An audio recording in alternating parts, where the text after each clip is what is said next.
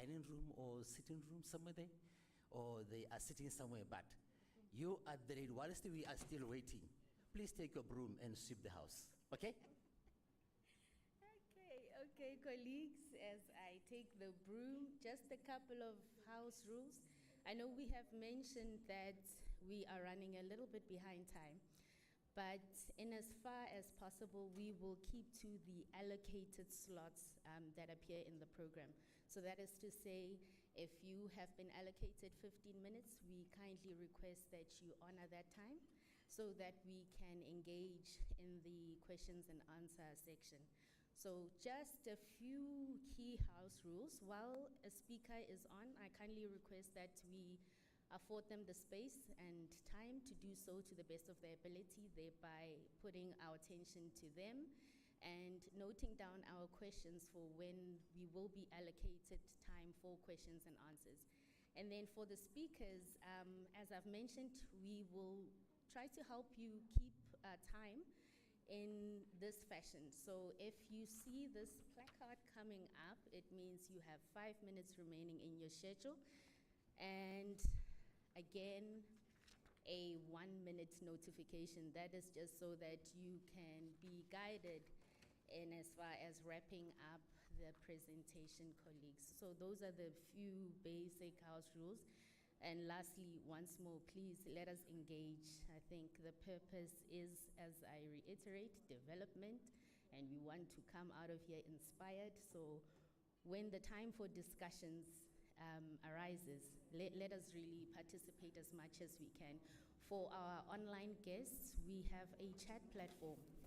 So as you are logged in, kindly put your comments, your queries, or any level of input that you would like to bring to our attention on the chat function. And those are the rules. Thank you so much. Hey, thank you very much, Kikeha. You see now, the house is swept, but now, unfortunately, you have forgotten something. There's something that is called convenience, and okay.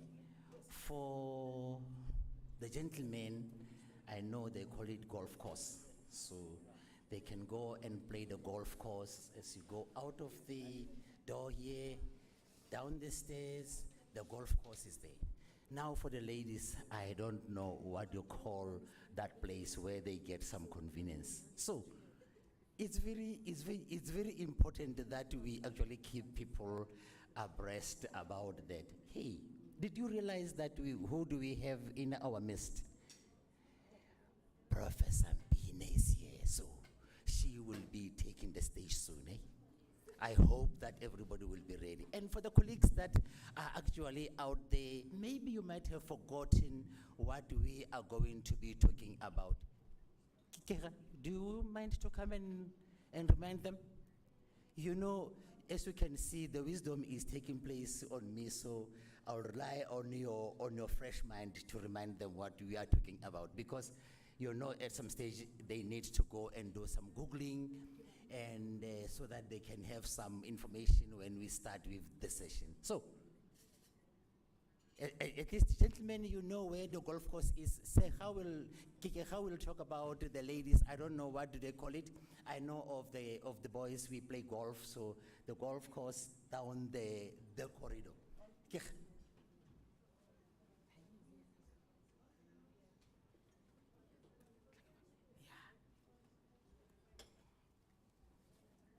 Yeah, I think equally ladies play golf too. We are not exempt from the course either. But the rooms to refresh ourselves, ladies, are just down the hall. If you turn left and you go down the hall towards your left, you will see there is an icon of a lady, and that is where we can go and be refreshed. So colleagues, we are gathered here as the Work Integrated Learning Project has arranged to really get into the Work Integrated Learning student Indaba. Our focus will be transforming work integrated learning by embracing 4IR for sustainability, innovation, and entrepreneurship. And I hope colleagues have had an opportunity to go through the digital program, where I'm sure you'll see that there are a number of universities and academic bodies that are represented here today. So what we do look forward to is diversity, varied perspectives, as we forge ahead in ensuring that we really do embrace 4IR in as far as work integrated learning is concerned. So that is the purpose, but I do not want to take away from what Prof. Mabunda will speak to, because she will give us the summary just later on when the program commences, colleagues. So thank you very much, Prof. Mputi. I think we will just take a brief break until we are ready to start, colleagues. So our colleagues online, just that 30 minutes that you will bear with us, and we will be back shortly. Thank you.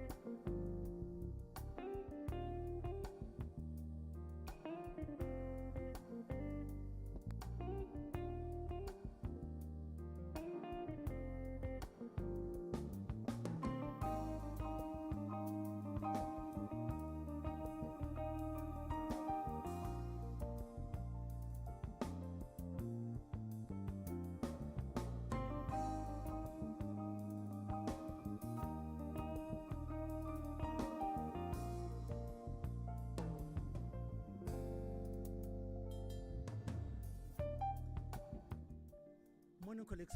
Morning once more. I am, as I said, I am David Mputi. We are ready to start with our program, and I would like to take this opportunity to again welcome each and every one of you to the student Indaba that we will be having. Very exciting, very interesting that our students are here as well, and we will be having all the interactions. Without much ado, much seeing that we are running a little bit behind time, I am going to call the first speaker, who is going to actually introduce herself and welcome us. And the first speaker that we are going to be having is Professor Mpine Makwe, who is currently the Acting Executive Dean in the College of Education at the University of South Africa. She is also an NRF-rated professor in open distance e-learning and a director of African Council for Distance Education. Prof is a sought-after scholar, as she has given keynote addresses in numerous international conferences. She also serves as a higher education technical leader on the UNESCO's Futures of Higher Education.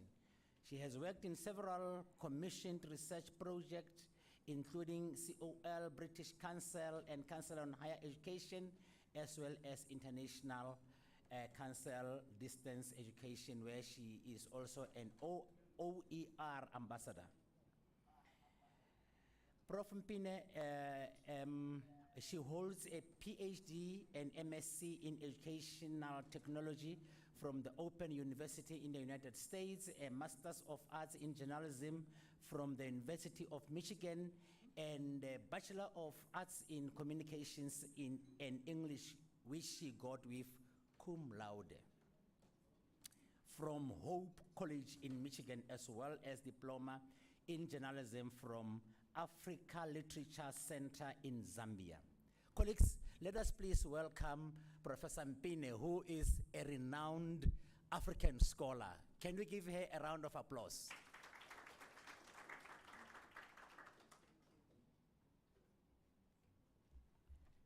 Thank you very much, Program Director, Professor Mputi. Ms. Situsha, thank you very much to be directing the program today. Mine is an easy task, colleagues. It's just to welcome you to this seminar.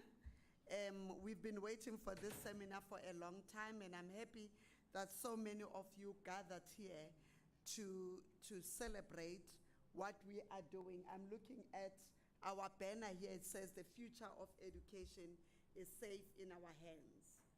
And that's precisely why we are here, because we are in the education space, and our role as people who are working in this space, who are ensuring that people who go through these programs are also relevant to the society that we work in.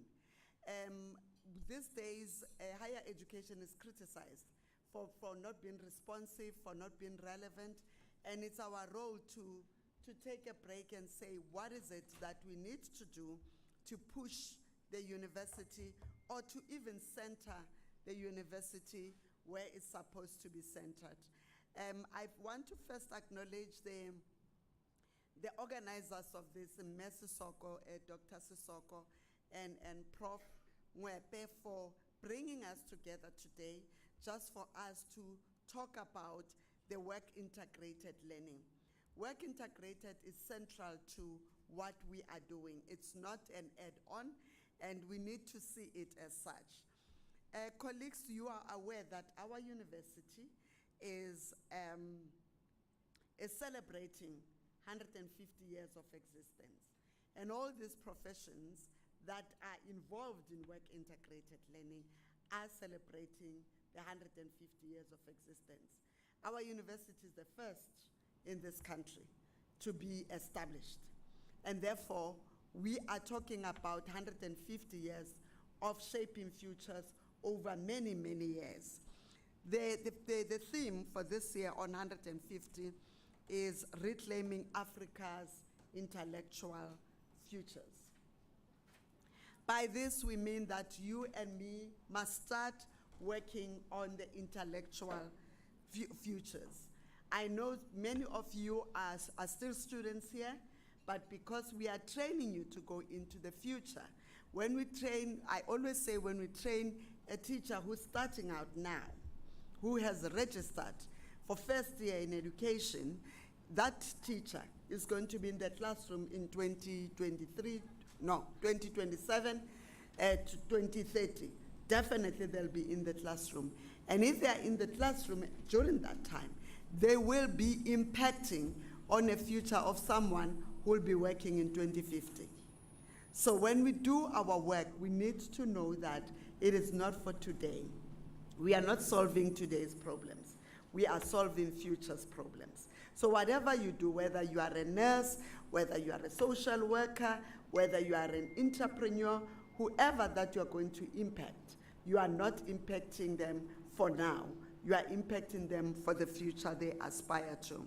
I like this topic of reclaiming Africa's intellectual futures because it wants us to move from something to something, to recover what we have lost, to call us claim back our futures. So claiming back our futures means how do we do things differently to ensure that we are relevant and we are positioned in a place that we need to be positioned at. There are speakers in this program, and many speakers, and we welcome them as well. We welcome speakers from Curtin University in Australia. We have also speakers from CETE, Tata Institute of Social Sciences, who are going to take us through through this program of work integrated learning. Work integrated learning is important. What it does is bringing together the practice and the academic side. So you will learn theories and all the things that goes with it. And for you to influence practice, it needs to be grounded on theoretical work. So it's important that we take work integrated learning seriously. We also have someone from the South African Society for Cooperative Education. There will be a lot of speakers from DHED. There are people from other colleges in the university.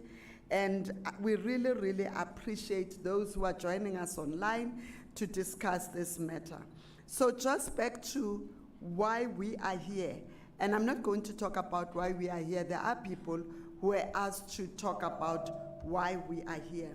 We are here to acknowledge that work integrated learning is part of us.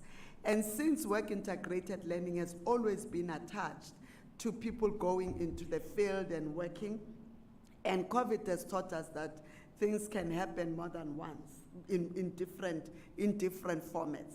So also with us as well, we need to prepare ourselves to ensure that we use these technologies for our benefit of ensuring that we work in those environments. I don't think if you're a social worker who's not digital competent, you would make it.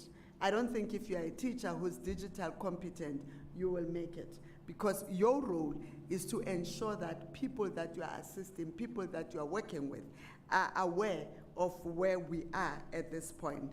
And unfortunately, COVID caught us unaware.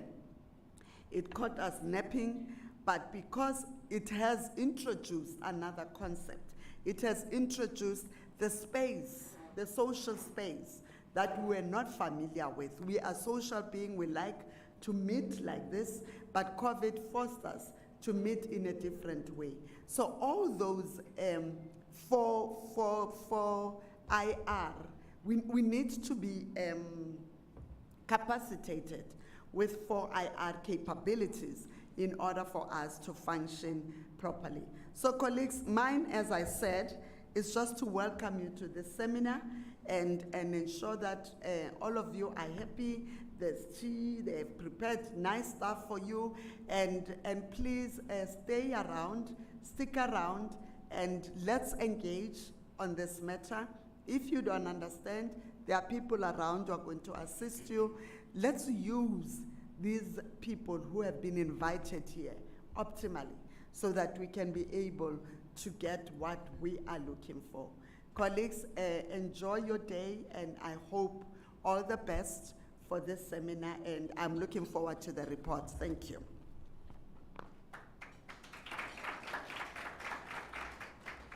Colleagues, I'm sure we can do better than that. Can we give Prof. Makwetla a hand? Thank you very much. Indeed, Prof. Makwe, you have touched on a very important thing that is very close to my heart, COVID, and the antisocial aspect that it brought into our lives, because people were isolated in their own homes, and people, even when they were sick, we couldn't even go and see them in hospitals. So that has been very close to my heart, and indeed, we need to embrace what we are here for today.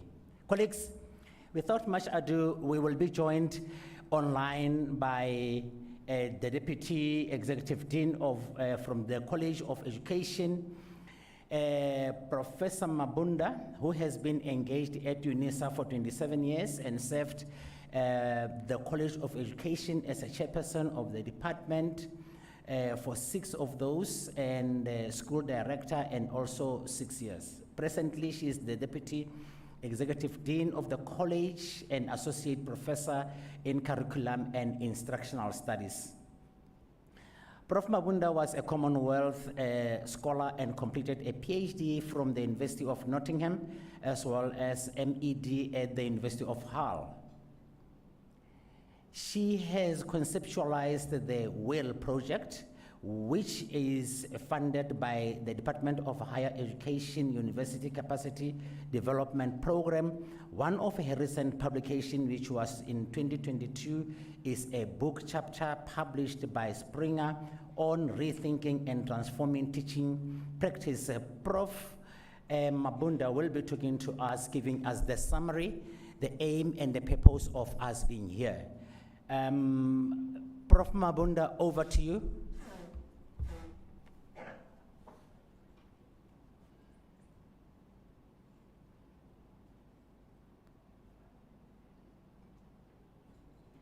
Since I'm unable to participate face-to-face, see you, and engage with you.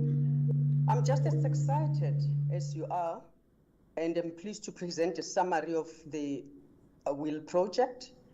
The project is very close to my heart, and as the program director indicated, I conceptualized the project. And in fact, I also led the project for a short while until I was offered the hot chair I'm sitting on. I must state right from the onset that although the project owner and some of the project members are from the College of Education, the WIL project is actually a UNISA project. And that is why we have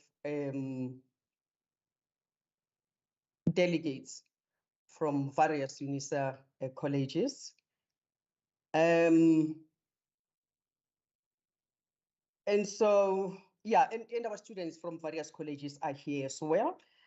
Let me thank our esteemed delegates from Curtin University. Let me also thank Dr. Shetty, the UNISA project leader for all the UNISA DHET, Department of Higher Education, funded projects. Let me also thank all the project members and program directors and facilitators. I'd also like to thank in particular the UNISA ICT team that's working with the project, as well as the UNISA Multimedia Center for ongoing support. Last but not least, I'm very grateful and appreciative of our students' presence and look forward to engagement with our students. Program director, can you allow me to switch off the camera for better connectivity, and in order for me to quickly go through my presentation. Thank you.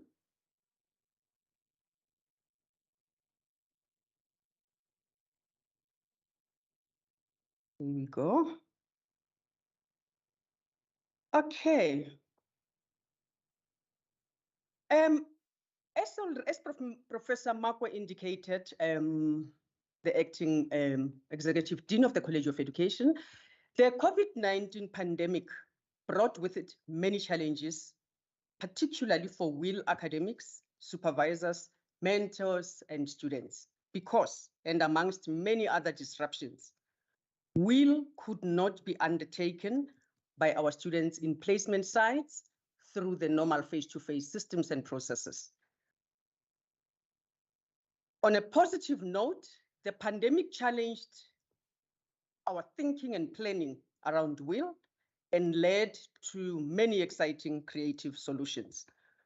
Here at UNISA, COVID also leapfrogged us into critical thinking around the implementation of the revised UNISA 2030 strategy and the UNISA business model in particular, and also our continuous solution seeking to improving support for our students. Slide 2, please. Irene?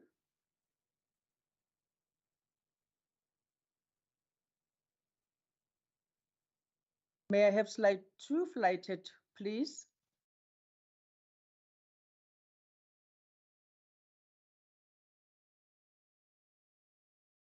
Mrs. Rangwaka? Irene?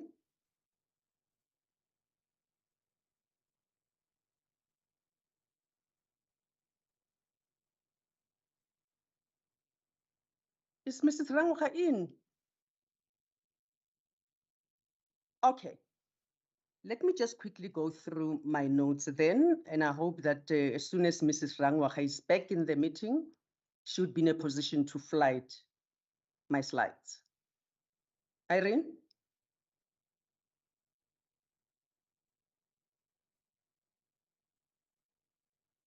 Colleagues, can you hear me?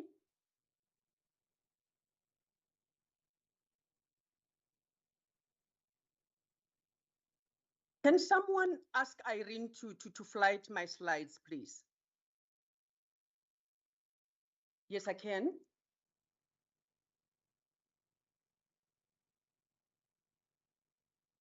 Okay.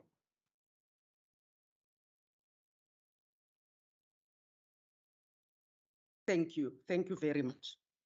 Thank you. All right. Slide two. Slide two is about confirming that. Yes, I'm listening.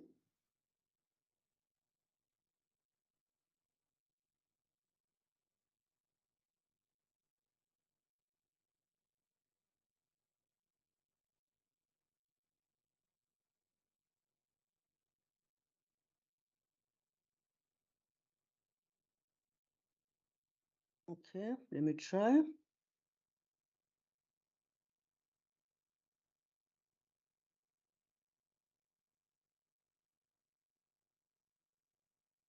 Just a moment. Okay.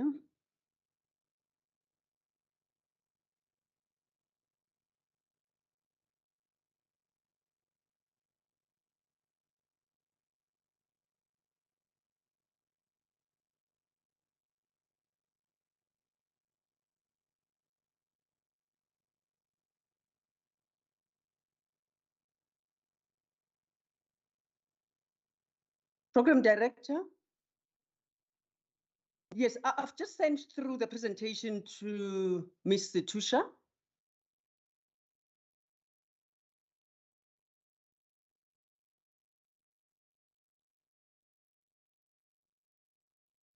Thank you.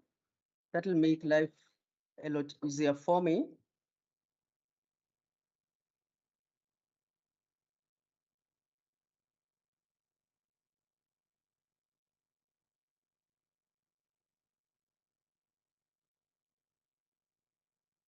Are you winning, Kecha?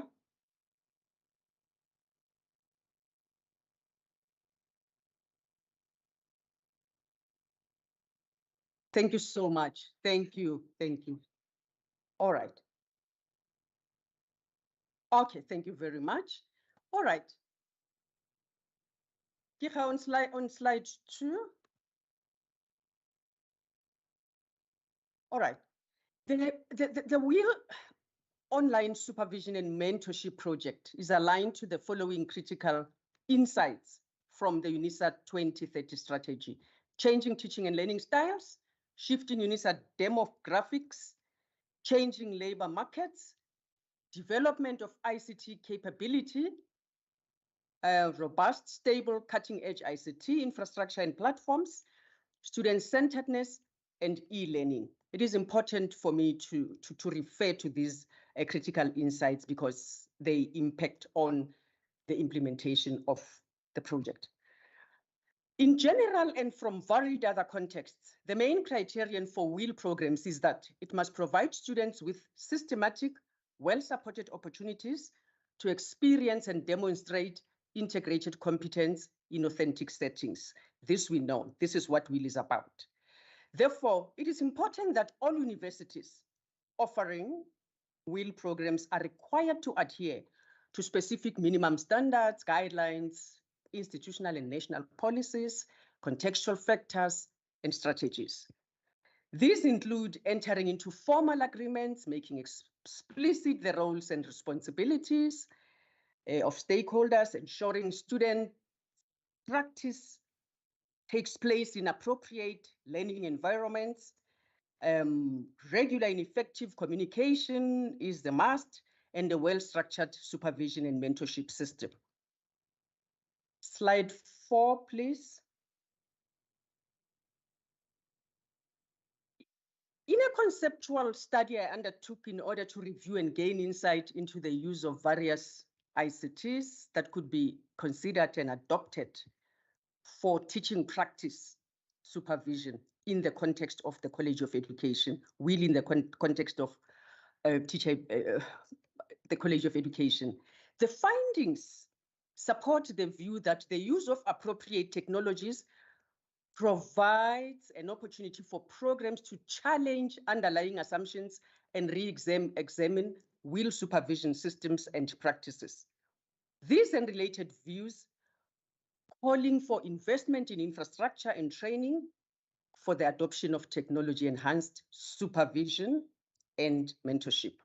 However, and despite a well-documented importance and role of will, policymakers, researchers, academic student teachers, or students, will students, broadly speaking, site mentors and supervisors, they continue to raise a diverse range of complex issues, and they grapple with various challenges.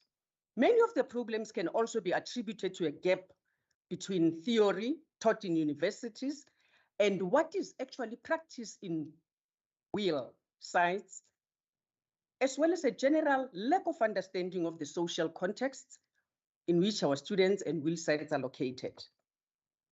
Demands for research outputs, teaching workload, the need to keep costs down, and the large number of will students also mean that university supervisors are not always available to undertake will supervision. And the challenge is compounded when supervisors need to travel long distances for on-site supervision, sometimes in rural and remote regions. Online technologies have the potential to address some of these challenges. Slide 4, please. And given this background, there is general agreement that one of the influences that universities can exert is about intensive planning and assessment in collaboration with professional will sites, sustained supervision during practicum, where possible, ensuring that cooperating or mentor or supervisors meet and engage regularly to develop their mentoring skills.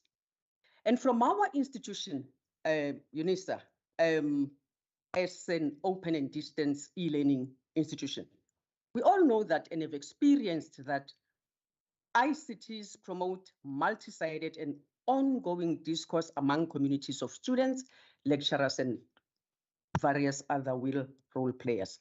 I hope that the discussions today will explore funding, staffing, and student support challenges and problems. Let's move to slides. Please move between slides 4 and 5 for some general strategies from theory and practice for consideration. Slides 4 and 5. The UNISA project makes a case that will students, supervisors, and mentors can benefit from being placed in will sites with role players who are competent in using ICT. In such settings, members of the will triad, as we refer to them, they are expected, they would be capable and confident to integrate technologies into their practices, and their levels of self-efficacy can increase. To address some of the problems and concerns, I expect you'd be raising and engaging on mitigation strategies and solutions towards exploring the role that various ICTs can play in supplementing traditional will supervision strategies and models. In one study, 97% will students and all supervisors believed in the potential benefits of ICT to will programs. However, I want to make it clear that one of the key concerns raised is that and that concern inevitably arises when recommendations are made about the use of technology-enhanced strategies. It's about the degree to which even basic technologies such as telephones and email can replicate the close and personal style and the verbal and non-verbal communications between and among humans, students and mentors, sharing the same physical space. That is why supervision via ICTs can be augmented, blended with the more traditional face-to-face supervision, which can take place occasionally as needed. The following points are worth reiterating. While ICT brings potential benefits, it also adds to stress and frustration when timely support is not available and when the technology is not working well or simply not working at all. There is a need to see supervision as a process of human interaction, as I've alluded to earlier on. The effectiveness of this human interaction can be augmented, but certainly not replaced by technology. Student and supervisor and mentors' competence in utilizing ICT is another impediment. Participating sites for WIL should be selected on the basis of those which have ICTs as an active ingredient, in quotes, of teaching and learning practices which can motivate our WIL students and encourage them to develop ICT-related skills. Students can be introduced to the practice of online activities during orientation weeks, as we normally have in UNISA. However, ongoing and intensive training, support, and workshops must be offered throughout the duration of the WIL programs. Let me rush through other technical and problematic aspects related to online WIL programs. Supervisors supervise, we know this, large numbers of students and they travel long distances. I think I mentioned this earlier on. Inadequate ICT infrastructure in WIL sites is an impediment. I see sometimes ICTs are available, but they are not weaved in WIL sites and in their activities. There are low number of online responses from students and supervisors online. And there's simply sometimes lack of time for active engagement online. On the contrary, and quite pleasing, some of the outcomes of online activities distinguished by WIL supervisors and students are exchanging emotional support, and this is important, and stimulating reflection in the process of WIL. WIL also offers an opportunity to follow the learning process of our students and observe problems in time and take action. Promoting a sense of belonging to a group of students and creating a safe atmosphere where even shy WIL students can participate. In one study, it was reported that despite the efficiency of technological tools, both WIL students and site mentors welcome formal on-site visits. This is about, blending again. On-site visits by the university supervisor in order to make observations on the spot and have face-to-face interaction. However, the site mentors in that study found that they had more interaction with the university supervisor through online tools compared to the in-person school visits. Colleagues, students, and our esteemed delegates, the scope is wide and opportunities are abundant. As I quickly conclude, I present a quick summary of the WIL project. And the summary is on slide 7. Right. In terms of the UNISA will project description includes an argument that supervising and part of mentoring students by means of ICT is certainly an option to be considered, not only as a means of offering WIL students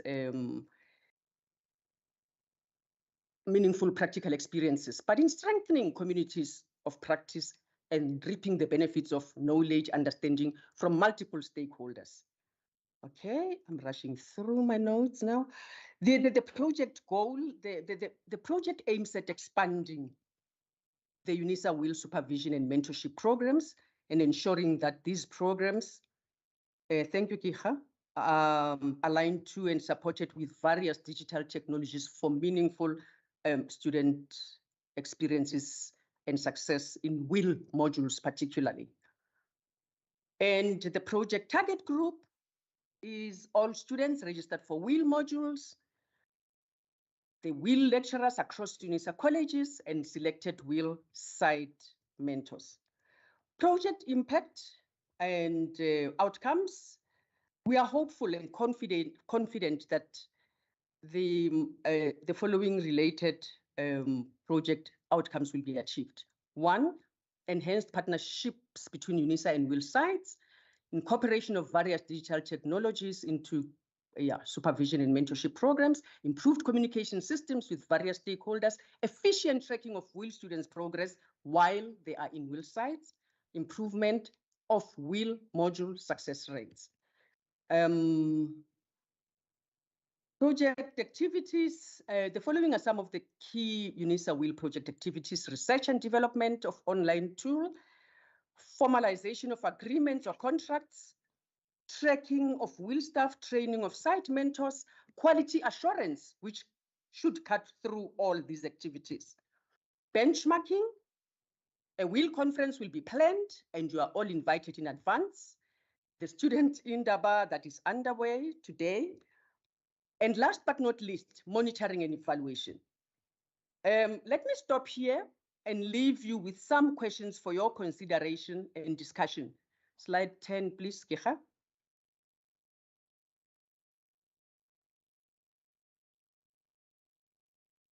This brings me to the end of my presentation, and thank you all.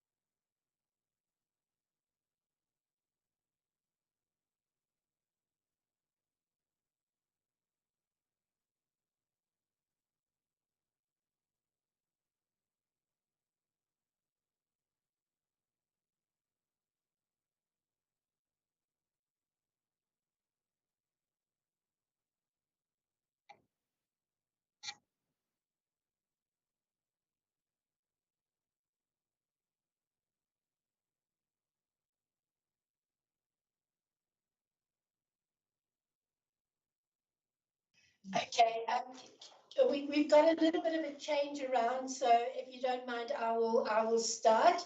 Hello everyone, Molweni, Sobona, Dumela,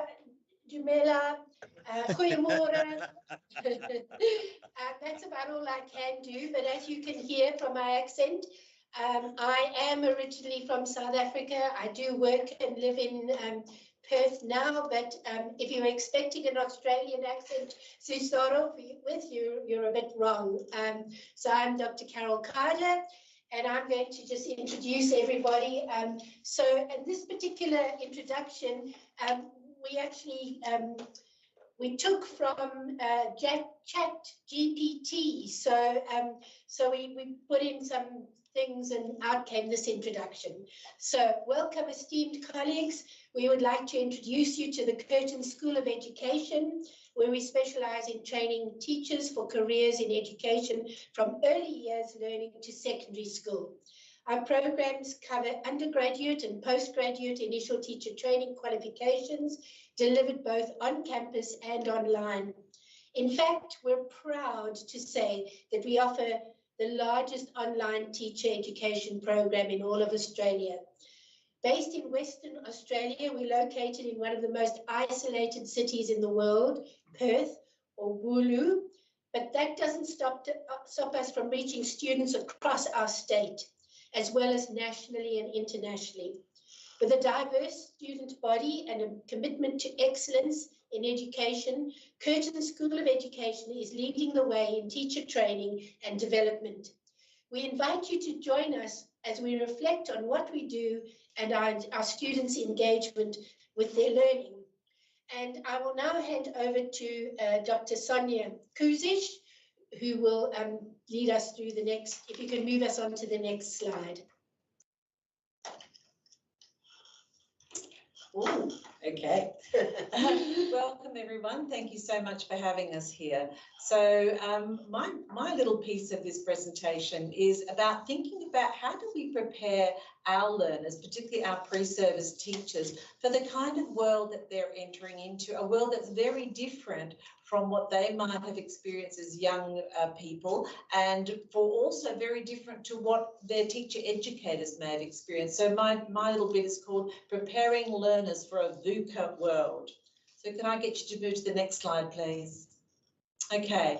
So thinking about the kind of world that we're preparing them for and what work integrated learning is, thinking about what are the challenges, particularly with technology and so many things, we're actually, you know, our graduates, our young people are going into a world that's volatile, uncertain, complex and ambiguous. It's a time of rapid and exponential change where things are happening at a breakneck speed. Many of our students report feeling powerless. You know, they are told it's your responsibility. You've got to do this as an individual. But we know that the answer is really a much more collective response. And that's part of our obligation to support them in this, their endeavour. We also need to think about the moral and ethical implications of what we actually do and how they can navigate the moral and ethical dilemmas that they face when they go out into the workplace and when they engage with their community. So next slide, please. So on the previous slide, you know, I've tried to frame some of the issues that our students will face when they go out into their practicums and professional experience or when they actually graduate. So some of the ways that they can help deal with these issues themselves and also, you know, prepare their own students, the students that they teach, to deal with the pressing issues of the world is some of the things that you see on the screen. So I just want to go and start off with a quote from historian and author Yuval Noah Harari, who said, "We're in an unprecedented situation in history in the sense that nobody knows what the basics about how the world will look like in 20 or 30 years. Not just the basics of geopolitics, but what the job market would look like, what kind of skills people will need, what family structures will look like, what gender relations will look like. This means that for the first time in history, we have no idea what to teach in schools. And this is the frame for what we are trying to do, preparing them really for the unknown. So navigating the fourth industrial revolution is about becoming an open-minded, agile systems thinker. Though where traditional education is really quite linear, we need to have a more systems thinking approach, which privileges an interconnected and holistic view of the world. It's fundamental to the notion of sustainability and climate change education that everyone and all species are interconnected. So the way of thinking that we have at the moment is actually counter to that kind of thinking. That's what's led to the VUCA world that we're now in. So what our teachers or pre-service teachers will face is young children and young people out there that have eco-anxiety. And we see that being expressed more and more in the media through climate change activism, and a push for our curriculum and what we deliver and how we deliver to be more responsive to that kind of education, so that this kind of education can help move them beyond a sense of individual responsibility and powerlessness. So as I talked about in the previous section, collectivism and the working together is really important. So working together to solve problems is critical. Part of our preparation is helping our young pre-service teachers, or of any age, I should say, they're not all just young, learn how to work together so they can in turn teach their own students these same skills. So the pedagogies that emphasize the learning of the so-called soft skills of communication, collaboration, adaptability, and empathy are imperative. So, things like role plays, creative ways of doing things, reflective skills, using team and collaborative projects, employing problem solving, design learning, inquiry learning, etc. They're all the kind of pedagogical tools that a young or a teacher that's going out for a first time into the profession needs to have under their belt. So thinking about these things, we really need to impress upon our work integrated learning process that we are really trying to prepare our students for the future. So using a future-focused approach where we're teaching them to deal with unexpected issues and unexpected futures, perhaps IT using simulations.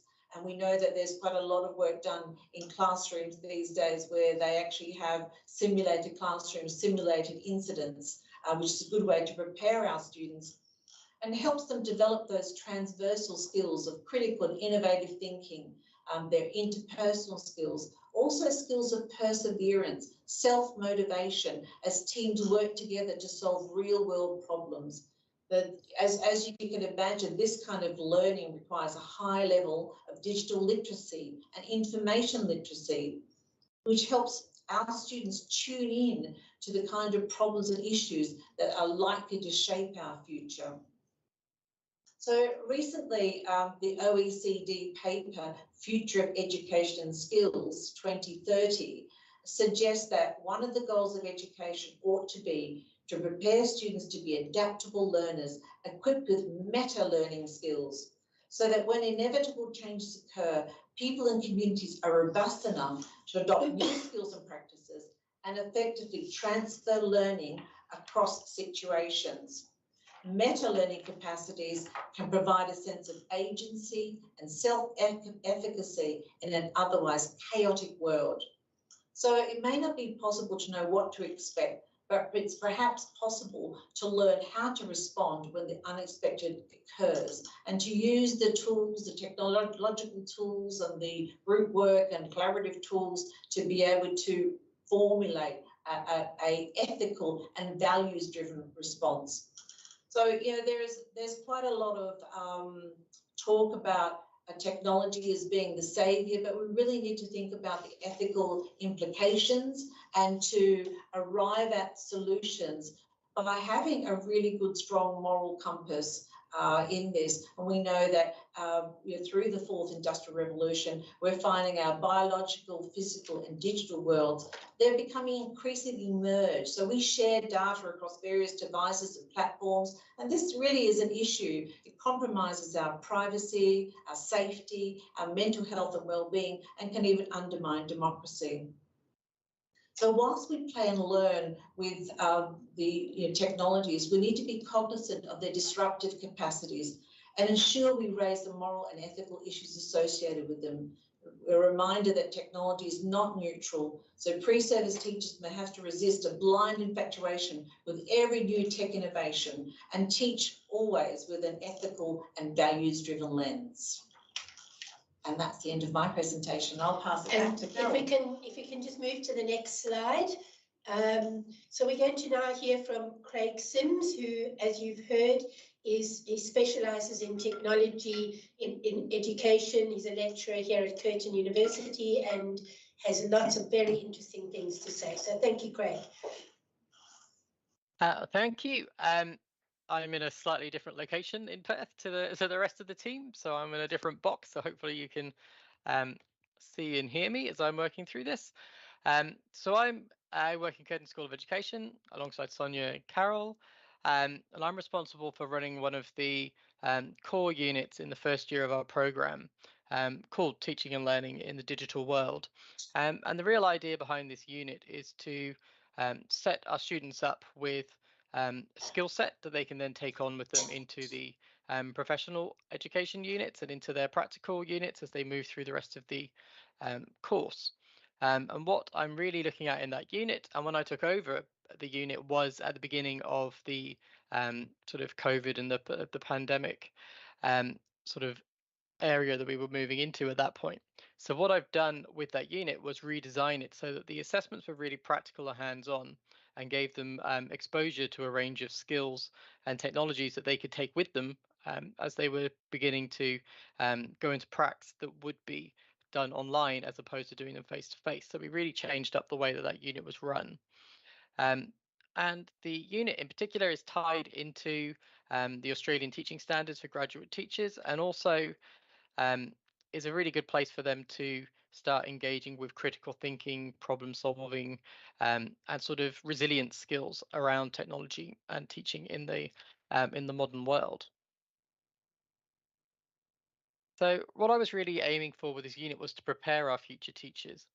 And as we're kind of moving into this this idea of the fourth industrial revolution, and really not necessarily knowing what our students will have to teach their students to know in the future and the work that they will be doing, one of the key elements of this was embedding the idea of digital fluency and giving them the fundamental skills to use technologies to enhance and engage with the curriculum that they're required to teach, but also so that our students come out of their program unafraid to try and test out new technologies and new tools in their teaching practice. And that was really important in the way that we designed this unit, was that there was lots of exposure to those technologies. They were asked to use them themselves, and that really helped bring them along. The idea of digital natives is something that's talked about quite often, but from the experience that I've had through this unit, we regularly have about 1,200, 1,300 students per semester studying this unit, both online and on campus. The bulk of them are not digital natives, even if they are the appropriate age to be considered digital natives. They're really not. And I quite often get comments about this unit at the end that they were quite scared of things that we were asking them to do, building websites and designing sort of digital tools for students to interact with. And they quite often come back at the end going, I didn't think I would be able to do it, but we've got through it, and we've worked through the scaffolding and the tools provided to get there. So I think the assumption that students are across digital technology is not necessarily something that we should assume in every case. And one of the ways that we've approached this in this unit was to change it from the style of sort of a fairly didactic style, was to use a more of a flipped learning style of teaching. So they're engaging with the online resources through the learning management system or the virtual learning environment that we provide them, which is Blackboard. We give them a range of online learning tools that they can use through that to engage with. So we're using videos, we've got embedded slides with voiceovers, we've got elements created through H5P, which is a HTML tool that allows you to build interactive learning objects. We use Padlet style interactions, and we have reflective questions that they can type into and answer and then export for their own use later. So the idea there is that we're giving them sort of interactive and engaging content that is really just exposing them to the theory and the sort of low level learning. And then when they come to class, be that online or on campus, we then look at those tools that we've got them to use. We look at the theory that we're talking to them about and get them to discuss and critique it, think about how that could be applied to practice, so that when they come out the other end, they've gone through quite a large range of theory, through a large range of different tools, and got the experience of having used those and applied them, and then critiqued how that could be used um, in practice. And when we're talking about the fourth industrial revolution, we're thinking about um, the incoming wave of technologies around AI, robotics, and the Internet of Things. So the Internet of Things, I think, is up to around um, almost 2 billion devices around the world that can connect to the internet. And that really does blur the digital and the physical world, because most of those devices are sort of objects that don't necessarily have screens even to tell us about things, but they are accessing the real world and using the internet to give us information about it. So when we're looking at early primary children, they may not have the functional literacy to engage with the internet and devices on um, an easy level, the way that we do by typing things in and clicking on things. But if they can talk, they can interact with these devices, they can ask questions, and the internet will answer their questions. They can talk to Google and Siri and Alexa and find out things about their world just through questions. And that's something that we get our students to think about integrating into their teaching. Then with AI, we've been working on a whole school approach to how we're going to address AI and how we're going to use it. And we're trying to come up with a forward thinking and technology centered sort of movement within the school to embrace it and use it for the things that it's good for. I mean, we're all quite worried about how students will be using that technology to potentially bypass or some of the aspects of their learning. But what we've come up with is at the moment, is a sort of a prototype framework where we're going to tell students where we think they can use AI to enhance the way they work, maybe find some efficiencies in the way that they do their assessments. So finding scaffolds and structures from AI that they can use to um, structure their work, but not necessarily write all the content for them, because if they're not doing that work, then they're going to be losing out on the learning that comes along with it. And we're also looking at changing the way some of our assessments work so that they're more hands-on and practical and avoid some of those um, issues brought up by AI. And then things like robotics and computational thinking, algorithmic thinking, those are things that we bring up in this unit and then are built on through some of the mathematics units that they have to do, through some of our STEM and digital technologies electives that they do through their programs, so that it's quite central. We even use robotics in some of our HAS and geography units, and even in some of our literacy units where we look at telling digital stories and using robotics and coding to tell those stories as well. So it's quite cross-curricular the way that that works, and it quite often kicks off with the unit that I run in that first year core component of the curriculum. And I think that's really important for bringing along students' digital fluency. And that digital fluency is really important in the way that our students develop and grow. And then when I look at the way that I redesigned my unit and the assessments, we tried to make 2 assessments that were really hands-on and practical and brought students along in terms of developing actual skills and use of tools that they could take with them into the real world. So, like I said, we had a flipped learning style that gave them exposure to a range of tools. So they got to see what they look like from their end.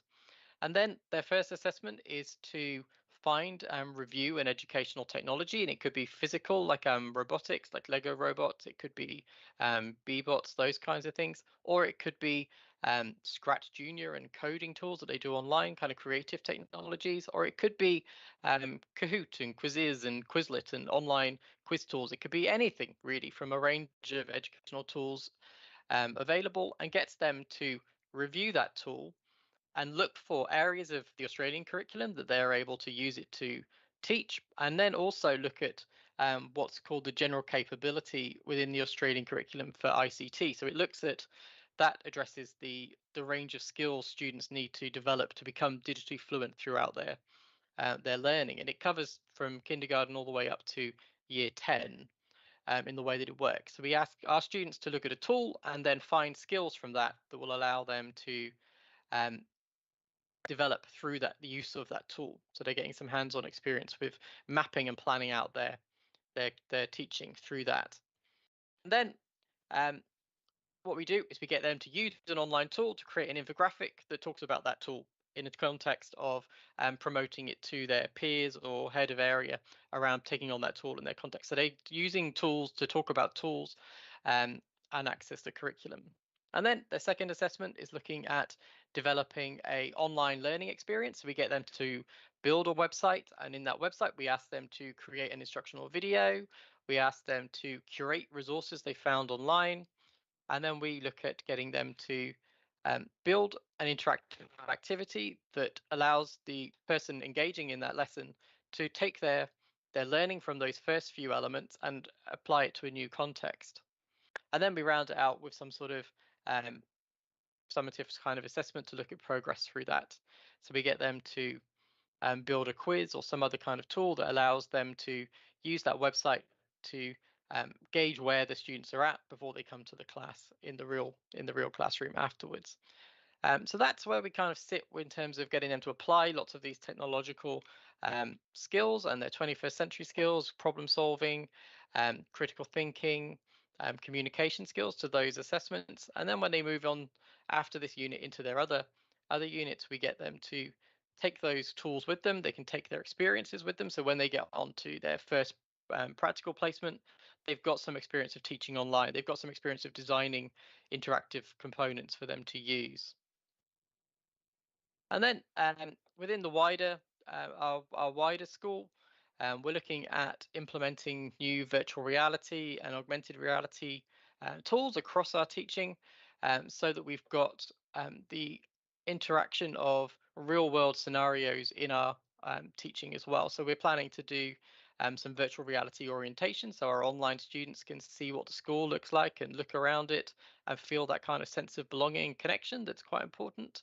But we're also looking at putting VR engagement into more of our units so that students can see what a rural and remote school looks like and what teaching English in a rural and remote school looks like. So they get that kind of hands-on feeling as if they've been there, they've seen it, they've looked at it, so they can go on and look at those things throughout the course. So we're embedding that kind of technology throughout, so that they're across these kinds of developments.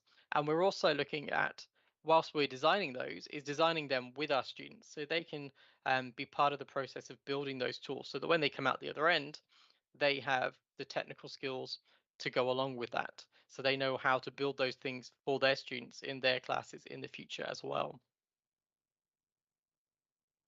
Okay, so I think that's kind of the story of the way I'm doing things at the moment, and I'll be looking forward to some of your questions at the end, maybe around some of the technologies that we use. The video that you'll see a bit later from Kayla will talk. She's one of my students who's gone through this unit with me, and also one of our STEM elective units. And you can, I think, the video sort of really exemplifies what we were trying to aim for our students to take away. Thank you. I'll hand over to Carol. Thank you. So I, as I said before, I'm Dr. Carol Carter, and I was born in Gqeberha in what was called Port Elizabeth before, and have been living in what happened there, I don't know. Living in Australia since 2007. And what I want to share with you is some of the challenges that I've encountered. I'm not usually a negative person, so I don't know why I ended up with the challenges, because I really do like and use technology, and I believe quite strongly in all of this. But there have been some negative or challenges in my, particularly in my line of work, which a lot of time is hands-on teaching because I'm involved in drama education. And so I'm going to just read a little short extract from a chapter that I wrote about some of these challenges. So the students needed to write an essay on the main ideas of one educational seminal thinker. I made use of oral drama strategies as a stepping stone to their writing. One of these activities is a plane crash, parachute debate, where every group of students is a seminal thinker, e.g. Vygotsky, who argues for being more deserving of the only parachute available. I have to work much harder than previously to get the seminal thinkers to begin work on their debate. In this case, it takes an enormously long time with group one to get the debate focused on the seminal thinkers, with the participants questioning the qualifications of the pilot, suggesting a change in job career to education, since I appear to be an excellent teacher but a useless pilot, trying to problem solve the rescue of all and what could be done, how more parachutes could be made, etc. One participant suggested, since all our ideas are written down and we have lived our lives, maybe we should donate the parachute to one of the other passengers. Eventually, 1 or 2 points are made based on the ideas and work of the seminal thinkers. In the end, the most expert co-pilot managed to find a way to land the plane safely. Perhaps this transpired because of a more communal caring group, or perhaps because the flight took place online in Zoom. It is a few days later, and I have changed the mode of transport for group 2 to a ship, given that breaking into a different Zoom room or cabins seemed to be a bit more authentic. I have a background on my Zoom of a ship. And then I say, good afternoon, ladies and gentlemen. This is your captain speaking. Sorry that you've all been confined to your cabins, but we have to keep you inside while we are trying to rescue our ship. Please stay calm, ladies and gentlemen, but our ship is going to sink and we only have one lifeboat available. As you know, we have names of seminal thinkers on board, as well as their family and staff. The only fair way of deciding on who gets the lifeboat is by allowing everyone to speak and then deciding who gets the lifeboat. When the participants return, many ideas specifically linked to seminal thinkers are generated, but more shared via the chat function than actually talking to me. As Ziebel et al. Attest, the COVID-19 pandemic offered never before encountered pedagogical challenges and opportunities for teachers in all sectors, including those in pre-service teacher education. As they assert, it is almost impossible to write about teaching and learning post-2020 without acknowledging the impact that COVID has had on places of learning. For those of us taking drama and theatre classes, it was especially challenging when teaching in real life has been replaced with classes being delivered online. As detailed in my account, I grappled with a decreased level of engagement when delivering my classes online. The visceral responses from those engaging in a teaching in role activity in real life are greatly diminished when the activity is held online. It is also harder for an educator to read the responses from their students, especially when students turn their computer cameras off and just chat online. It is notable that the students in my class mostly responded via the Zoom chat function, which I contend drama educators would find to be a more distant and passive form of communication. While I learned that it was more possible to engage students in a process drama online than I had previously imagined, the obstacles in place in online teaching do detract from the full engagement in and authenticity of the experience. So that's one of the challenges. And then if we look at access and traditional views, and I'm sorry I did it twice, so you'll be let off the second one because there's 4 there. Access and traditional views. One of the things that one of my PhD students did some research, and it was problematic well, problematic in this sense that just like in Indonesia, just like in South Africa, in Indonesia, there was a great deal of inequity of access.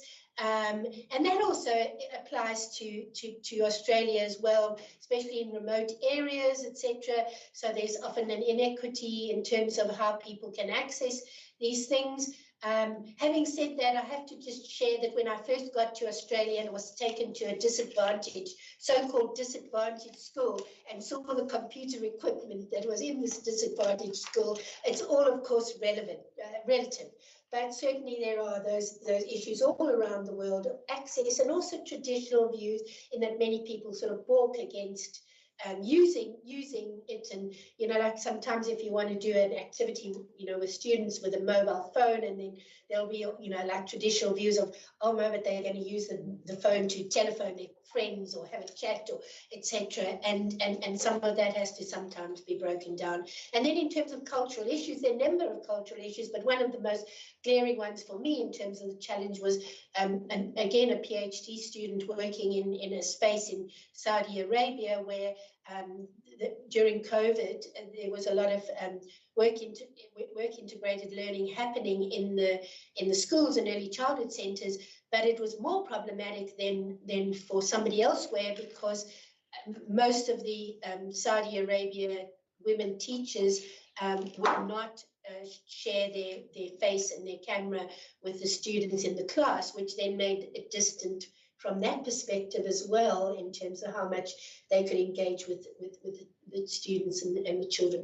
And then last but not least, I think we've always, something that I constantly keep in my mind, because I have seen some planning for lessons in work integrated environments that are often kind of more interested in how we're using the technology rather than the actual philosophy or focus of the lesson. And I think we always have to be aware that what we want to do should precede how we do it with technology and other sort of methods.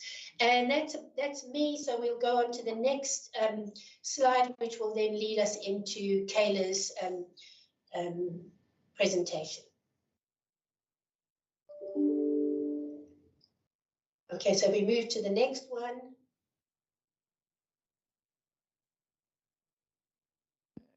Right, just double checking that the audio will work.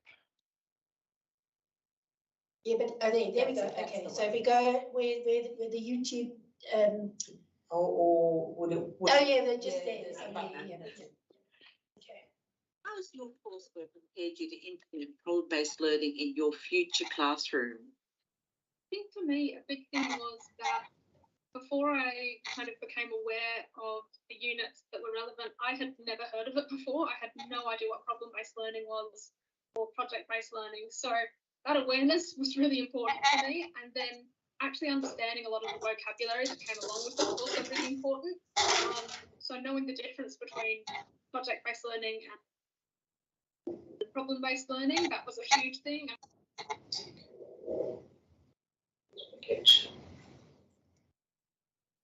Might be able to power it.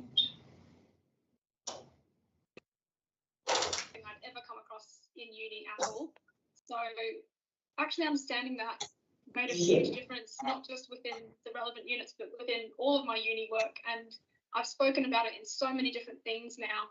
And it's something that I'm consistently aware of every time I'm teaching, is encouraging things like collaboration and those problem solving skills. And it's really something I think about all the time. Also, I think a huge thing was having the opportunity to design PBL lessons and units, because I don't get to do a lot of that because we don't do a lot of prac placements. It's something that can be quite limited. So having the opportunity to do that and get really good feedback on those lessons was really important. And I used a few of my lesson plans from the relevant units while I've been out teaching. So that was really, really helpful, and understanding the processes that go with those type of units of study with students. And for me, I loved the fact that we got to actually be the students through one of those units, and we got to be the ones who were being set the problems and the tasks and the projects and actually being the ones who got to make them and go through the same process that we would be putting kids through. And I absolutely love that. So the coursework has been really, really helpful in helping me understand everything that goes along with it, for sure. Thanks for that. Can you provide an example of a lesson or unit you've designed that incorporates this approach? Yeah, so one that I really enjoyed was on my last prac placement, I was in a kindy pre-primary class, and that in itself was a big challenge, having such a split grade.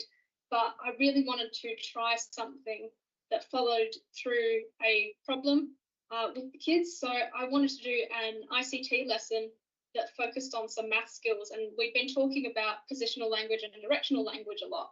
So I wanted to find a way to incorporate that. And at the time it happened, we were studying The Little Red Hen as a text. So I came up with a way to incorporate all of that together with a problem. And I used those little Bebop robots. I made one look like a little red hen for the kids. And we set up a course in the classroom, and we'd been studying the text for about a week. So the problem was that they needed to help the little red hen get through the classroom, get through this little course that we'd made, and collect all of the ingredients that she needed to make bread, just like she does in the story. And the kids just loved it. I loved it. They were so engaged in it. And I found it really interesting to see the ways they engaged in it. They collaborated so much because it was something we'd really been working on. They were problem solving, they were talking to each other.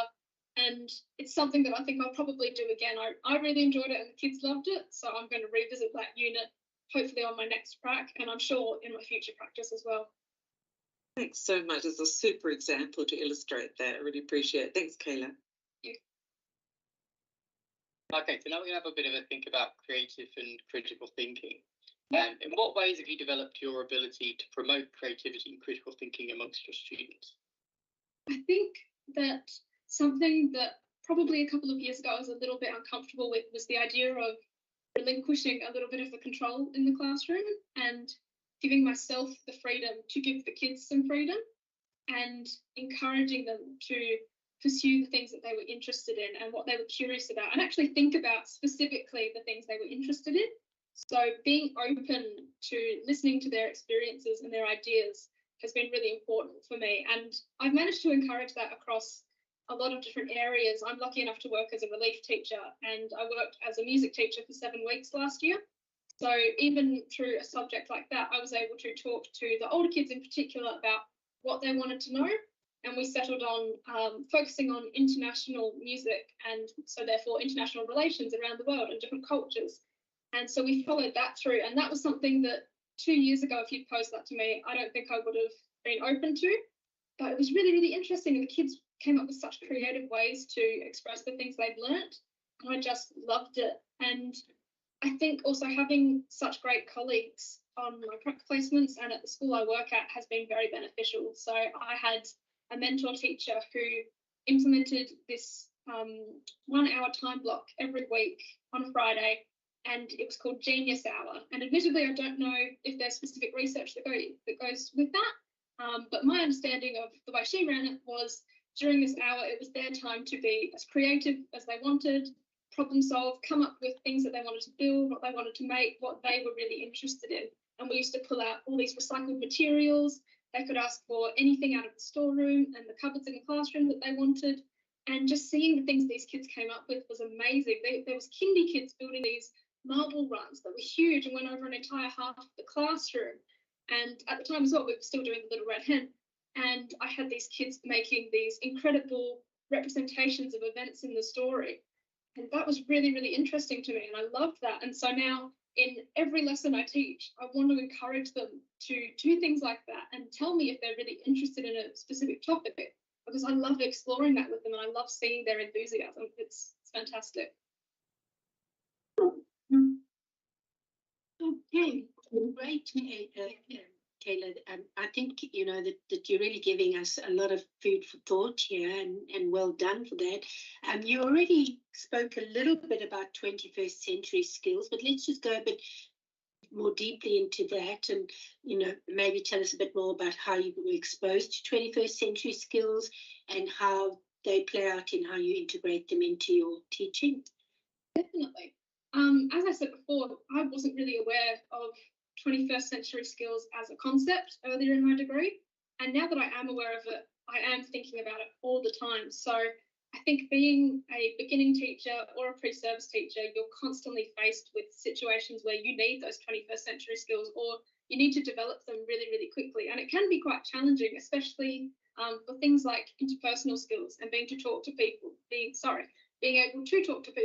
That can be really difficult. And especially during COVID, I think that became a skill that we needed to adapt to a different context. So that was something that I think I really needed to develop. Maybe let's go into the challenges. So some of the challenges you anticipate when incorporating these skills into your instruction, and how do you plan to address them? I think being an early childhood educator, sometimes I find it a little bit harder to work out ways to present it to younger children in a way that they can understand. And that's definitely something that I'm still developing, of course, being so early on in my teaching career. So being aware of their developmental stage, I found is really important, and understanding the information they can actually take in and what they can understand has been very important. And as part of that, differentiation is something that I'm constantly looking into. So that's definitely challenging at the moment. And it's something that I'm still seeking help with my tutors and with colleagues and with my peers as well, who are still studying with me. Thank you. Thanks. That's great to hear. It seems to be that you're very student-centered in your approach, and it's quite individualized almost. They're exploring things they enjoy and things that bring them kind of joy almost, so that they're able to be creative. I think that's a good perspective to have when you're working with these children. Okay, we're going to have a little bit of a think about a slightly different process. Rather than problem-based, looking at something around inquiry-based learning. Can you describe some of your experiences with inquiry-based learning, and maybe how you plan to use that in your future career? Yeah, so inquiry is definitely something that I'm still seeking more experience with. The only experience I've really had with it at the moment is while I was teaching music, part of my role as a full-time teacher was also teaching Year 2 science. And I was very unsure about how to do that at the time, but the school that I work at presented me with the Primary Connections books and said that they followed those units, which follow the 5 E's guided inquiry model. So I did some more research into that. I had come across it before, but I wanted to understand it a little bit better. So I was researching that, and then I got to use it every week with these Year 2s. And it was really, really interesting how they really took it on board, and they were very engaged with it, I think, because it linked to their experiences and to the world around them. And they started to notice the topics we were talking about in their everyday experiences, and would come up to me when I was on duty and be like, "Oh, Miss Pilkington, we were talking about mixtures." So they'd be like, "Oh, I noticed there was things mixed into the sandpit," and telling me about ways they thought we could separate it. And that was great to see them actually like applying their understandings. It was very, very interesting. But I think I would use that again. I would use the Primary Connections units. But for me, I think I would maybe adapt some of the activities just to change them up a little bit. Maybe use some different materials. I did find that the materials we used were a little bit limited at times, and that could have been due to the school I was at. But the kids really, really loved it. So I'm definitely going to be looking more into inquiry as I start my teaching career, and it's something that I do want to explore more. Okay, thank you. I know that when we look at the 5E model that you mentioned, that's primarily a sort of a science-based one, but we use that quite extensively through our units. That's how we designed quite a lot of our units through the course. So that's kind of modelled in the background in quite a lot of places through the course. So you kind of would have seen that possibly in the background when you were moving your way through our program. Definitely. Okay, so you mentioned the teaching profession, and you know, it's an exciting time, I hope, for you as you enter this teaching profession more fully. You know, you've clearly had a lot of experience, and you know, sessionally. But what do you think are some of the most important skills and competencies you feel you need to possess to successfully prepare your students for the 4th Industrial Revolution? Yeah, I think once again, going back to those 21st century skills, they're really important. And I think especially through the pandemic, we definitely realised how important some of those things were, in particular the technological awareness and ability to use that easily and fluently, that I think is going to be a really big one going forward. And it's becoming increasingly used in all the classrooms I've been in. And I love that, but I have noticed that it can be a challenge for some students who maybe haven't come across that kind of thing before, depending on their background, and also exposing them to different types of technology. So as part of that, I need to be able to understand and use that technology. Thankfully, that's an area of interest for me. So I think that will be very important. And critical thinking, I think, is also, especially at the moment, starting to come to light a little bit more, particularly with that digital technology, with all of the AI generation at the moment. I've been looking into that a little bit more and thinking about how I can kind of approach those subjects with some older students, because I have had the opportunity to teach IT to some year sixes and things, and it is discussions that do come up because the students are aware of what is happening in the world, and I think it's something that we shouldn't shy away from, for sure. But also collaboration. I am very passionate about kids having the opportunity to work together and collaborate and be creative. I know that for me as a student when I was younger, and even now as an adult, those are the situations that I thrive in, where the opportunities are a little bit more open-ended and you can work with the people around you and develop those skills, but also explore problems and work on problem-solving skills. So coming up with opportunities to present those to kids, I think, is very important. And once again, it's about my confidence to do that as a teacher and my willingness to be open to presenting those kind of opportunities. Kayla, you are definitely, you strike me as someone who really, when they're interested in something, they do everything they can in their power to really get to grips with it. And, you have so many interests and, all sorts of things happening in that AI space, etc. But, you're now sort of entering the profession, you're leaving the nest, as it were, of Curtin University. So how do you plan to continue your professional development? Because, particularly when it comes to technology, things move really rapidly. So how do you make sure that you stay current and you're effective in your teaching practice? Yeah, that's definitely something I'm still I'm thinking about even now. As someone who's been lucky enough to start teaching, I'm still straight away thinking about how I can constantly be improving and staying up to date. And part of that, I think, is just being involved in educational communities. So engaging yourself with your colleagues and with the general community has been really important, even if it's as simple as working in a Facebook group with people and looking at different ideas. Also seeking PD courses, whether that's through the Department of Education or through another opportunity. That's been something that I've looked into and I've been engaging with. And for me, especially as a newer teacher, reflective practice has been really important. So giving myself the time each day to think about what went well during the day, what didn't go well, and what things I think I need to upskill myself. Great. We're going to move on to the next slide in the interest of time.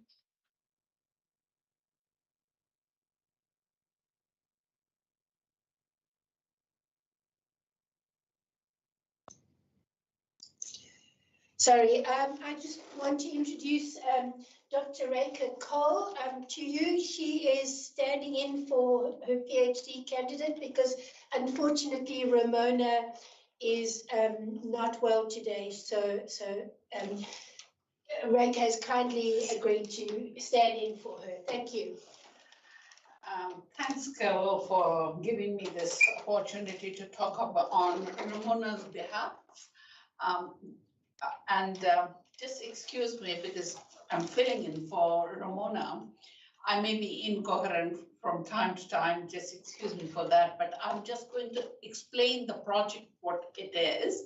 And since we were going to look at the innovation and use of technology, what has been done, but what Ramona felt that now that we are well into 21st century, working towards Industrial Revolution 4, there is a significant amount of population which is left behind, and vision impaired or people who can't look at all, see at all, cannot do high-level mathematics and chemistry. So since we come from science and maths teaching, so in this era, when we have access to technology, can we let these people, let them behind? Because it's not a equitable equation for them, which can be impacting, as you can see, the gender, people who have disabilities, socioeconomic factors, cultural factors, and racial and ethnic linguists. So what Ramona looked at is developing an accessible mathematics tool. What has happened with blind people, giving some background, is they used to use Braille to start with for education. Then it moved to the computer readers. But through computer readers, it reads certain expressions. But when it comes to high-level mathematics, especially calculus or chemistry, they cannot read 2 raised to power 2. It reads it as 2, 2. And how can we teach it to blind people? That's the main journey Ramona embarked on. And this is a very specialized project because most people who are blind or are vision impaired take secretarial courses, all the courses which don't have high-level mathematics. We have very few students doing year 11 and 12 mathematics or vision impaired. So even getting a sample to test this tool has been very difficult, and we haven't been able to do it till now mainly because of the COVID. She needs to travel to locations where she can find people in enough numbers on which this tool can be tested. We have an organization called KEVI here in Perth, and in association with them and with their support, she developed this tool and had few volunteers around the world working with her. And if you don't mind going on to slide number 11 directly, I would show you what she has developed. To the next one. 11. I may not have the number. Okay. The next one. No, I don't have the number, sorry. Yeah. So it's Craig running. Yes, The next so one. which one? One more? The black one. Yes. Play the video. Okay. Do we have the volume coming in? No, is this a video? I don't Yeah. see it. Yeah. Volume, please. Just trying to press the video, it's not working.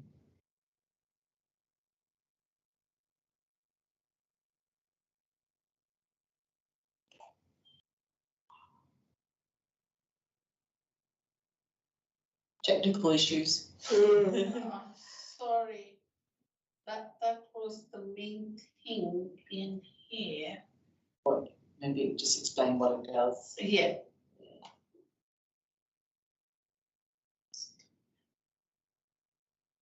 So you can see the formulae when it's given the instruction, it will read as it is.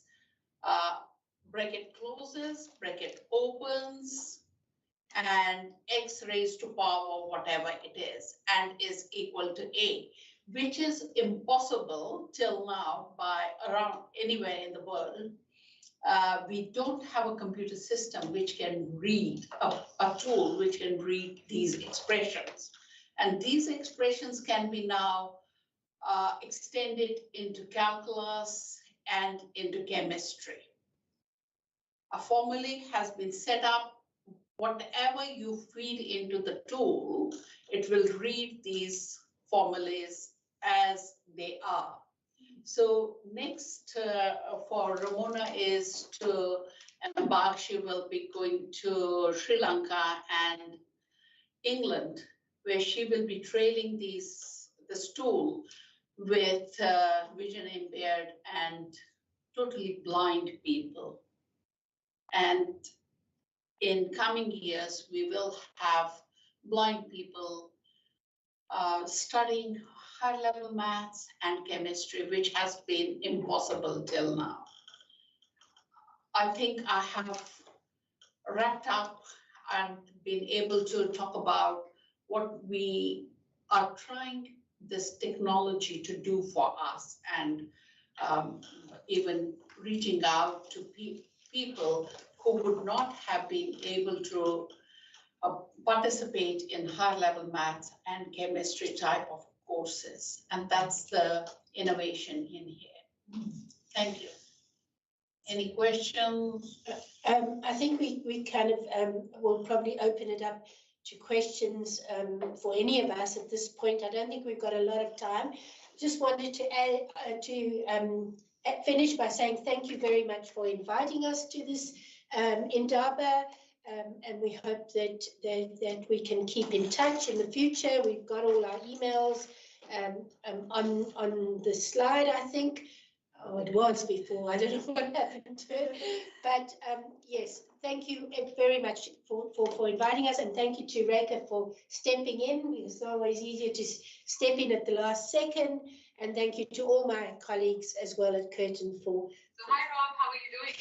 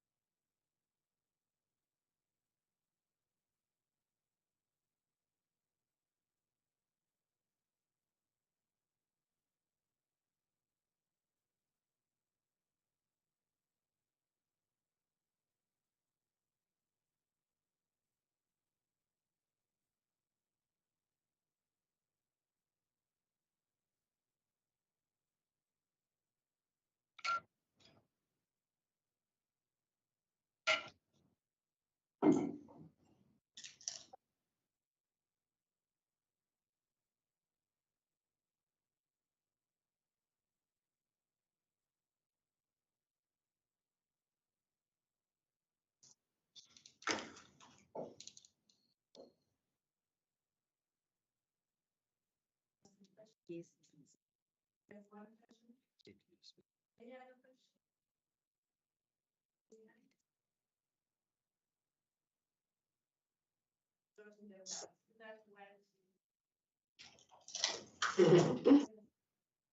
Thank you very much. That Ole, and thank you to the colleagues at Curtin University. I think I've personally picked up a lot. But what is most intriguing was the final presentation where accessibility or accessible mathematics for visually impaired students was addressed. And really there, I know the speaker mentioned that there was a fairly, or it was hard to get the sample. I'm just interested if maybe you could share some of the results that were revealed upon the application of the innovation. What did you find out with the sample that you did have or you did obtain? I'm asking this because I myself am in a space or in a unit that really is focused on advancing accessibility in as far as technology is concerned for all kinds of students. So it would be good for us to learn what is the innovation that was employed and what were the results. Yeah, thank you very much.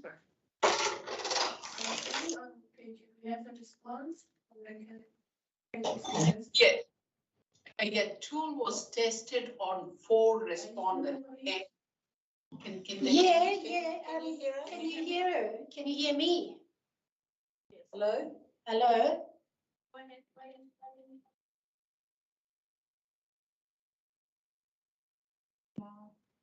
Hello?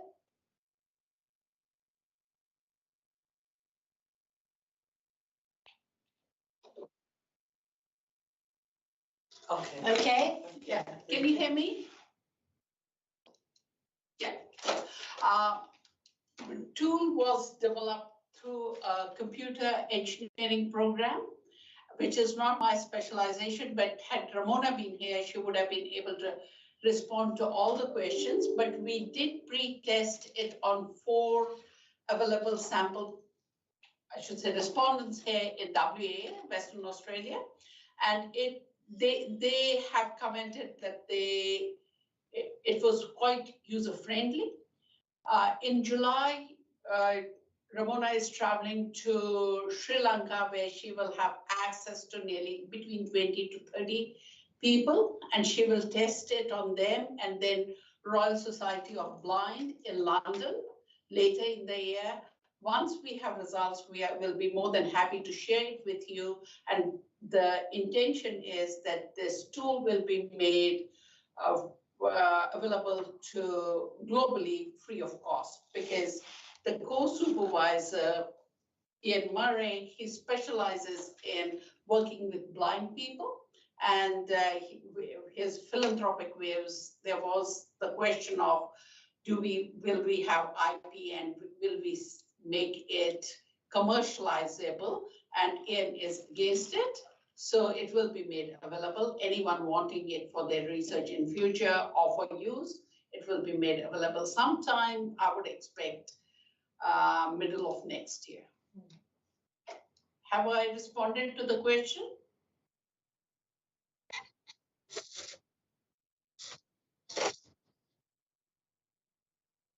Yeah, we can also put you in touch with Ramona later on.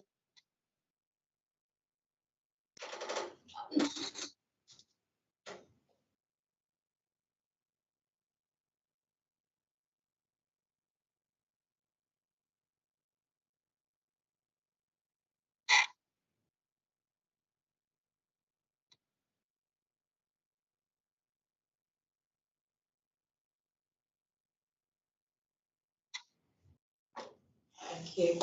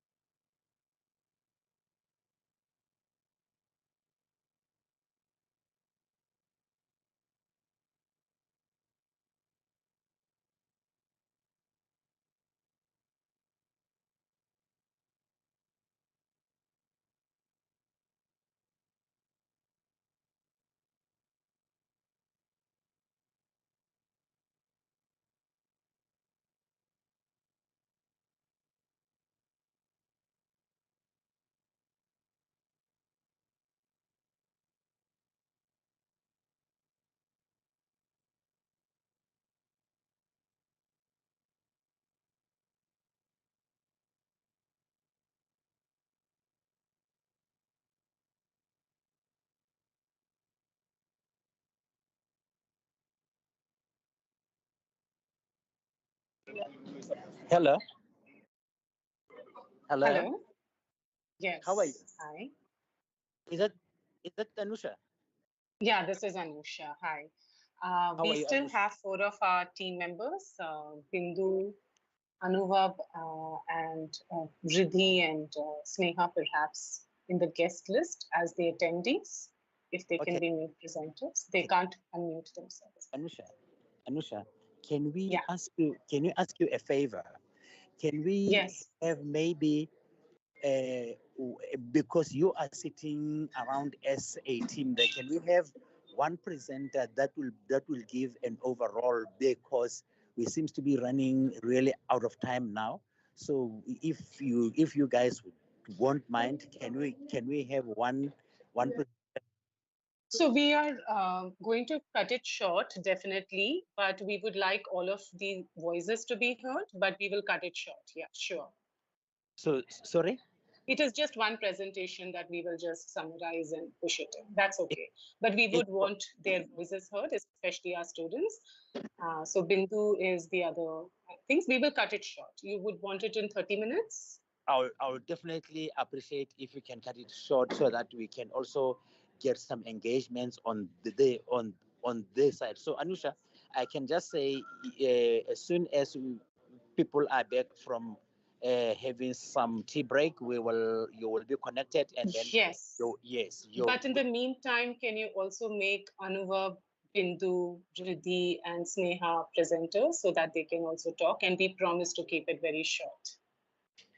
I think if you are sitting in one position, it will be We are possible. not. We are all in different places.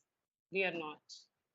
The problem is that we will try and see if we can accommodate, but our request was that if we can have one presenter presenting a.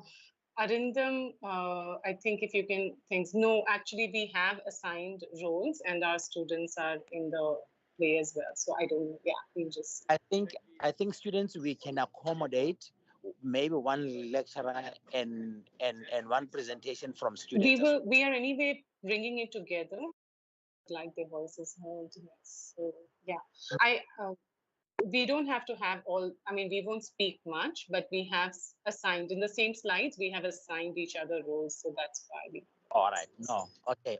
It's fine then. It's not, we promise to keep the time short, but we would like the voices heard. Thank you very much, Anusha. Thank you. Thank you. Okay. All right. Anusha will present. They've got one slide, and then they will be talking, and then the year students will be presenting, but they will try to connect them. Okay. Yes. Okay. Let me tell.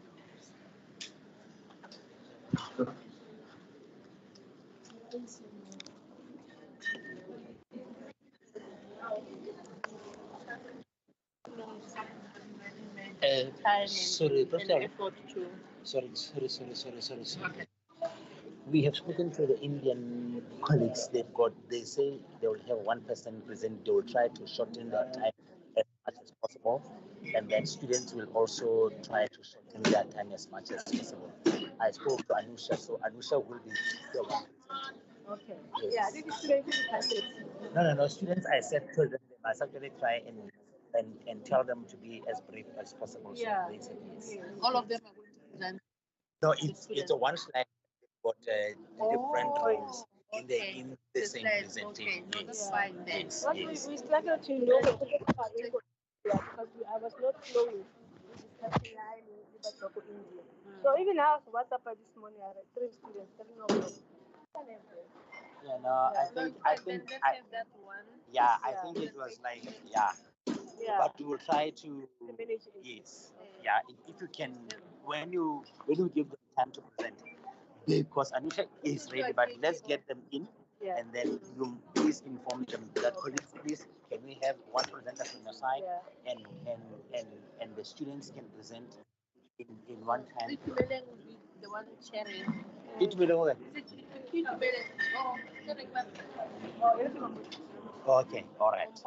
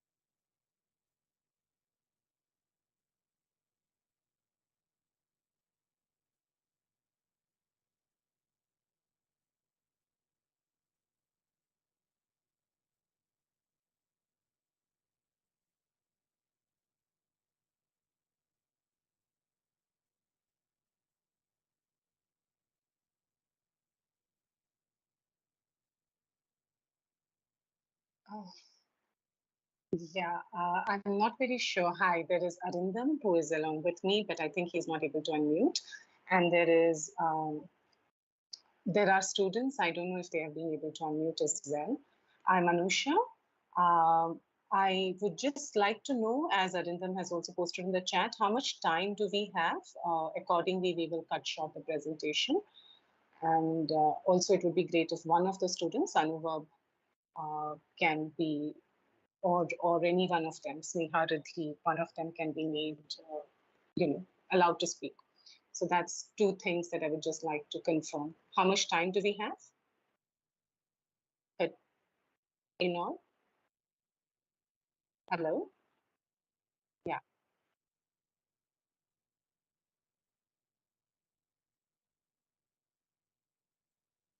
Okay, yeah, we can keep it even shorter, but we would really like it if we were able to have all our people speak in.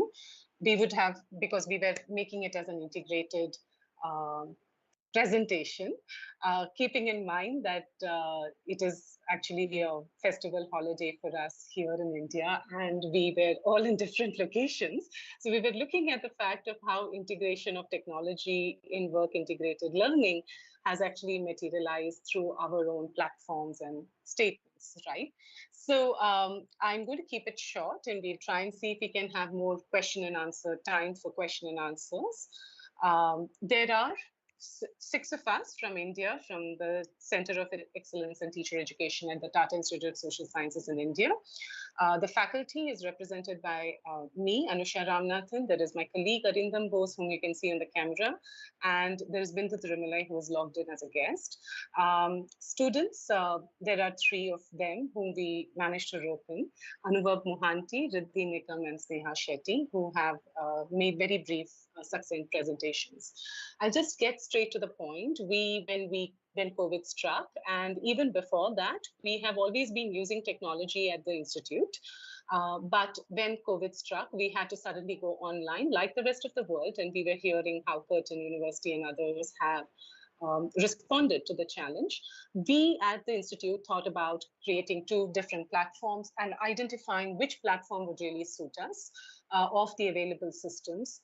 We are an institute that really believes in FOSS, in open software resources, and we really wanted to ensure as much of it as possible could be on Linux or open software systems. We went ahead with two learning management systems. We kept in mind the fact that we wanted something that was more intimate for our students of 4,000 across 4 campuses in TIS, which would be available for them and only for them as TISOL, which was a Moodle-based platform that you can see at the top. And we had certain other elements where the registrations were restricted, etc., that were necessarily in our control. The server was located with us. All the information of the students would only reside with us, and it was not in any other Amazon Web Services or any other kind of storage. And that was very, very important to us, as COVID also came into matter in terms of trying to think about what is data security and data privacy about. But for the extended in-service teacher preparation that we were working with in reaching out to students across India, teacher educators and pre-service teachers who were in the student teachers in a sense, we thought we would use something that's a MOOC-based platform, which is TISX, which we had since 2017, but we kind of revamped it and ensured that both of these platforms came to be in such a way that they were both mobile friendly. So we upgraded a Moodle edition that we already had in the form of that we earlier had for our in-house students and the TISX platform to ensure that there was also more mobile friendliness, because most of the people in India were accessing net through their mobile phones. There was a very rapid switch, so we needed to make sure that faculty were oriented, and we had core access options enabled us to try and choose which platforms to come up with. We did not stick just to the learning management platforms. We had other robust systems. We migrated to G Suite for our student ID so that they could have online learning management systems.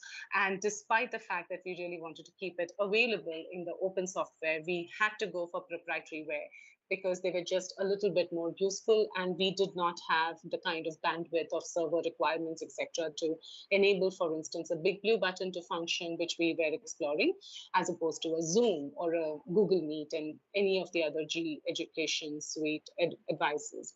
We also, in addition to the learning management systems, ensured that our students would be accessed through getting on Telegram or apps. Again, Telegram, because at that time, Telegram was much more conducive to desktops and laptops and being used even with a feature phone number rather than WhatsApp, which required you to have your mobile phone connected and logged in near the laptop that you were using.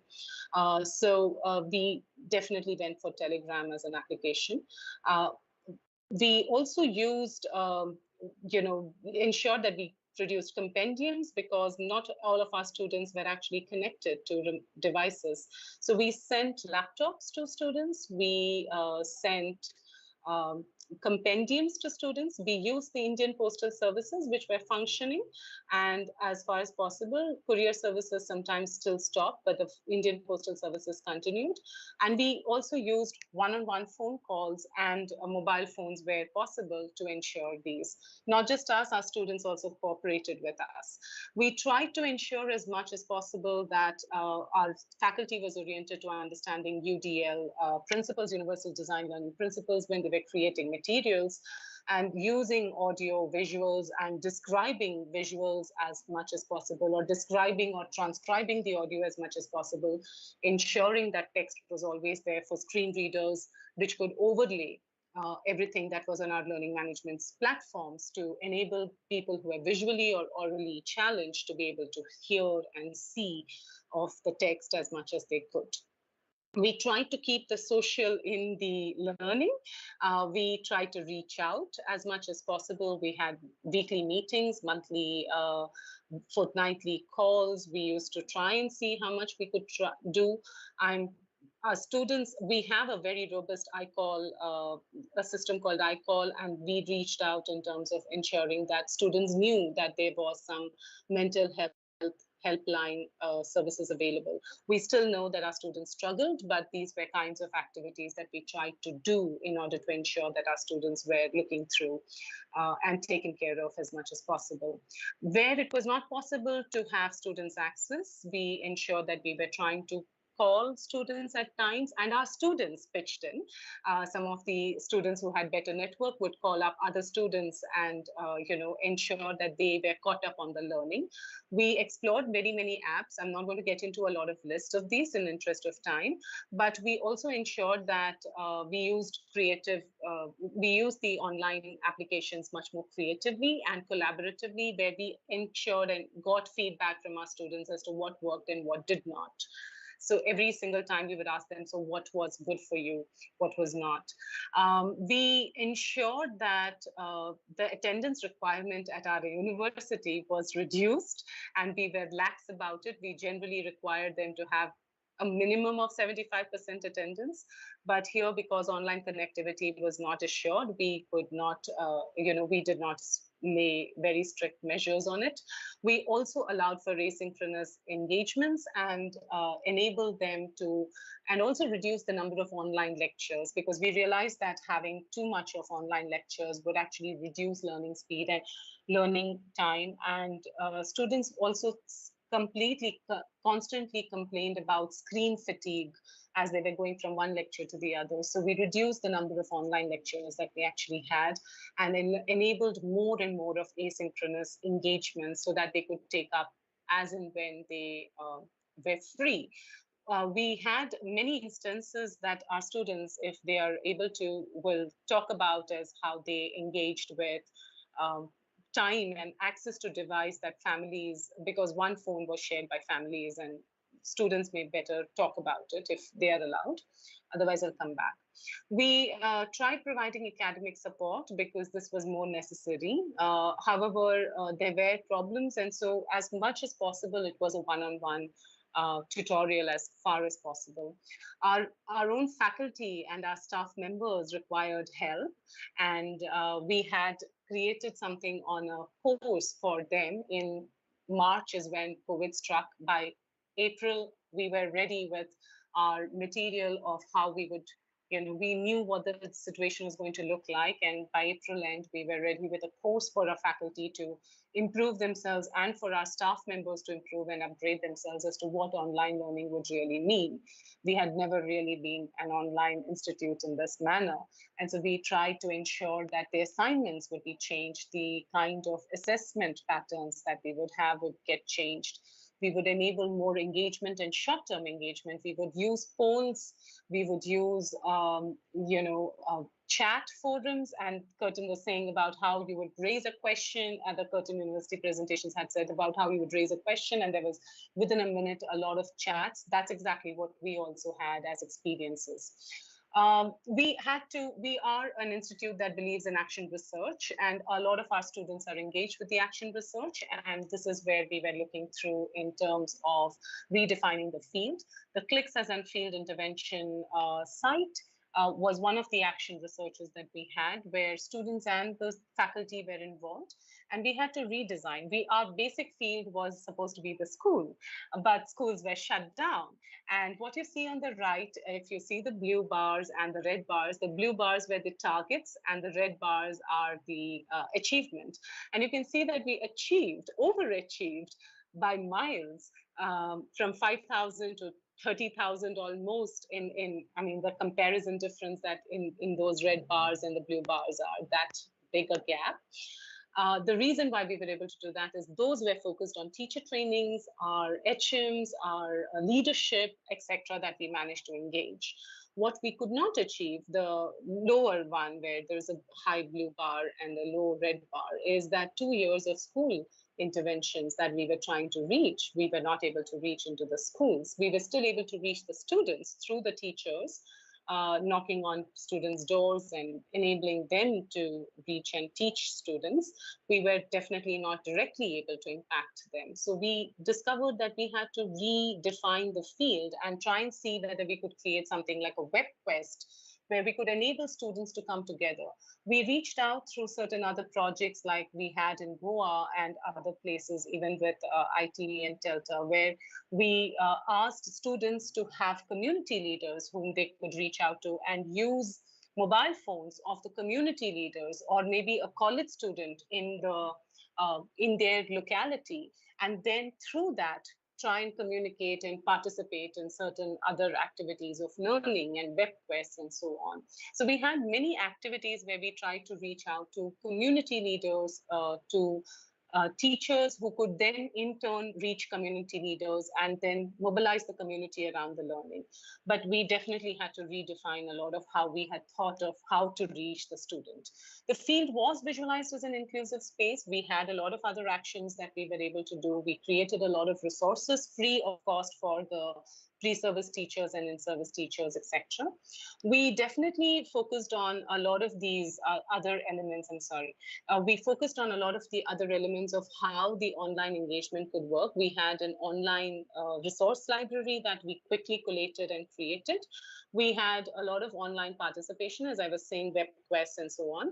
And there were certain other engagements that were being made possible through technological affordances. For instance, one of the very important things that we discovered as teachers was that Zoom had a lot of reaction features, and they were extremely useful in enabling students who were not participative generally or who were quiet generally to still tell us that they are engaged, because they could just send a thumbs up or a heart or sometimes a slow down emoji or a thumbs down emoji or a frowny, and it enabled them to use emoticons to participate.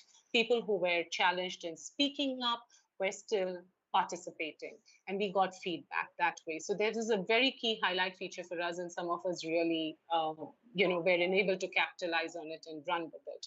The fallout was, of course, that no matter what, it was still that the social was missing. It sometimes felt repetitive and boring. We definitely felt that it seemed like running from one YouTube lecture to the other at times, even though we tried to keep it creative. I remember some of the sessions, some people would, have dance sessions and move on and have an icebreaker in between and say, hey, we're going to all stop and then do dance move wherever we are sitting and standing. That really helped, but even then it felt the corridor conversations were missing. We had an online social element that we call them short-term programs that we extend to a larger community, which was just for 6 to 8 weeks, we connect with teachers around the country. And we already had this going. As we said, we had a MOOC-based platform, but we again had to innovate and adapt ourselves in order to ensure that teachers were able to, have their needs met, because around the country, teachers were also grappling with how they could go online and teach online to their students, which is exactly what our courses were trying to get them to think about, how to integrate technology in their own teaching, learning practices. So they liked the course content, they liked active learning, they liked the fact that at the end of every session, these are based on feedback from the teachers. They like the discussion forums. We have teachers who still tell us that the discussion forums are still their learning resource. They still go back and access some of these discussions and, of course, the content, but also discussions. So there was a lot of peer learning. We had peer-based assessment in this, and we have teachers who have said that they have learned by evaluating another peer and being able to understand how to give good feedback, that they have taken that into their practice and account. And that is something that we really enabled, and we are very proud of having enabled to happen. These have reached out to now around 10,000 teachers, but at that time it had been a larger number, but it was a large number, but it was not 10,000, it's cumulatively 10,000. So we definitely enable them to work at their own pace, but within the set time framework, and they appreciated that as well. This was andragogy, so we tried pedagogy, andragogy, and heterogogy as much. Definitely the teachers felt connected and enabled, but our students still were struggling at times because you want a college life and that's denied. We had a lot of other resources. We created cool resources, communities of practice. Our Telegram groups with, for school synergy and for where we connected with a lot of teachers around the country with school teachers and high and college teachers around the country. Mushroomed, they ballooned, and people were communicating with us and asking for resources and helping each other, really. And we learned in the process of them helping each other that there could be these other strategies made. They came together and they were exposed to ideas that in webinars, experts came in. But even if you see in the YouTube section, the dialogues that they have of, giving feedback and helping each other and replying to each other, it has been a wonderful learning curve for all of us together. And the COPs and the communities of practice have therefore developed around these strategies that have evolved from here. We definitely focused a lot in terms of these elements. What we have realized over a period of time is that it is very interesting and engaging and highly motivating, and teachers are all communicating. But then how do we sustain their interest once their need is kind of satisfied? And they then need to have a very strong motivation to stay on engaged. So when we had to come back to in-campus teaching, we have realized that everyone has gone back to in-campus and on-school teaching, on-site teaching. How do we continue this robustness that was very alive for 2 years is something that we have looked at. And we definitely understand and see that there is a learning gap between students prior and post-COVID learning. Even research really has had a lot of differences, the way we had to conduct research. The government of India changed the rules and regulations such that students could use, instead of doing field research, even in social sciences and education, could use more of secondary data to text reviews, look up data that was available online. And we created and enabled students to understand how to work with secondary data. So students suddenly had to change their research design, but so did we. We were very much into an action research kind of a mode of university, suddenly having to look at it and figure out how do we do more of critical discourse analysis? How do we look at policies and just work with that instead of looking at the implementation aspect all the time? We had to work through, and we ensured that there was a lot of virtual engagement with participants. We connected them to many teachers, and people were very willing and kind to help each other. So there were students who were stuck in Assam, which is in the east part of the country. And they had a study that, because they were natives of that, but their study was actually located in Telangana, which is in the south part of the country. And on this platform of TESOL that we showed, and also on other community forums and research, our Telegram groups, students asked if students who were located in Telangana would do data collection for them whenever that small window opened up for within the state for people to go out and collect data. So you had someone in Assam, in the east part of the country, talking to someone from maybe another department entirely, but asking, can you do the data collection for me there?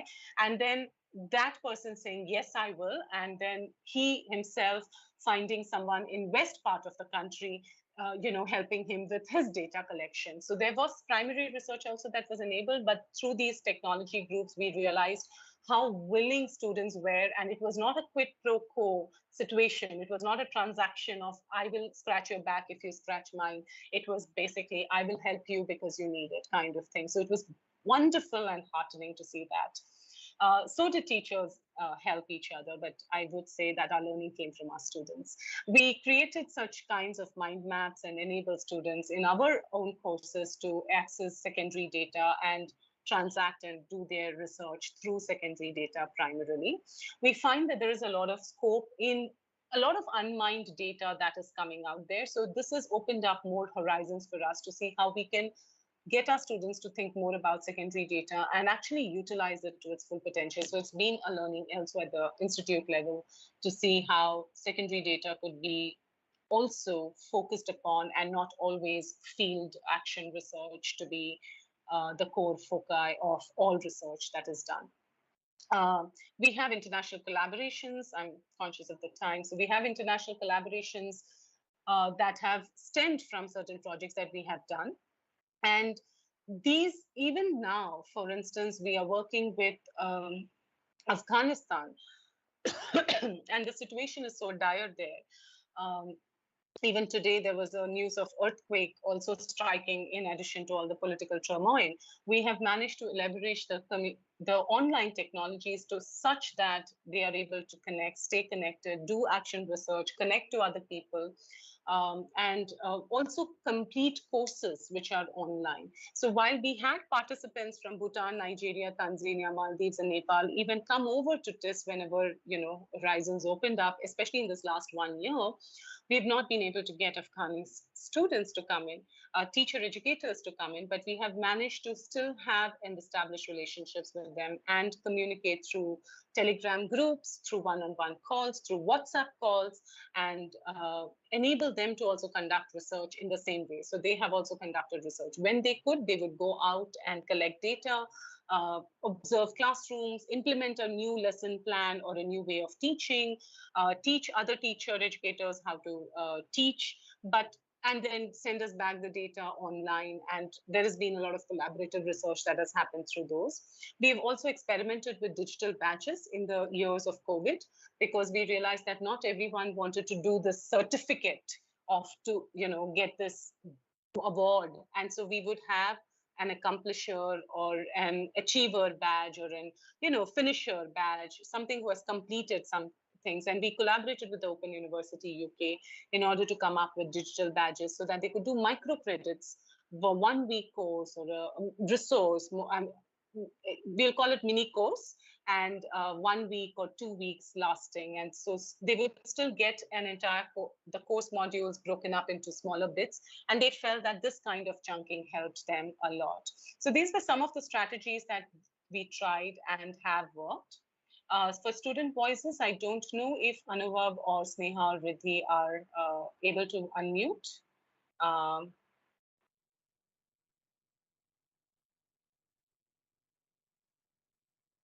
Yeah, you are? Yeah. Okay, please Yes, go ahead. yes.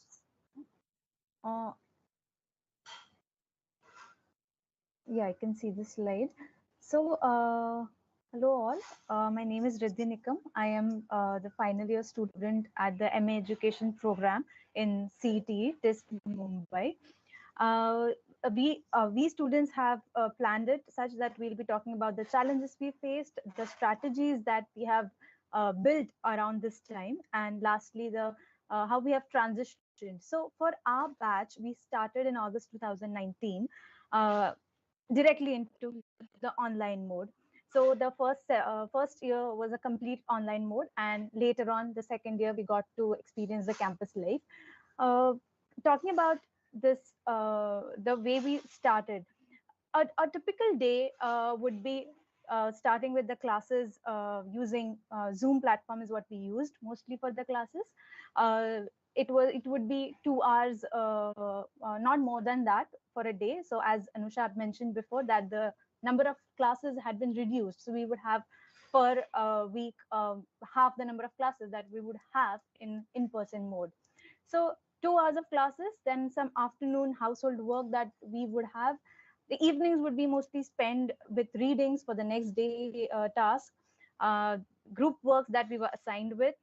Later on, as we progressed more and more towards the final submission deadlines, there was a feeling of academic rigor and workload being increasing, and with increased amount of academic work, there was increased amount of time spent on looking at the screen. So what helped us was, of course, the readings that were sent us through post, so that we wouldn't have to spend a lot of time in front of the screen. I was lucky enough that I stay in Mumbai. So in an urban setting like this, I was lucky enough to have 24 hours of internet service, electricity, but not all my friends were that privileged. Uh, so 90% of my classmates come from outside Mumbai, and many of them belong to remote areas, disadvantaged areas, where electricity, there are power shortages. The internet service, it's there, but it's not, the bandwidth is not strong all the time. So it created its own challenges for different, so each one of us had different challenges. There were devices, if it was a privilege to own a device, so I had a laptop that I could use, but there were some other students who had a mobile phone, and they had to cover all their work on that one device with limited internet facility. Also, this device is now being shared. So in talking about Indian families, there are many members in the house. So now the device is being shared between siblings. And usually what would happen is, and it was in the news as well, that if there's a device, and if the decision is to be made that if a son gets it or a daughter gets it, it's obviously that the son's education is more thought of important as, and he gets it. So now the girl is supposed to adjust. What I'm trying to say is, challenges were there. Some of them had to face it on a much deeper and harsh manner, a severe level, than some of others.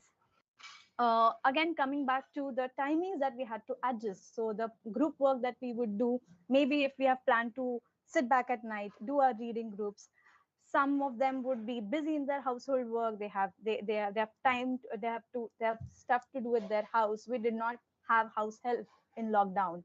We all the family members are there inside, inside the house.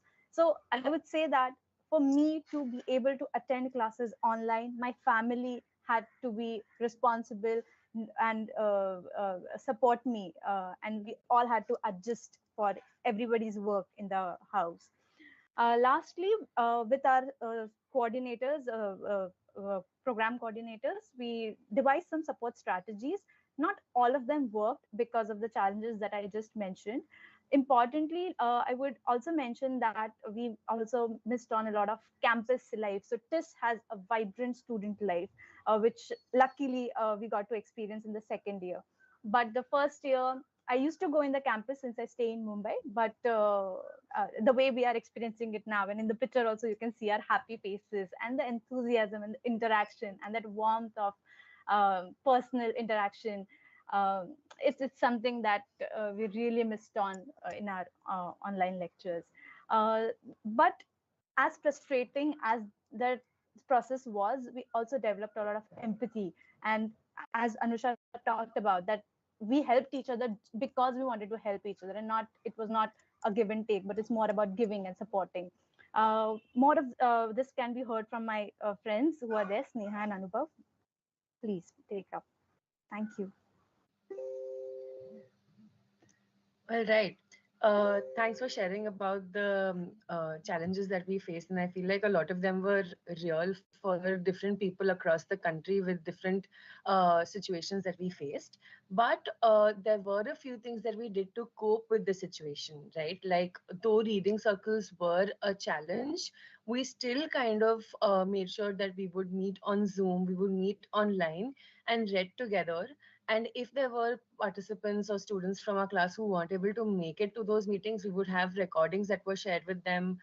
We would also send abridged readings and voice notes on WhatsApp and other apps that were low on bandwidth so they could access all this information. WhatsApp groups were also used to a great extent to share asynchronous notes and to also have live dictionaries. This is something that we managed to take into our classrooms also, where even if there were challenging vocabulary or difficult vocabulary that was used in classroom, given the multilingual context of India, we would try to break down vocabulary for some of our classmates.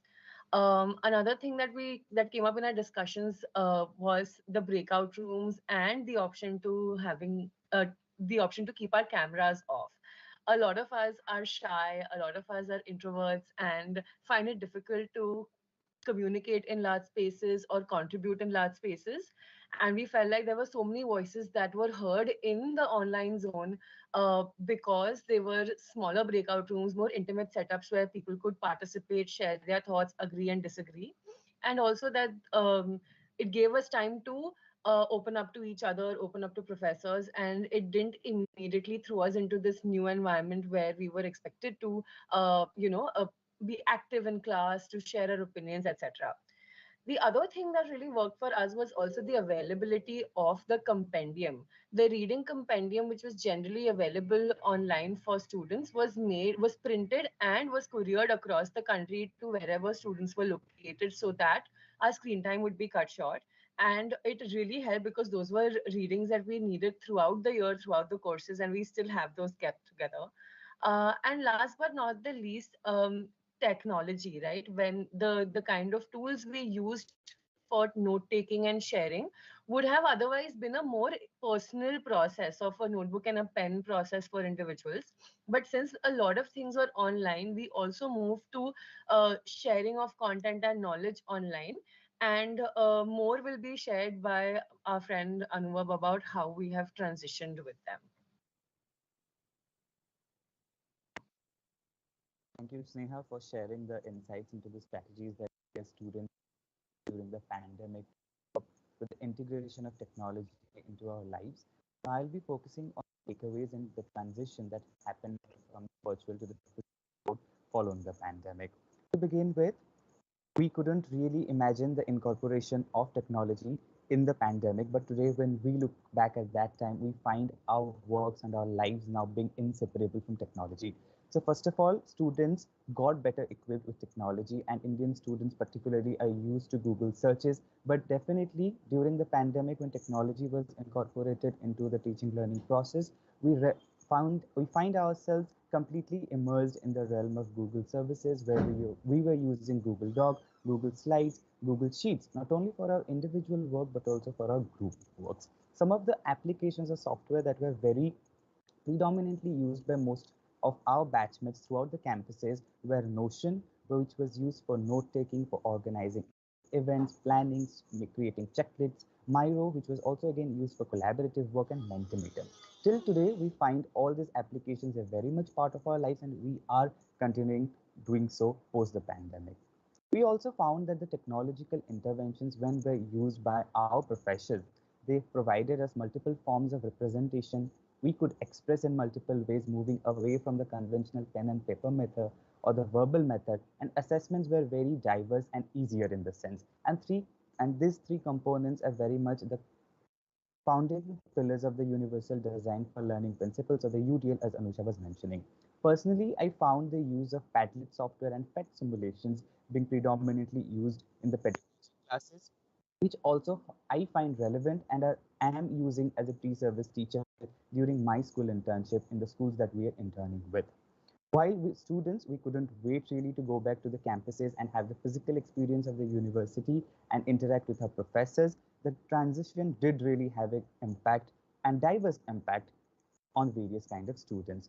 We found that during the online mode, we were better able to take care of our health, comfort, routines, wherein our female peers also shared how during the menstruation time, they could use hot bags and attend the classes that they were not able to do in person.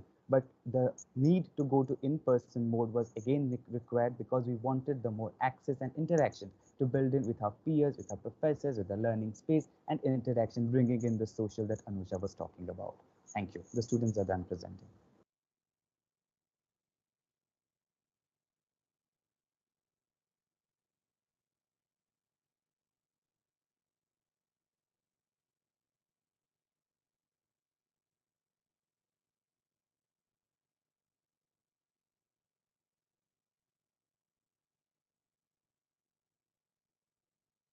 Yeah, thank you. We rushed through some of the things, so now we can.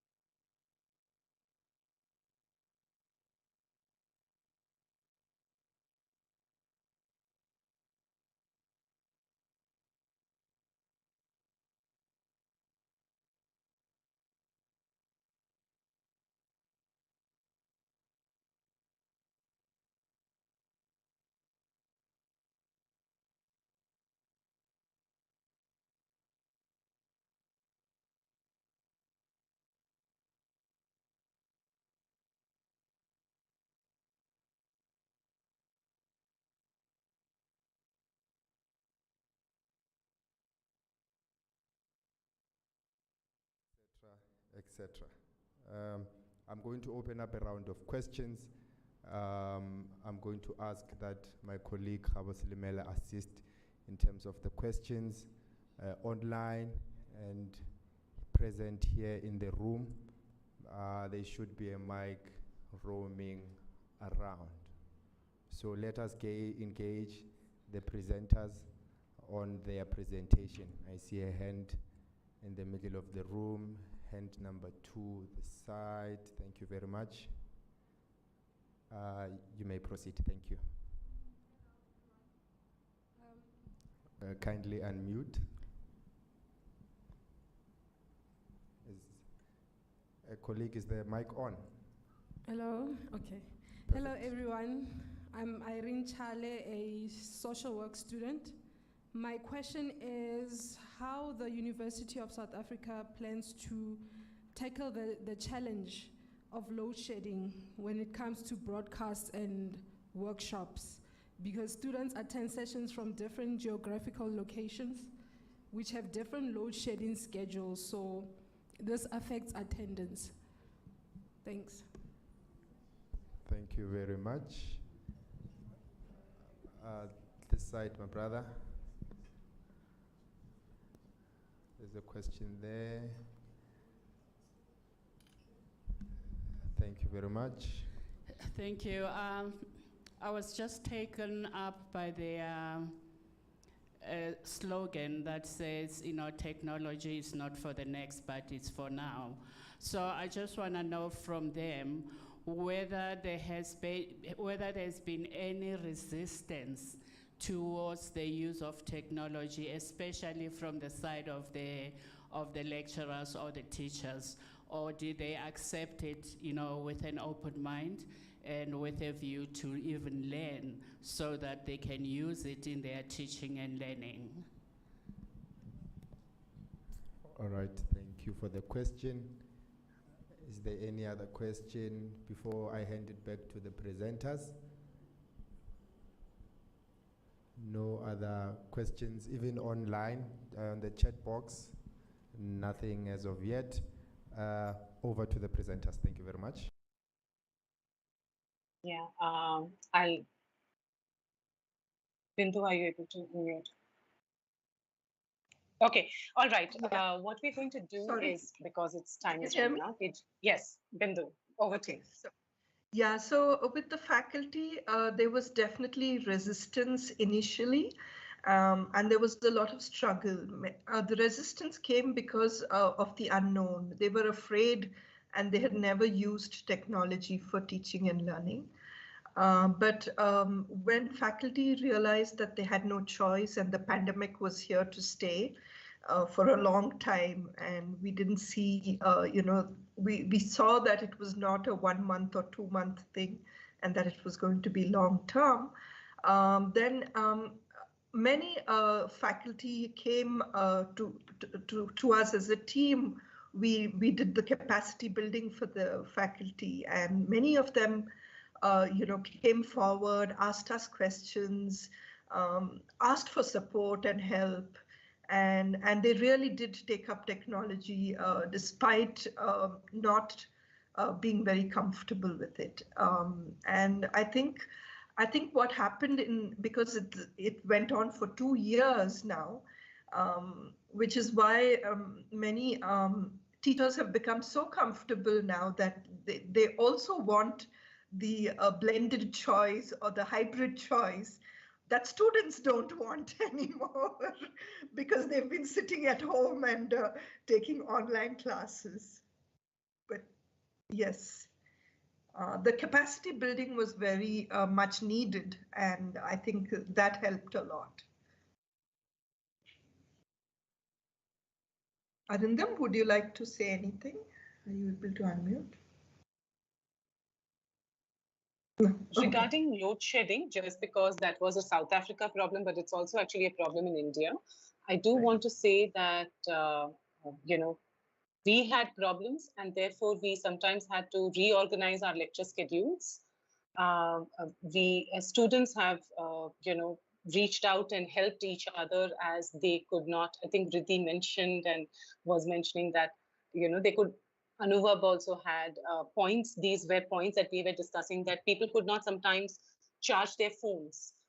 There was no electricity for them to charge their phones because there was load shedding. And therefore, there were these sessions that would get recorded and then they could access them. And we tried putting them on YouTube because, again, YouTube manages automatically to reduce the size of a video, unlike if you just send a whole video out. So these are other kinds of strategies. We tried getting students to take notes and send those notes across. So there were a lot of live transcribers in some of our classes where they would take down key points and share them across asynchronously. And for all of these, the Telegram groups helped. Sometimes people would just call in and dial a phone in that sense. So these were other features that had been explored. And perhaps those could be strategies that are across any low resource context that could be applied, if others have any.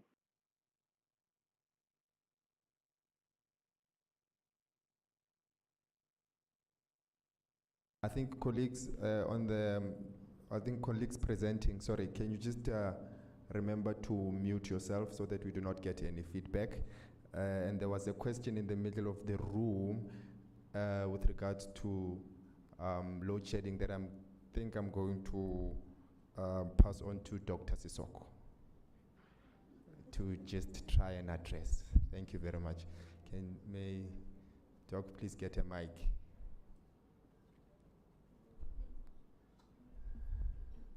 Thank you. Thank you, Program Director.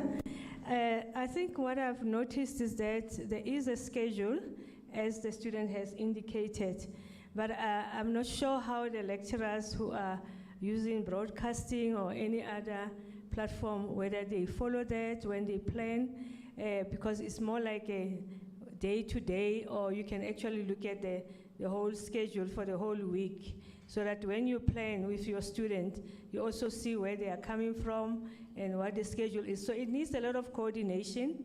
It needs a lot of understanding of the challenges that we're having now with electricity and also the load shedding.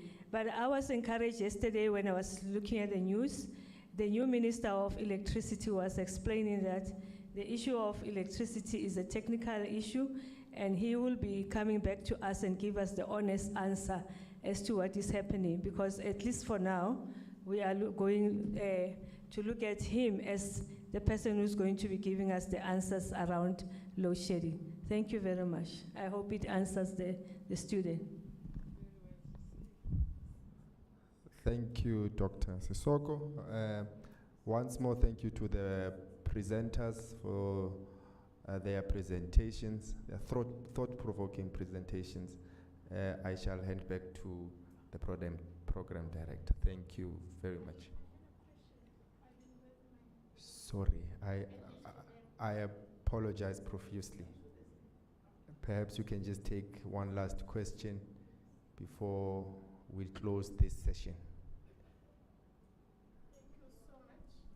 My question to the presenters is, does it mean all the students that were enrolled for will participated?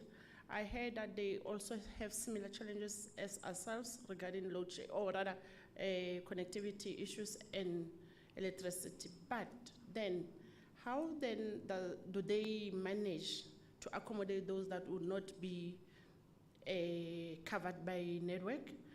And how is there any chance that some students are left out due to other challenges? Does it lead to the graduateness or the completeness of the module just based on others not participating? Thank you. Anusha, you go ahead. Yeah. Colleagues, I'm not sure if you were able to get that question. Yeah, we could make out. Very simple. I will keep it very short. Regarding electricity, they still had access in on and off, so at least they would get about 2 hours. Others can also, correct me if I'm wrong, but they did have some access to electricity. One, and it was not always possible that they would be in the synchronous classes, but they were able to hear the recording later on. There was phone connectivity that was happening. So some of our courses, students had more remote access locations.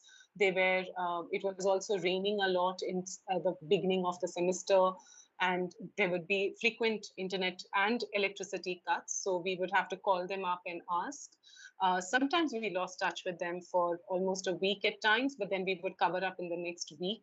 So the fact that we had an entire semester with them, we extended for our short-term programs, if there were 6-week courses, we extended the time from 6 weeks to 10 weeks. So it was almost double the amount of time that teachers would require, in-service teachers would require to complete courses online and remote, so that all these challenges were kind of overcome, because things could not get repaired. You would have a laptop that would crash, and then you would not be able to access the repair shop for another month because of lockdown.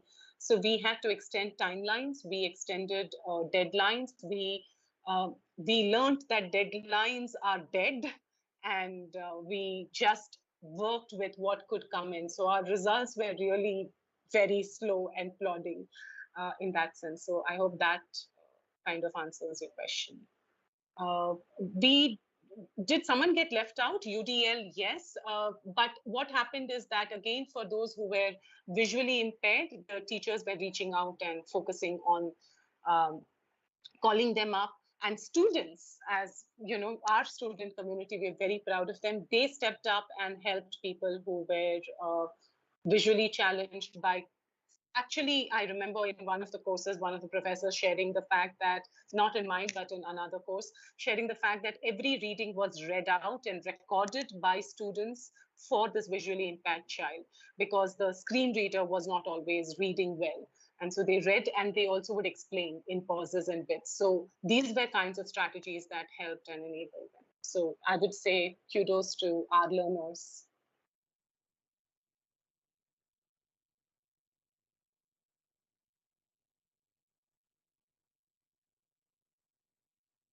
To our colleagues at the Tata Institute of Social Science for the technical glitches that we were going through.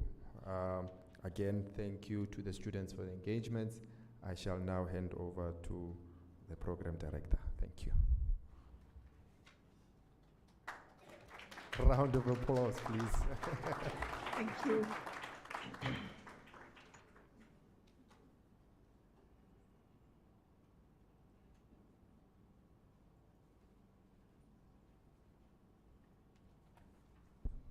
Okay, colleagues, thank you very much. We are now moving to the second session of the day, session 2, which will be facilitated by Prof. L. Alinge and Ms. N. Mbata from Sedusa. So I will allow the facilitators to introduce the session title. However, I will assist them in this regard, and that is to provide the bio, a brief biography of one of our speakers, Dr. F. Nofemela.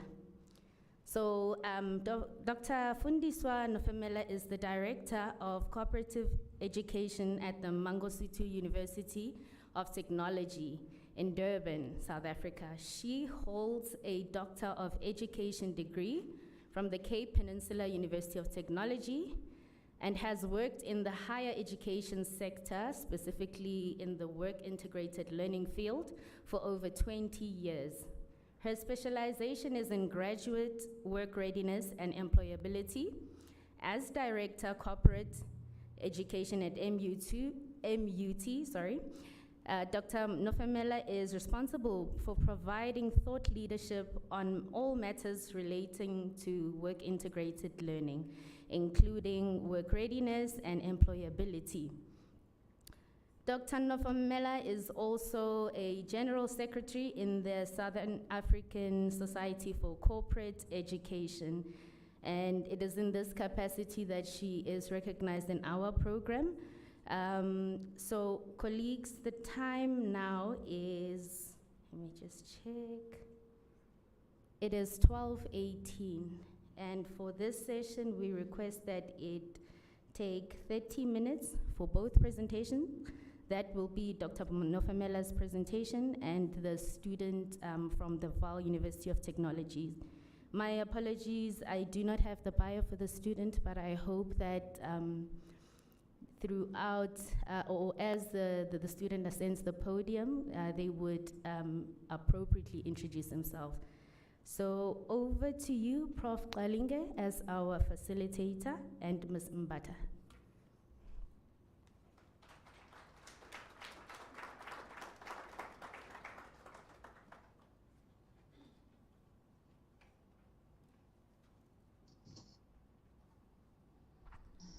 Thank you, Program Director. This is session 2, and you've already had the bio of our main speaker, who is Dr. Nofemela. So this is our main topic for the day, and it's titled Transforming Work Integrated Learning by Embracing 4IR for Sustainability, Innovation, and Entrepreneurship.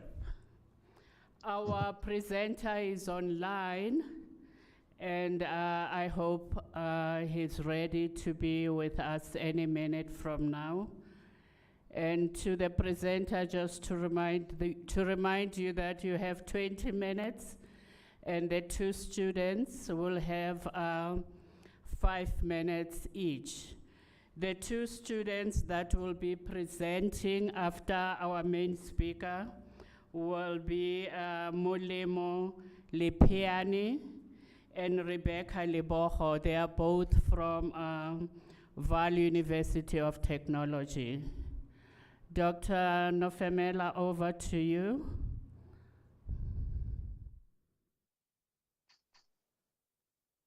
Thank you very much, colleagues. I don't know if I should share my screen.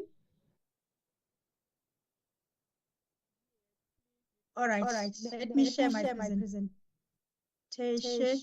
I had sent my presentation, so I'm not sure whether I'm supposed to do it on my own or if someone is going to upload it on the other side. Can you help me, please, colleagues, in that regard?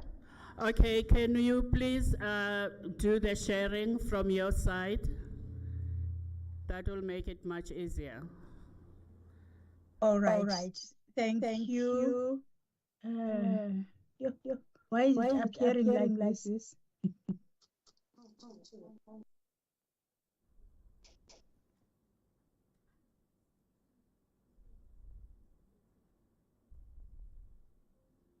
I'm not sure, colleagues. How is it appearing?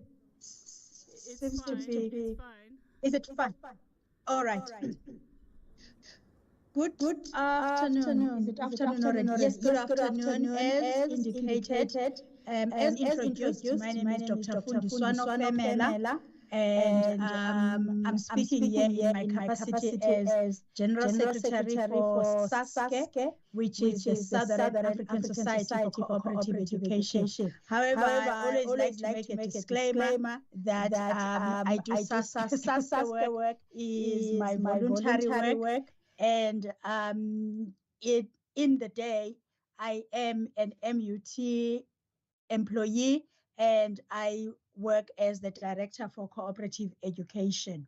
Now, and also I think I do need to acknowledge and thank the University of South Africa for giving me this opportunity to speak to the students.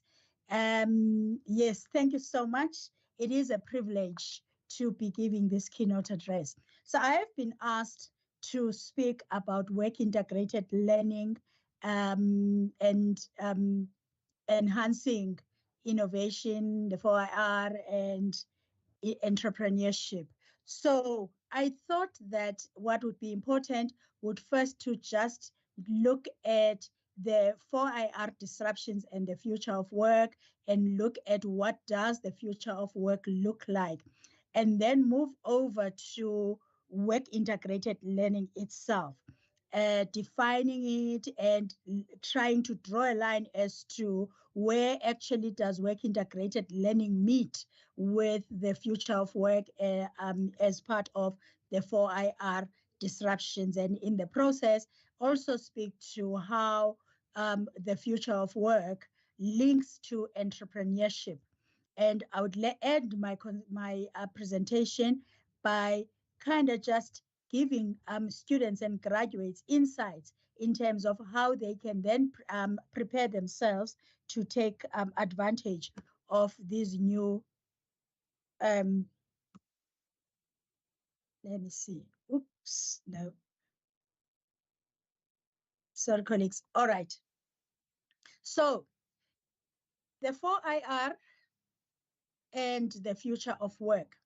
I just thought that I just need to lay a foundation in terms of the disruptions that Industry 4.0 is bringing to our lives, to our daily lives, our daily work lives, to our daily student lives. We've just heard from the Tata Institute how students had to quickly move on to online. In fact, the Institute as well, quickly move online and mitigate all those issues of trying to work online, coming from a physical university. And the Industry 4.0 disruptions are looking at, there are various things that they'd be looking at. For an example, the way that we file our work, moving from kind of giving imperative for us to move from filing or in the physical space. Sorry, I thought my camera was on. Okay, filing from the physical space to using cloud, for an example, to file our files, and that has implications for some of our management students, for an example, if I can put it that way. And so there are all these things in terms of this disruptions. You know, there's a whole talk about robots, cybersecurity, there's the Internet of Things. So many things coming into our space, and we do need to try and navigate it. However, for my talk, I am going to be looking at how these disruptions are impacting the future of work, because I think this is where our WIL students and our graduates are going to be affected.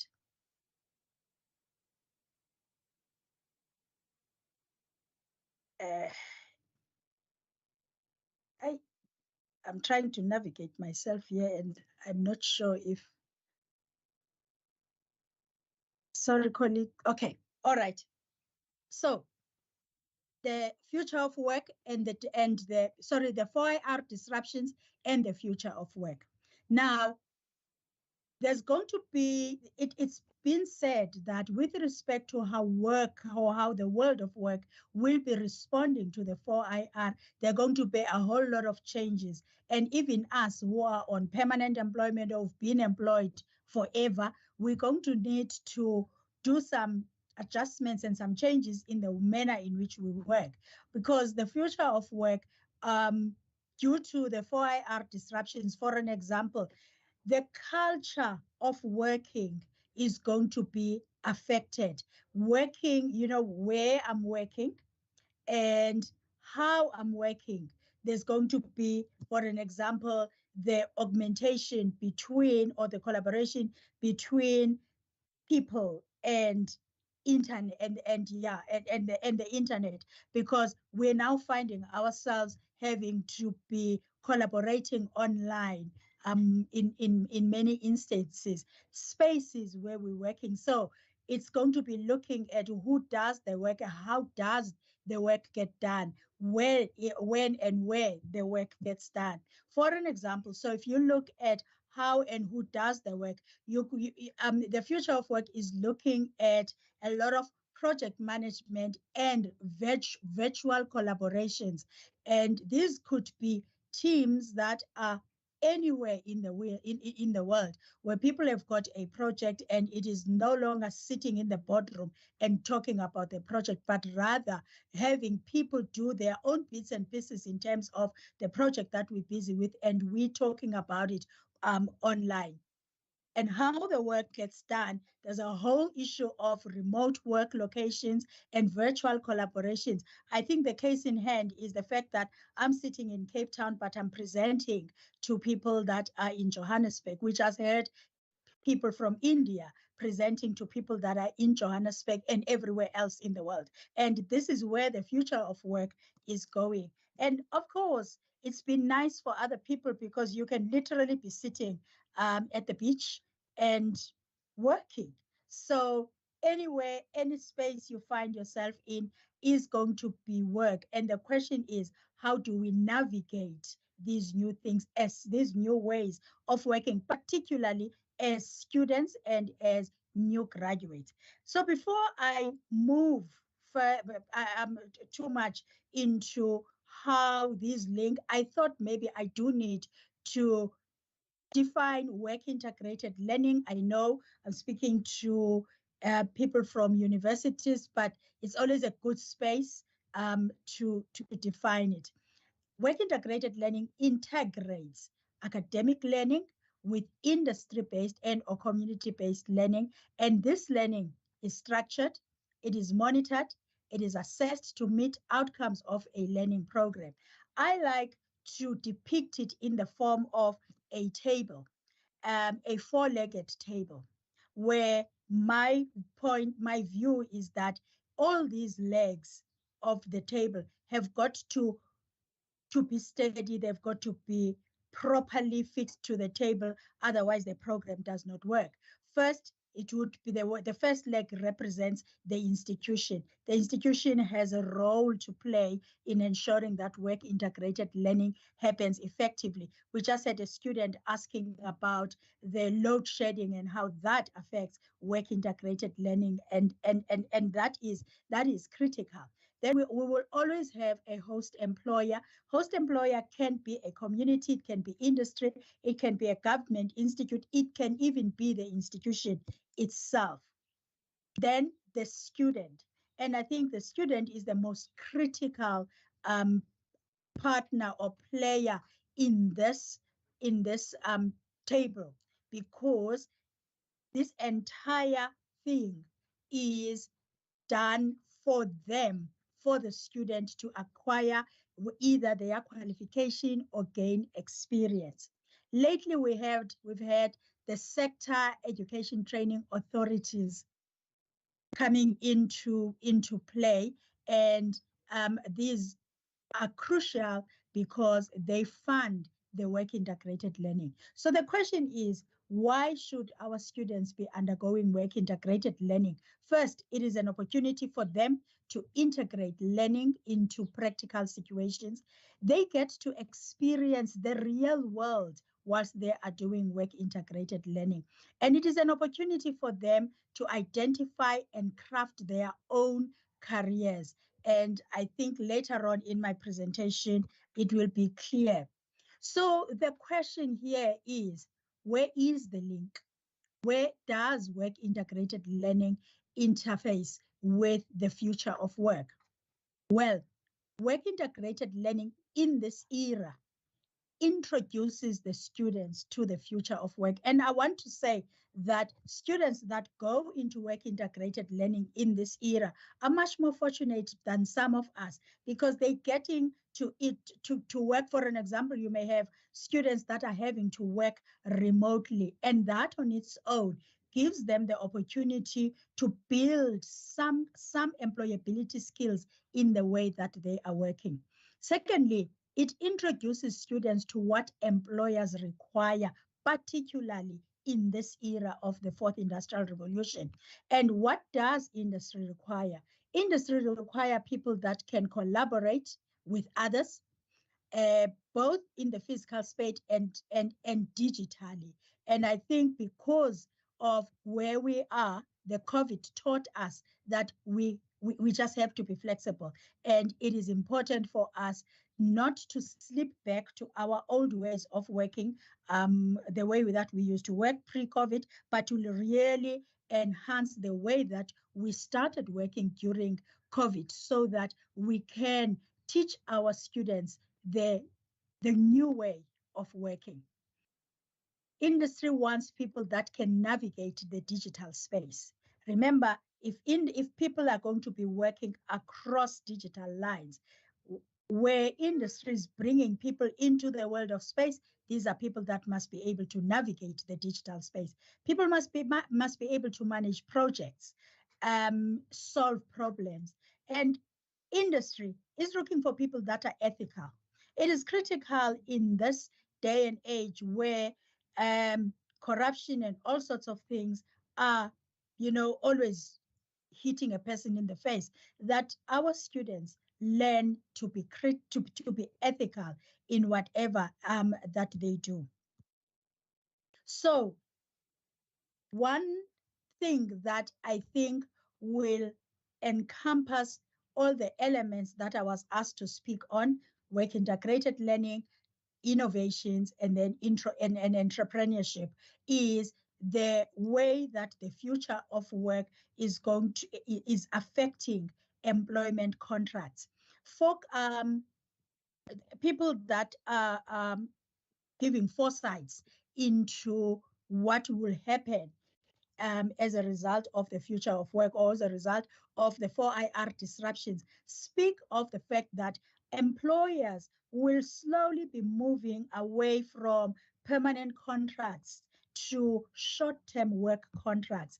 And as they move into this, they will be looking for people that are able to deliver to a particular contract at any given stage. And once that contract is over, that project, and once that project is over, the contract is over, right? So it says then that they will be moving from contract to contract. If that is then the case, it means that a lot of the work that industry would be embarking on would largely be project work. And what does that say to a new person coming into the world of work, it means that they must be prepared and they must understand project management tools and project management principles, because that is where the world is going to be moving. And whilst you are there, you're moving from contract to contract, you've been employed or you've been hosted for an internship, and you do this contract and the contract is over, you have to start moving.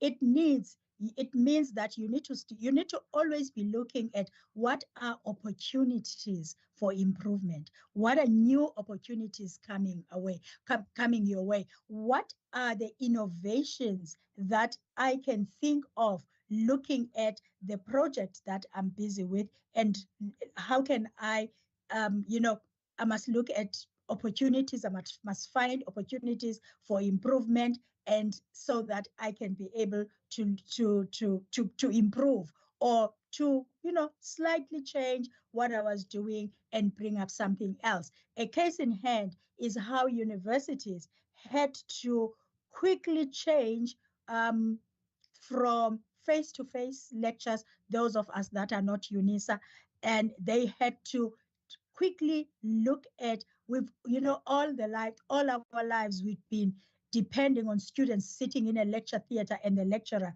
staying in front of them, face to face, and, bums on seat, and people talking to you directly. We quickly had to say, we need to find a way to change this. And that is what I was saying at the beginning, that we need now to say, COVID put us in this space. We cannot slip back to the other ways, to the ways that we used to work. This is an opportunity for us to keep innovating and for us to keep improving in terms of how we do things. And I do like to urge work integrated learning practitioners to see this time that we are in as a way to keep improving the way that we are offering work integrated learning, the way that we are managing it, the way that we are supervising our students. And you may find, for an example, that if we find innovative ways of working, you may find that we save the institution a bit of money, because now instead of having to travel to students twice a year, you might just need to travel once a year and do a lot of the work digitally with the student and the supervisors. And that is the type of innovations that people can bring into the work that they are doing. And this is true for a student as well, that when you are placed as a work integrated learning student, or as a new graduate on an internship, don't see this as just an opportunity to earn 5,000 rands or 3,000, 4,000 every month, but see it as a way to craft a career path for yourself. See it as a way to say, what opportunities for improvement are here, even if it's improvements on myself, but what opportunities are there? And as we are working, for an example, as a work integrated learning student, see that as a project, because it's a fixed term contract. See it as practice for the future of work. It is a short term contract, and therefore ask yourself, what do I do to prepare myself for the world beyond this project work?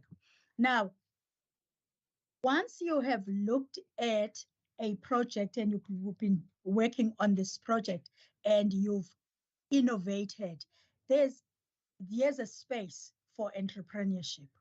And we can look at what is it that the 4IR brings to us, and that we can use and leverage and use it to create work for other people. So instead of looking for a job for myself, I need to be a job provider. So as we are, maybe I just want to make an example here as well, in terms of how the 4IR can be leveraged into, the disruptions can be leveraged into entrepreneurial opportunities. At MUT, during COVID, we couldn't place our students, our public admin students that were working in hospitals. everybody was on edge, and the hospital said, we cannot be babysitting your students while we ourselves are dealing with this monster that we don't even know what it is. So what happened is that we changed the way that we placed our students, and we implemented student consulting projects. And in that space, we also emphasized to students that this is an opportunity for entrepreneurship. It's just hit us. None of us had planned for it, but look at it as an opportunity for you to, to see, can you not be a consultant at the end of this whole thing? And we taught then students about student consulting. What is consulting? And I'm glad to say one or two of the students found ways. I actually loved the following year. One of the students said, you know what? I actually decided I can actually be a consultant. And I started to set up a business, and I spoke to the lecturers and said, I can be your virtual administrator. And that is what we are looking at. So the fourth industrial revolution, with all its disruptions, also brings to us some opportunities to get to encourage our students to be entrepreneurs. We're dealing we are in an economy that is not creating jobs. So our students need to also be geared towards creating jobs. I have been warned about time, and this is my last slide. So what skills do we need then in the fourth industrial revolution? So this slide, I've put it in so that our students can get a feel of what are the skills that they need to be looking at. We need to be able to identify opportunities. There is an opportunity in everything that happens, and in every project, there's an opportunity. We need to just find that opportunity. And once we find that opportunity, we need to check as to what can I do with this opportunity in order for it to contribute to my life, to my future livelihood. We need networking skills. If the future of work says we're going to be moving from contract to contract, there's a whole lot of hustling that will need to happen. What usually worries me with our WIL students and interns is that students tend to wait until the very end of the internship, and then they go and sit home for another 6 months, and then, oops, yes, I need a job. It's not the way that it should be happening. We should be networking as we are in the internship. We should be looking at opportunities either for further employment or for creating work for ourselves so that we can be self-employed. We need to develop skills for project management. We need to see every task that we've been given as a project and work on it. Use the project. So we need to develop those project management skills. We need to teach ourselves what are the project management tools. Again, 4IR has helped us. We no longer have to go and enroll at a university to learn project management. We can go on YouTube and we learn project management tools. We have to keep reinventing ourselves in order to thrive in this new era. Problem identification and solution is a skill that employers will always cry about. So how do we develop these skills? It is continuous learning. Learn, learn, learn. Use every opportunity as a student, as a new graduate, to learn new skills, to learn to get to understand. If I'm given a task, I need to get to understand why I'm doing that task. And last week, I had a student that came to me to get me to sign some request for quotations for something that we were procuring. And I had to say to her, I need to know whether you know why we have to do the RFQ. No, ma'am. I said, well, that's a homework. That's your homework. Go and learn how we do it. She came back and she said, oh, ma'am, I have looked at it. And that is what we need to be doing as new graduates and as students. We need to be learning, to learn and to continue to learn. We need to reflect on the learning that is happening during our work integrated learning. Thank you so much. Enkosi, ngiyabonga. Thank you, I'm done.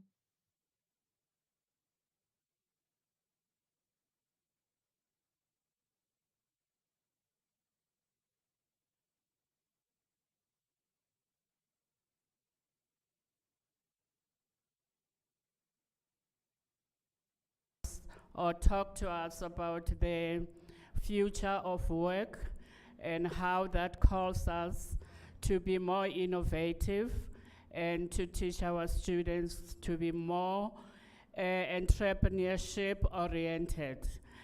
Ladies and gentlemen, I'm going to ask you to hold your questions until the two students have presented. And then a next set of facilitators will come up to facilitate the Q&A session. Right now, we're going to ask the two students from VUT to come up and give us a response to what the main speaker has said, or to comment in relation to how they actually see the work integrated learning in their own space. So I hope Molemo Lepiani is there somewhere virtually, and Rebecca Leboho. Can we just see if you're there? Hi, I'm here. I'm Rebecca. The students there. Yes. If you are there, can you identify yourself? Thank you. And you are? I'm Rebecca Leboho. Okay. And your co-presenter? The co-presenter?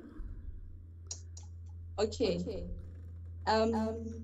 Hi everyone. I'm Rebecca Leboho from the Valley University of Technology. I studied biotechnology. I've been doing my in-service training at the Heineken SA company since last year, March. I just completed it this month. I'll be talking about my experience throughout the work integrated learning.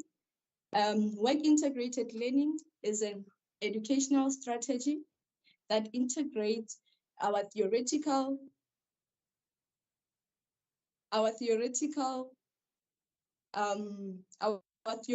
skills obtained from the university with the practical experience in the work industries. So I recommend that a university develop this program for all their students, as it is very important for me. Throughout this experience, I've improved my communication skills. As you all know, that communication skill is the key factor to thrive in every industry. I have developed my abilities to work in teamwork. Teamwork is very important, as you all know that when you work collaboratively with one another, we reduce stress level, we improve others' confidence, and it also helps us to increase profitability of the company and the productivity of a person. I've in my perspectives, and also I created my professional network, which will later help me enhance my own career. So, as you all know that in South Africa, there's a very big gap in the skills of a graduate, between the skills of a graduate and skills requirements in the industry. So with work integrated learning, I think we can close that gap, as you are just a student from a university and you come into the industry, you develop skills for your own career. So right now, I'll just take you through what I've been doing here at the Heineken company. I came in as an in-service trainee. So I was doing my in-service under the quality department, the microbiology lab. I've studied microbiology under biotechnology at Val University. I've acquired all the skills, all the techniques, so I was able to put them into use here.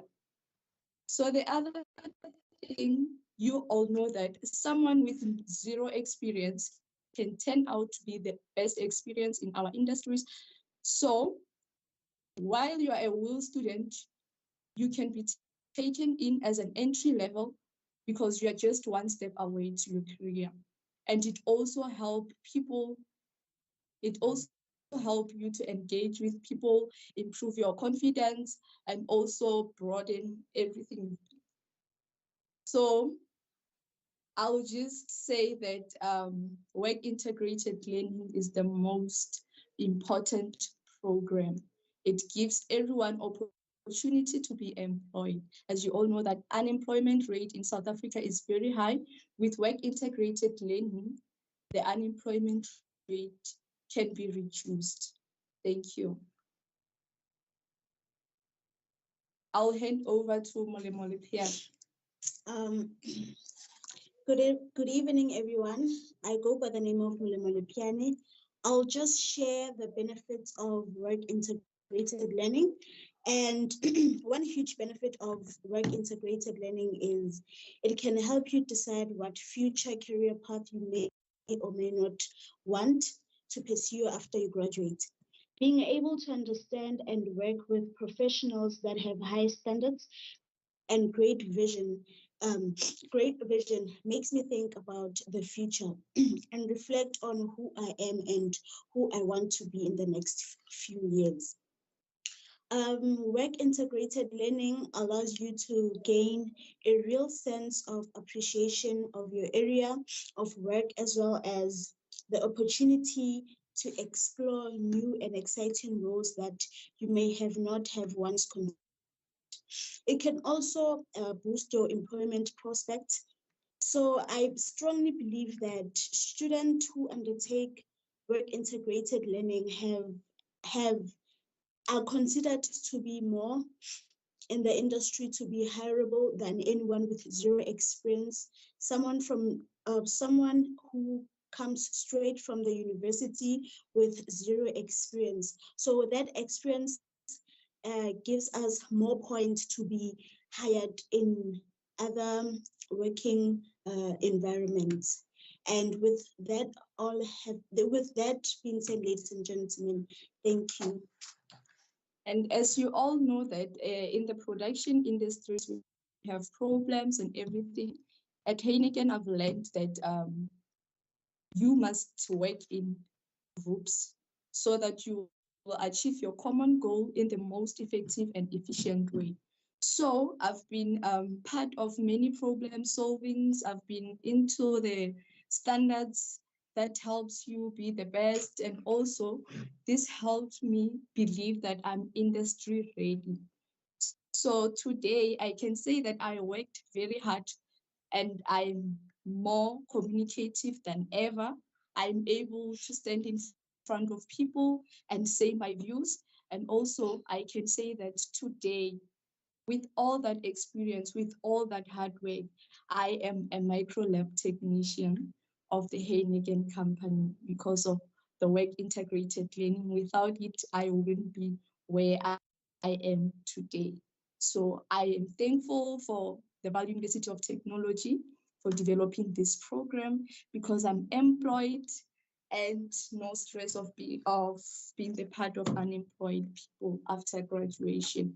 So I'll be graduating while being a permanent employee of the Heineken company. Thank you so much. Thank you. I also like to thank the Val University. Thank you, ladies and gentlemen. Aren't we proud of our students? You know, it would seem like, you know, the work integrated learning has actually empowered them. They know what they want to do and they know where they want to go. To the two students who just presented, thank you very much for your insight.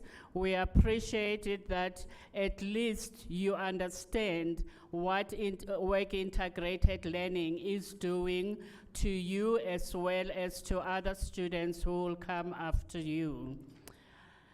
At this point in time, I'll hand over to the program director to come and introduce. Our next facilitator is right there. So, without any further ado, Dr. Mohapi, and I believe you will be assisted by Ms. Poshoko from the NSRC.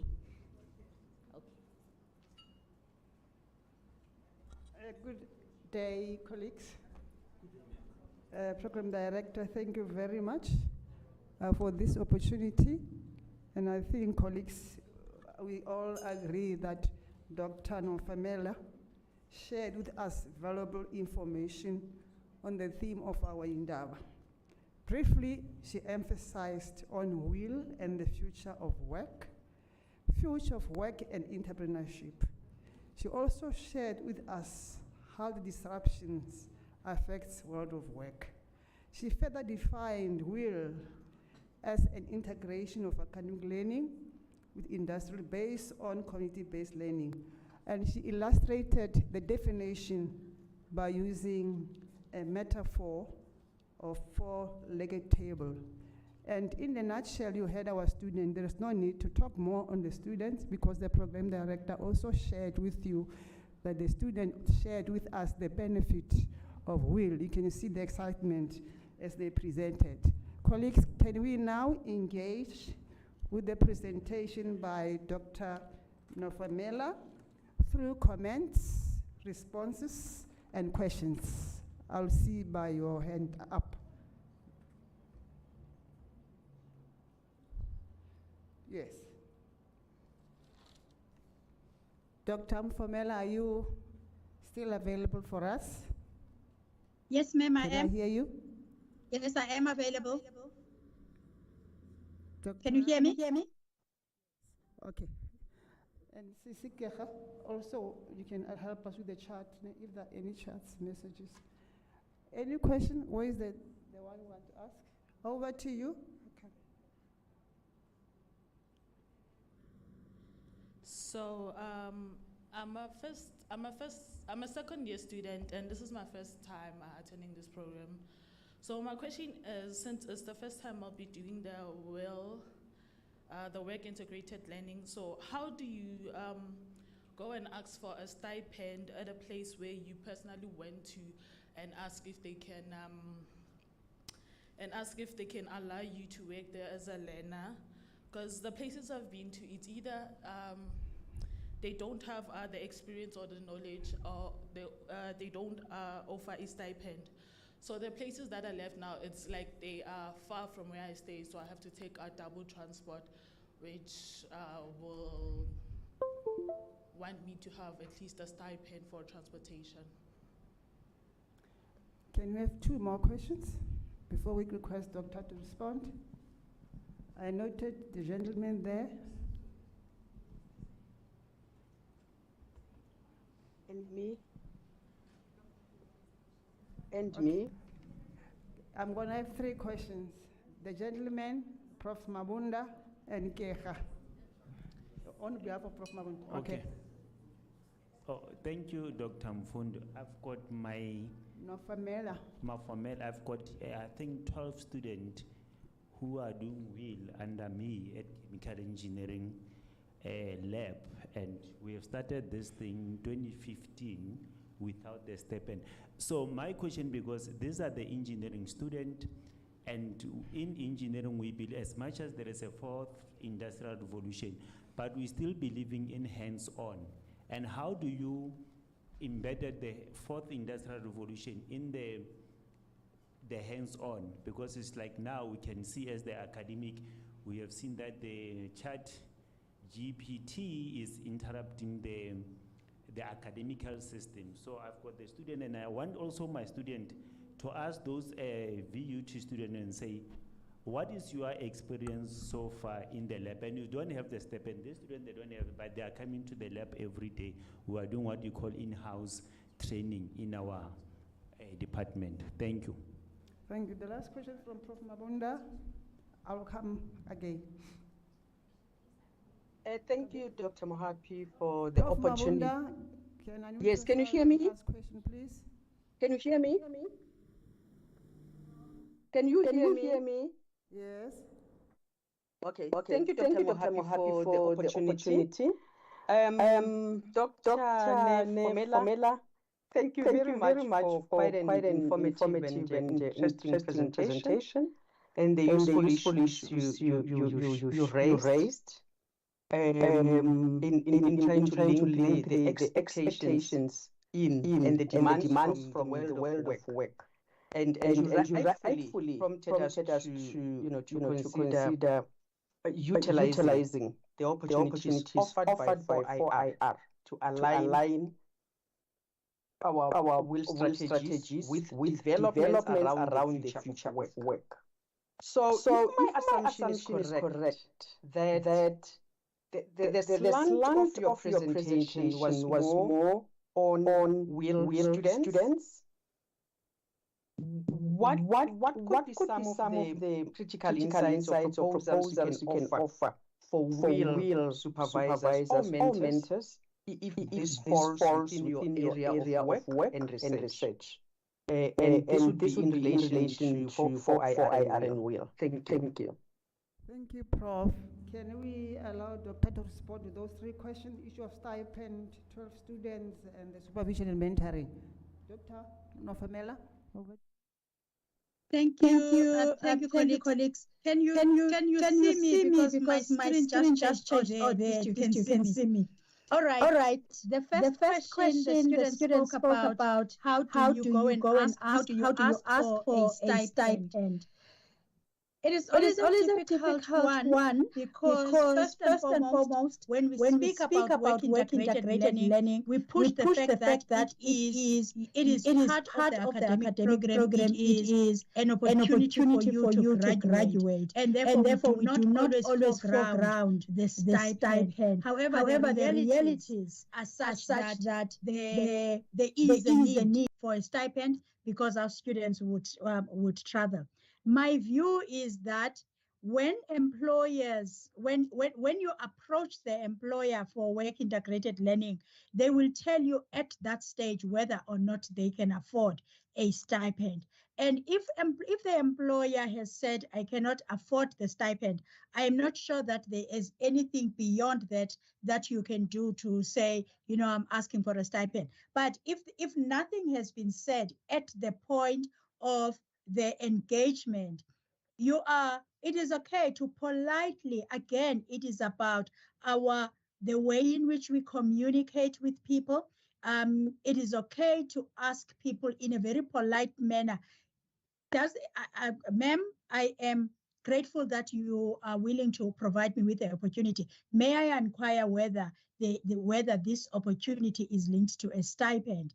And if it is not linked to a stipend, the last thing you want to do is to keep badgering the employer to say, oh, but I'm finding it difficult to get to work, etc., etc. At that stage, it is critical for you to make a decision. Will I be able to do this? Will I be able to get to work every day if I take the job without the stipend? And if at that stage you really feel that you cannot, let's not take the opportunity and then go and demand from the employers. What that does, it spoils the relationship between the employer and the university, and it literally closes the door. The best could also be for you to come back to the university, to the will coordinator or the cooperative education and say, can you assist me with this? They will know how to approach the employer and ask whether there is a stipend or not a stipend. We have on many occasions found that now employers more than ever are unable to fund the stipends. So we are leveraging CETA grants more and more. So I would urge the university to look at leveraging the CETA grants.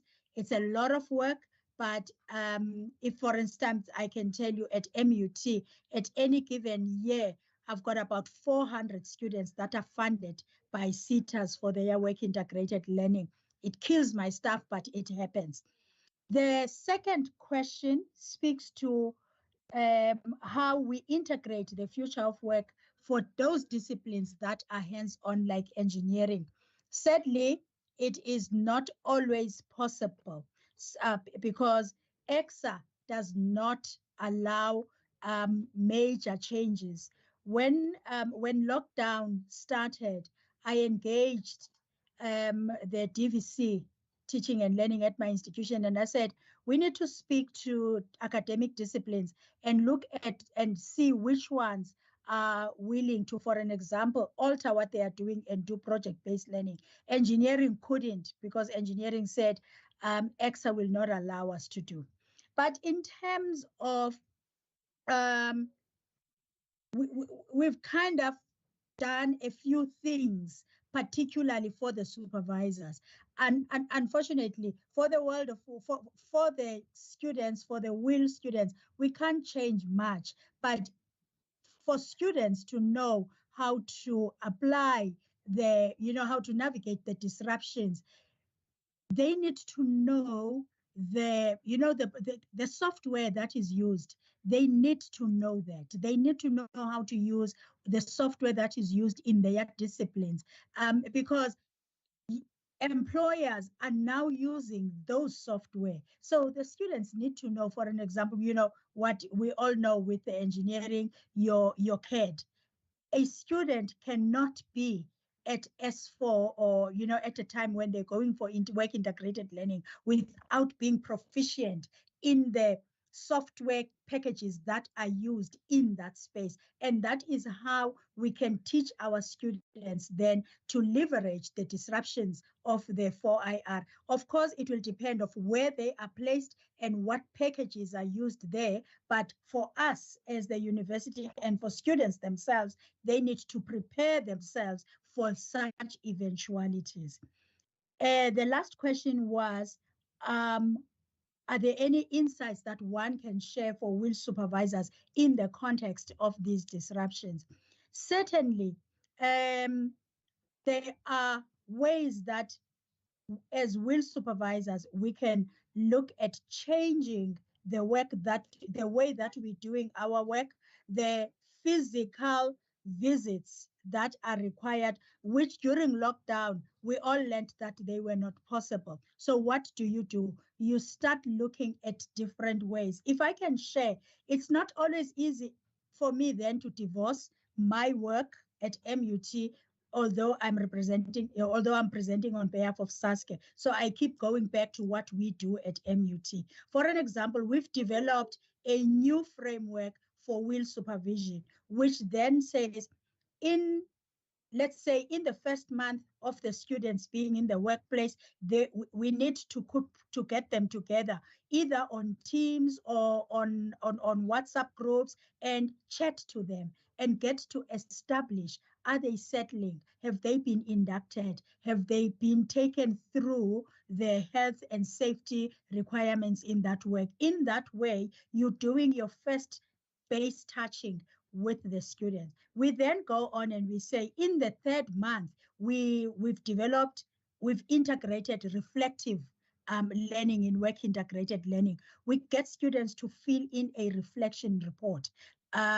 What have I been doing in this first quarter? What have I learned, etc.? What that is designed to do is to ensure that as a supervisor, I don't have to run and go and do supervision if circumstances don't permit. And our universities are struggling financially. So sometimes student visitation does tend to suffer a bit. But we find that our quarterly reflection has come up, and it's now, so this is us taking advantage of the fact that we can actually have online meetings with our students. We can get our students submitting their reflections, and quite often we've moved away from the email, but we get them to upload it on Google Forms, so that we get to it by the development of our new framework for WIL supervision, which then staggers this. And I recommend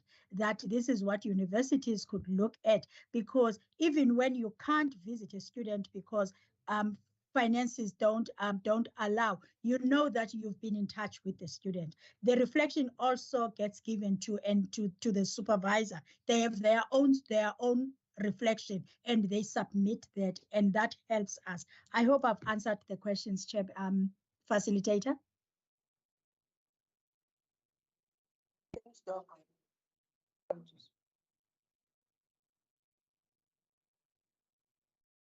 Come again? Yes. They can ask. Let us start with Dr. Chebe. And who else? Okay. Yes, with the questions. Dr. Sitebe, can you ask your question?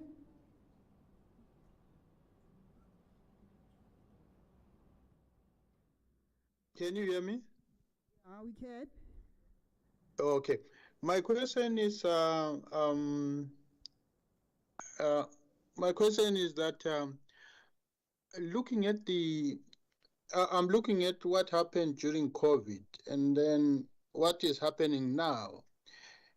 We stopped working from home. The companies pushed for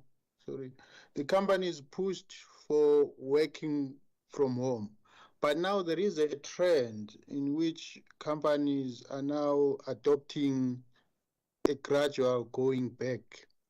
Is there maybe there need to be a certain study on this issue to say what will then be the structure of the 4IR next time, based on the changes that are happening in the workspace.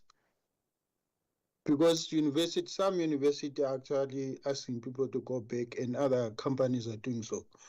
So I just want to check with you there whether that balance between going back and staying at working in our homes, is it projected to continue, or we are not sure about it? Thank you. Thank you. Doctor, allow us to also ask a few questions from the chats.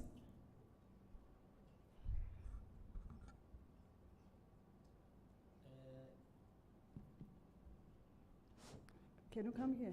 Hello? Okay. The first question is from Musima Catherine Mahato. The question is, listening to students, I'm pondered to think of an element which affects most students who study at UNISA. Will a structure originated for first-time industry students? What about those students that have been in the industry for some time and have received experience in their field of study but had embarked in their studies later in their career? How do they get credited fields of old experience obtained under WIL programs for some modules and only do WIL program for module where no experience was obtained? The next question is from my co-pilot, Dr. Nofemela. Is it possible for students to take the route of contacting a relevant SETA for placing? If so, how do they go about that? Is there a directory perhaps?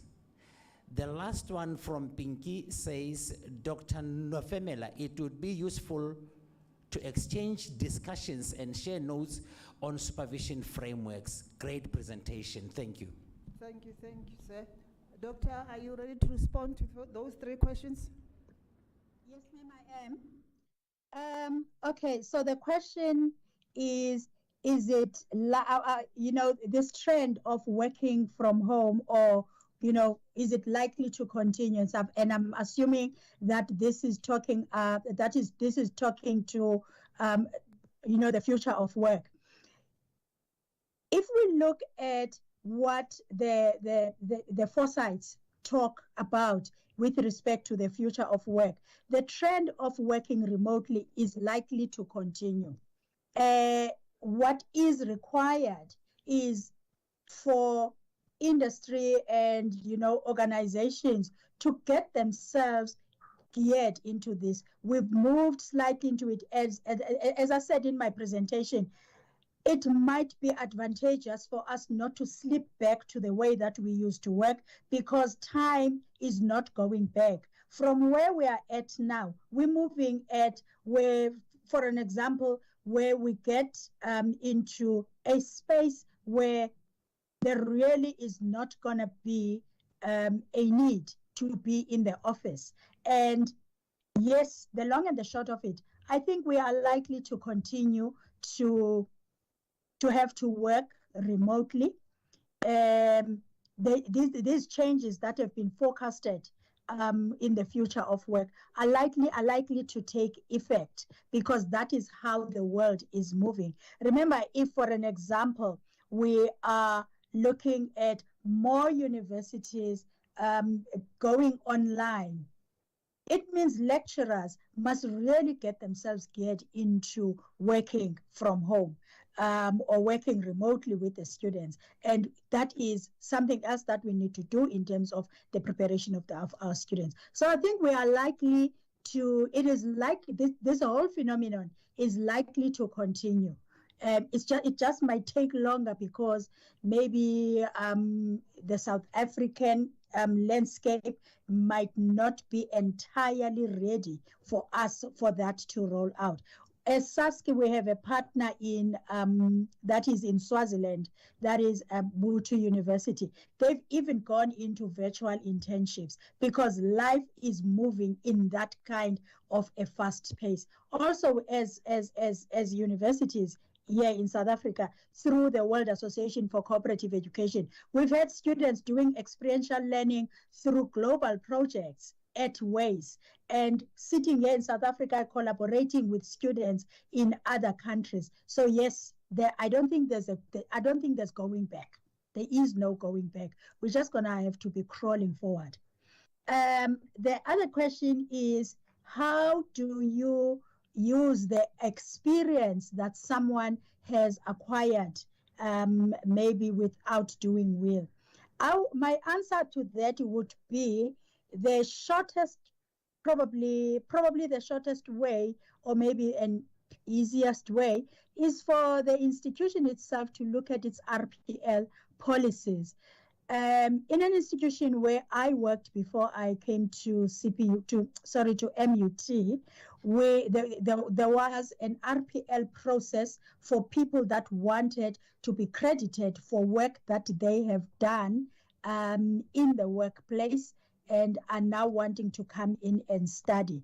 Of course, it cannot credit you for the entire 12 months if it's 12 months, but there the colleagues could look at, but now it calls for a whole lot of portfolio of evidence and.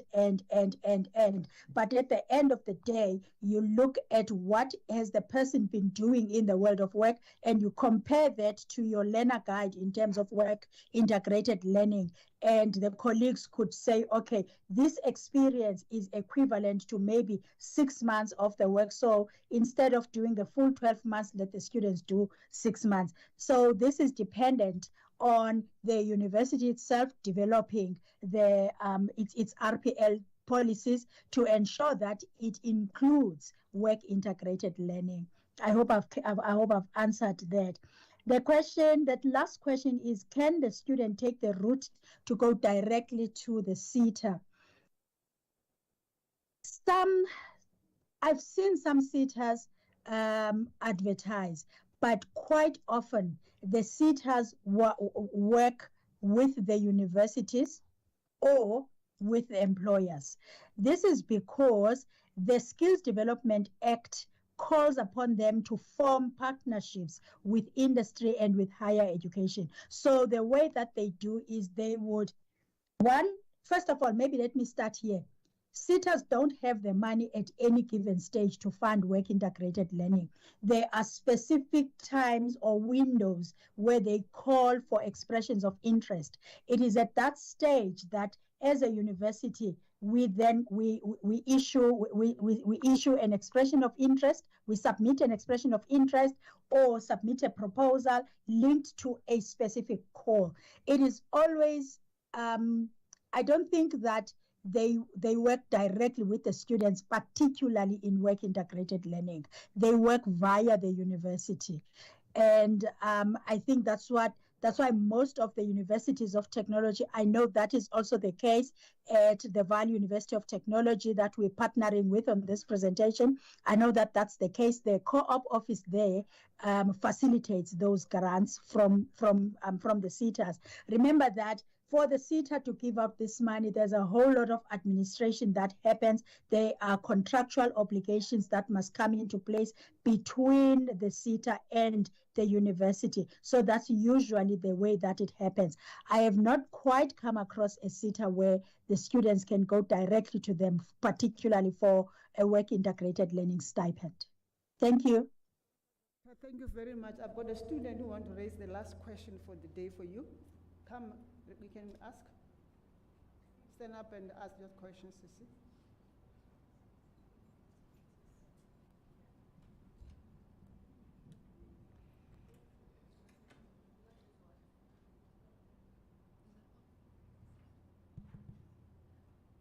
Hi everyone.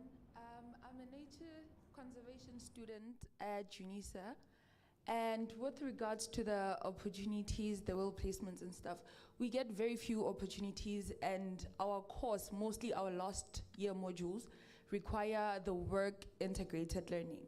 So our problem is that in most cases we go to nearby reserves and all that, but our lecturers don't find those, often have problems with the mentors we find. So is there anything that the institution can do, like provide us with certain places we can go to, provide us with suitable mentors and all that? Because in most cases we just go do the work and then we still fail. So I wanted to know if we can get such places. Thank you.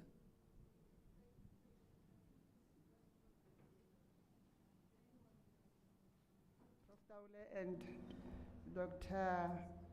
Sisoko, it is an in-house question.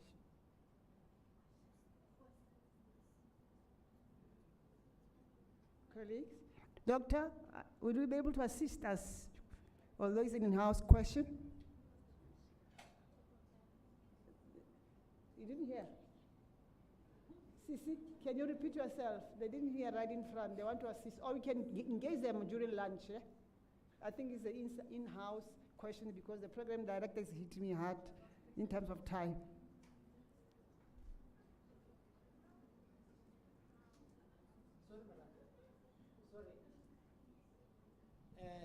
If I've heard you well, you're saying on your last year of your studies, you are struggling to get placement, and when you get placement, your lecturers has got a problem with the mentors that you have, and you still fail. What can be done in order to correct that?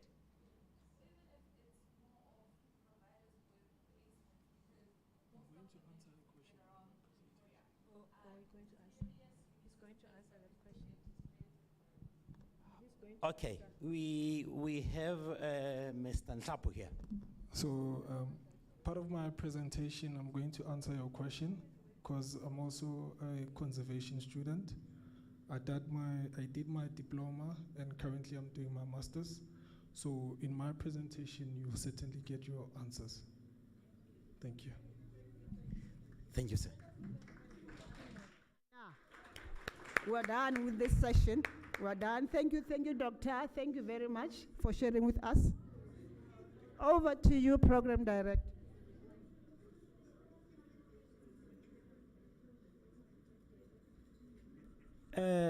Ladies and gentlemen, that time has arrived that we have been waiting for. It's 1:30. At 1:30, okay. Let me keep quiet. Ladies and gentlemen, thank you very much for being here until this time around, and thank you very much for all the engagements that we have had.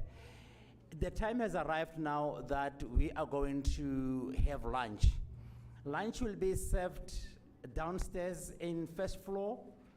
The reason why our lunch was delayed is because we are quite a bigger group of the delegates. It will be served at downstairs. Can we please make it that we convene here at, my co-pilot says 2. Can we convene back here at 2, and then we can actually try and see what we can do.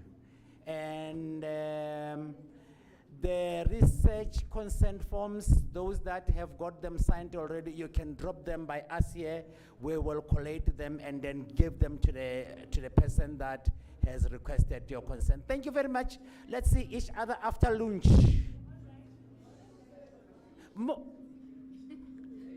The online audience, thank you very much. You can go on lunch. We will convene at 2:10.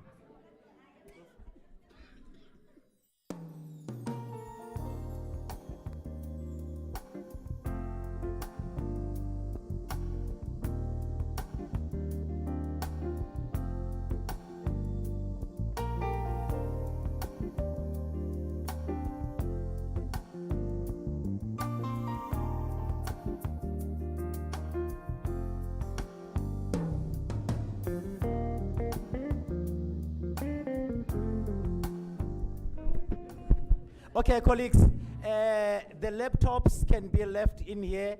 There will be somebody that will be guarding them. They are very safe. Yes. Thank you.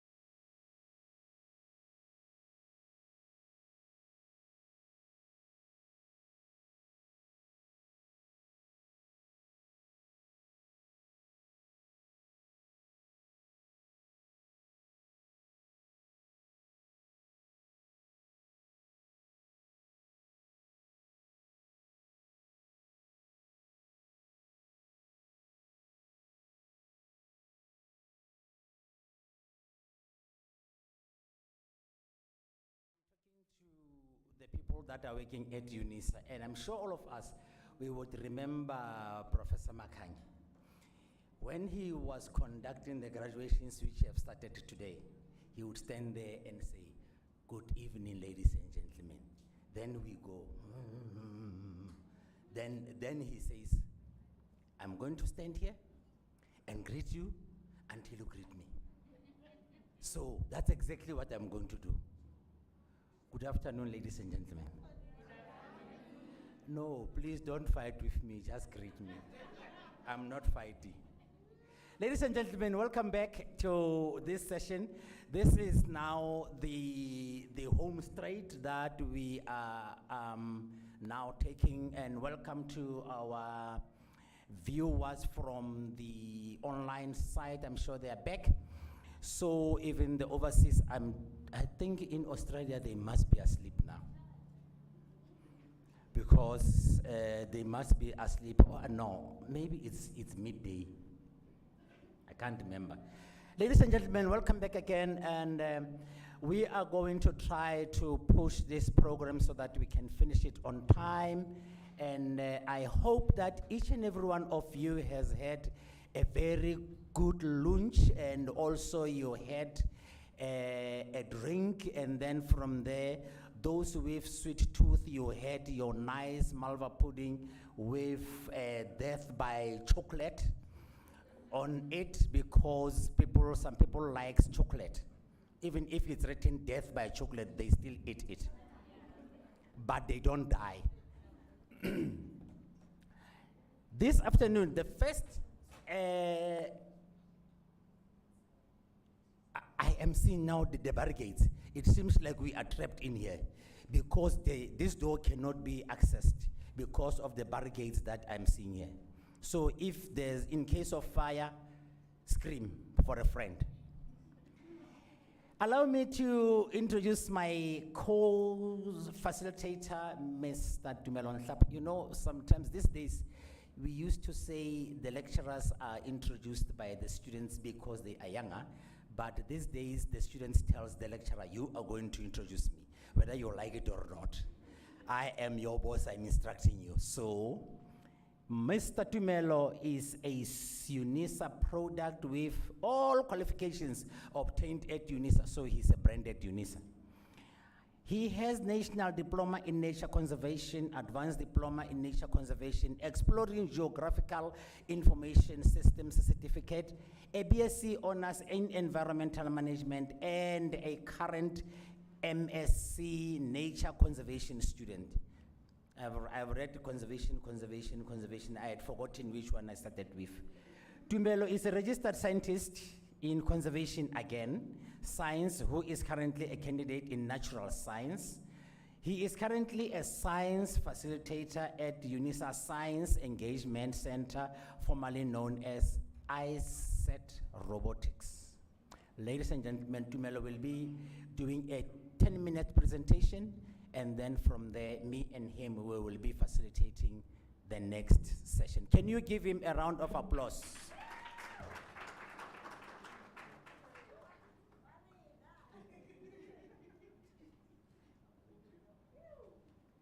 Thank you so much, fellow South Africans.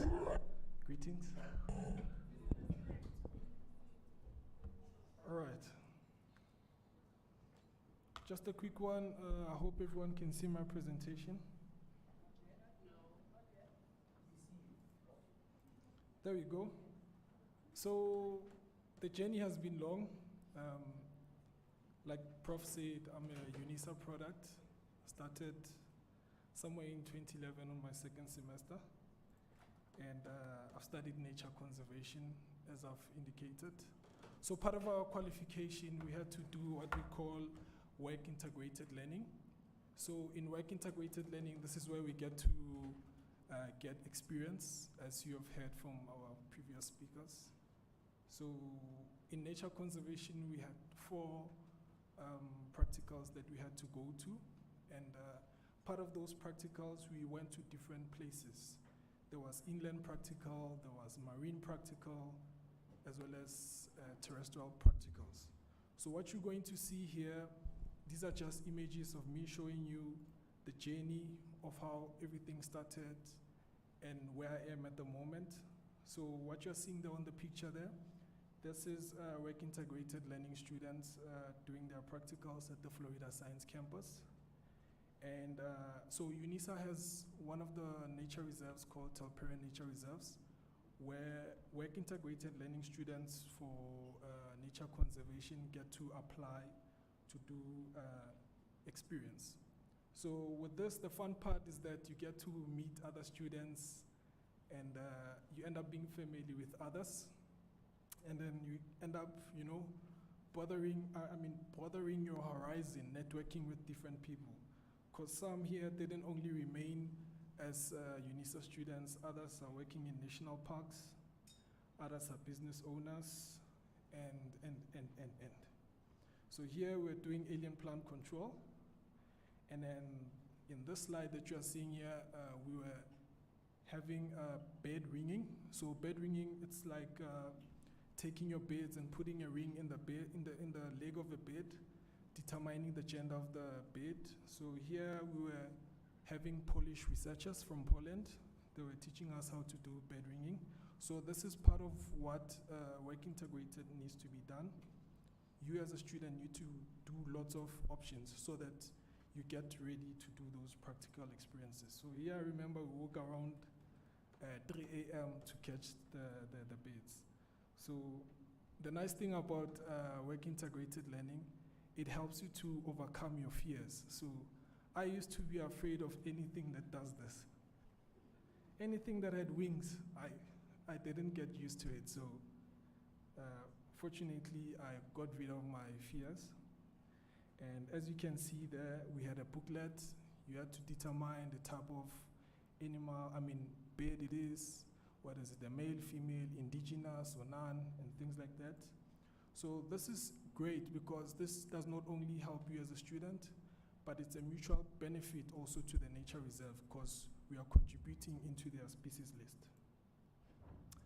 And then here we were at Marakele National Park. So I was fortunate enough to be selected to be one of the student assistants. I remember, I think that's my first job as a graduate or as a person, yeah. I was selected to be a student assistant at UNISA. This is where I got to help students in practicals. I was coordinating students and as well as preparing some lectures during presentations and student excursions. So even here, we met different types of students here. And this was Marakele National Park, as you can see. So the nice thing is that here at Marakele National Park, we got to do game drives, animal counting, fall condition assessment, and as you can see there in Telpera, we are doing game count. So game count is like counting your species of animals within a nature reserve. So this is a mutual benefit, as I've mentioned, because we students are practicing what we have learned on the book, and now we're practicalizing it in a workplace. And then this was at Marubeng, and that's one of my former lecturers, Mr. Hlabisa. I was helping him when it comes to MINISAS. This is a matter of determining the water quality of a river, and I was helping him to coordinate the students because I had more understanding of that. And then in this part, this was when we were at Telpera Nature Reserve, determining the water quality in the nature reserve. So you can see that the experience gets to build up. I get to do this in different areas as well. And this is also at Telpera wearing the waders. So, another thing that I forgot to mention is that work integrated learning is very important for students because number one, as a UNISA student, you hardly get to meet other students. Number two, you get to, learn from other students again. Number three, you get to have that traditional university type of setting. And number four, you get to apply what you have learned, which is very important. Because even now, you can take me to any nature reserve, I can manage it for you. The knowledge is there, because I've done it hands-on. And this was when, after catching all the species in the river, now we need to calculate according to the species whether is the species contributing, is it an indicator species? So when we talk about indicator species, these are some of the species that indicate whether is a habitat suitable for the environment and things like that. So this is, again, practical. And we made family and friends as well there. So the nice thing about this was done every month for 1 week. So we'd go from Monday to Friday, knowing that we're doing different types of experiences. Now this one was when I had to, after completing my qualification, I had to look for more experience in order to enhance my qualification. So I went to Club Refuge Nature Reserve. It's in Johannesburg. It's under Johannesburg City Parks and Zoo. So here I was doing trails management. And the guy that you're seeing there, he's currently, if I'm not mistaken, at one of the organizations where he's an ecologist as well. And this was now when, remember I showed you the previous slide where I was doing MINISA's water quality. Now this was me helping the Johannesburg City Parks and Zoo officials in their water quality. So this was very much contributing into the workplace, even though the money was not great. So I would certainly encourage other students to pursue such, because I was part of an EPWP general worker. So in this, you get to learn, because this is where now you manage the reserve. And then these are the different types of students. So now in this picture tells a lot. I'm the only UNISA student there, and the 2 students on each side are TUT students. This was a concern. You'll ask me why. So I had to go and look for a place, but this was after I graduated. But some of them, they were still TUT students. And the nice thing about them is that the university had contact with the organization, which is what I feel like our university needs to do as well in order to help students. The university needs to speak to the industry and say to the industry, these are the number of students that we have, and this is where they are placed. Could you kindly please accommodate them? Yes, we understand in terms of finances and the likes, but you know when you're a student, at times your focus is just to finish. So you can imagine if you as a student getting that opportunity to just do your schoolwork, practicals and whatsoever, then you might think of finances later. And who knows, you might even please the employers and they might even take you. So, I ended up being a trails manager. So like I said, we work with EPWP workers. So the nice thing about work integrated learning, as you saw, I was a student assistant for UNISA students. That experience, I now took it into the workplace.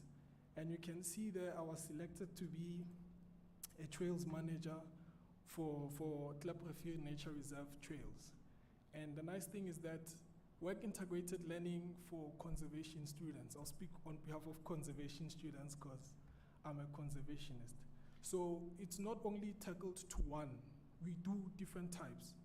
Here we're doing a game drive, so I had to enhance my driving skills as well as communication skills. And then now this picture, I had to go to Walter Sisulu Botanical Gardens, where I had to do fire breaks. This was very tough for me because, number one, I don't know where to go to, who to speak to, but because of such events or networking with students during my excursions at Telpere Nature Reserve, they would suggest that go to such a place in order for you to do your practicals, which I find that our students, these nowadays, yes, the ball is in your court, but even in such arena, please ensure that you make connections, networks. So networks is not about giving you a job, but just voice out your opinion like one of the students mentioned. There are different organizations that you can go to, but some, yes, they won't receive you proper. As you can see, I was not even given an inform there. But as long as you show that willingness, it matters. And then here I was doing a tour, by the way, in the nature reserve. And then these guys, they liked how I did it. They even assumed that I was working in the nature reserve for a lot of years, but it was just only for 6 months, if I'm not mistaken. So it was nice, even though we're getting burnt by the sun, but it's part of it. And then, yeah, this is another family that I had as well during my practicals. And I even had to go to Johannesburg Zoo and do postmortems. So postmortems, it's opening of the animals and determining what was the cause of the death. So I wore a mask before you started wearing a mask. So this was before COVID-19. I think it was somewhere in 2014. So the importance of this, you get to learn to make informed decisions and to also contribute into the management.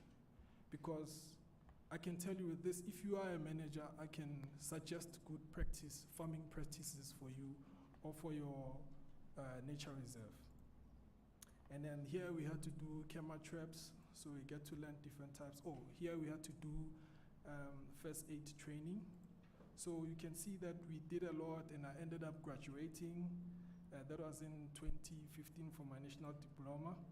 And I was also selected to be part of the top 10 students at UNISA for nature conservation so that I can contribute and encourage more investors into that nature reserve. So paving the way for others is very important as well. And that's my former lecturer, Mr. Wilson, the Work Integrated Learning Coordinator. And now I'm currently doing my master's. Because of the skills that I gained, I'm able to present. Last year I won a prize. I think I was #1, yes. And it's such things, you know. And just to show you some few things before in closing. At the moment I'm at UNISA Science Engagement Center. So part of what I've learned from conservation going up is to interact even with big people. My manager there encouraged me to be open-minded. So I get to include what is not included within the practice, within the science center. So here I was explaining to the president what we do at UNISA, specifically in our science center. So this was a great privilege for me, and also to showcase what I do as well.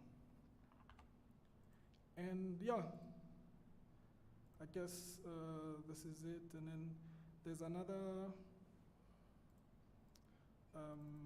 documentary that they made about me at the World Science Forum. So this is just to showcase you that it's not about where you start. So here I was explaining part of what we do as UNISA Science Engagement Center. So you would ask me, why am I into coding and robotics, but I'm a conservation student? Only God knows. But I'll tell you something. I've introduced what we call robotics and environmental sciences, which is highlighting the importance of environmental issues using robotics, because I found that most people are focusing on mathematics and are forgetting about environmental issues. So that is me. Thank you so much.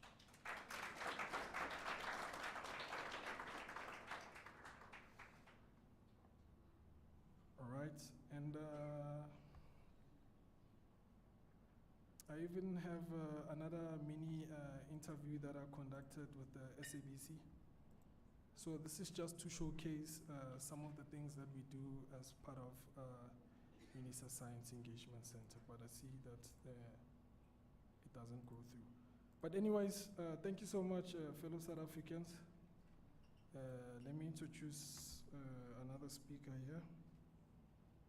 I don't know whether I'm allowed to take questions now.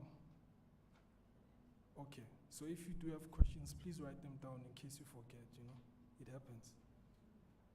So our next speaker, it will be Dr. Sambo. So let me introduce Dr. Sambo. So Dr. Sambo is a senior lecturer in the College of Economic and Management Sciences. She has been involved in teaching a module with work integrated learning, which is WIL, Since she joined UNISA in 2017, outside of UNISA, she's a senior member of council appointed by the Minister of Higher Education and Training to serve on various governance structures such as Project Steering Committee of the Skills Institute for the Development of TVET lecturing staff, in partnership with German Development Bank, Ekurhuleni East TVET College, where she serves as chairperson of council. She's a specialist in public finance and has published a number of papers and contributed to books. One of her papers was founded by the European Union and is being used by the National School of Government as a case study. I would like to welcome Dr. Sambo.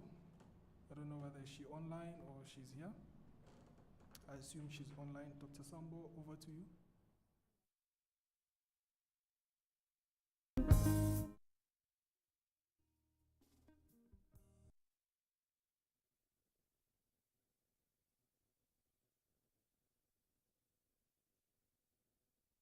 Your presentation, go ahead, thank you.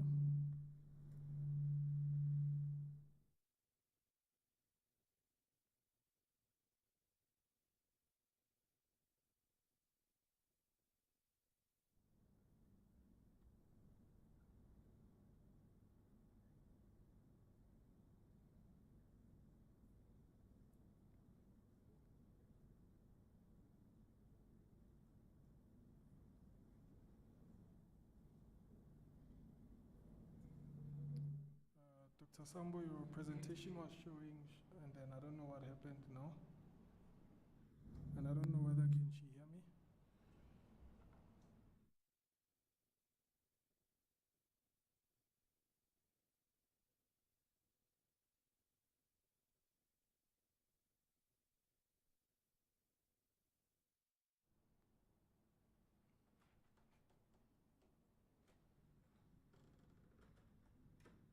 Yes, your presentation is visible, but we cannot hear you.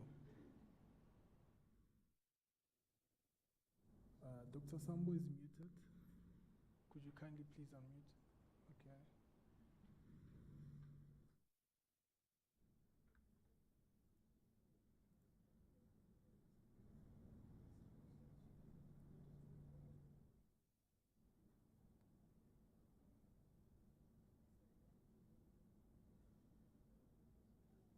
So viewers who are watching, kindly please excuse the technical issues that we are experiencing. It shall be resolved.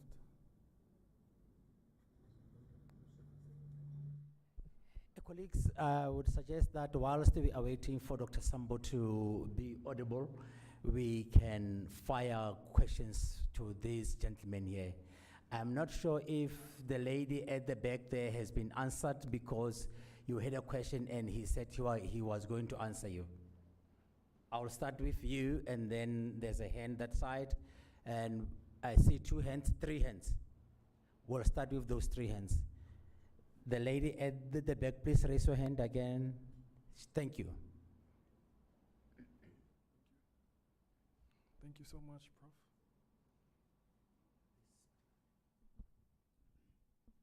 Yes, go ahead with your question. Any questions are allowed.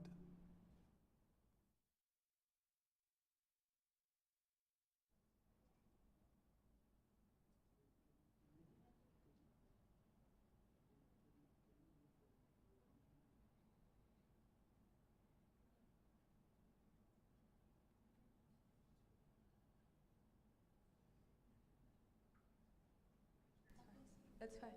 Yes, no, it's fine. Oh, my question was about the placements and stuff, if whether the institution can get us something, because in most cases we find the placements ourselves.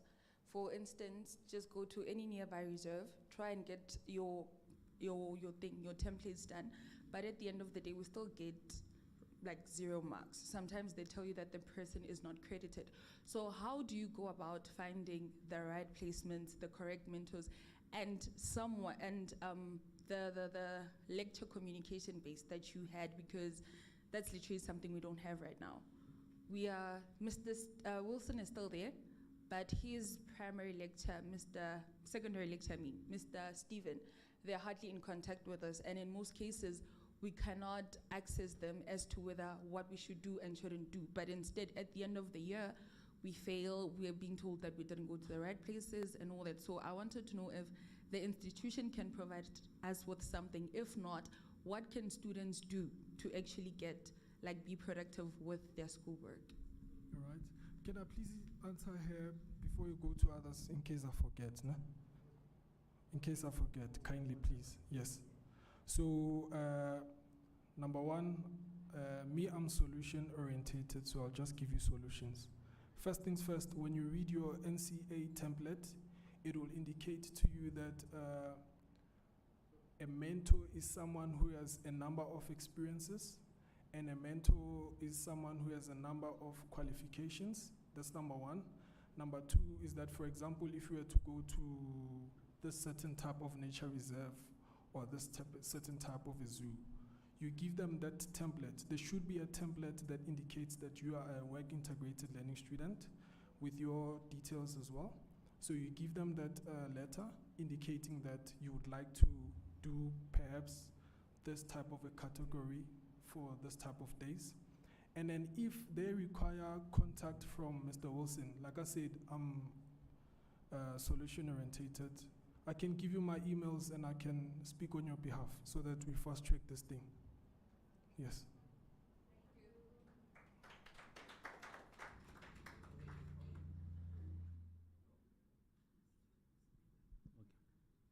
Okay.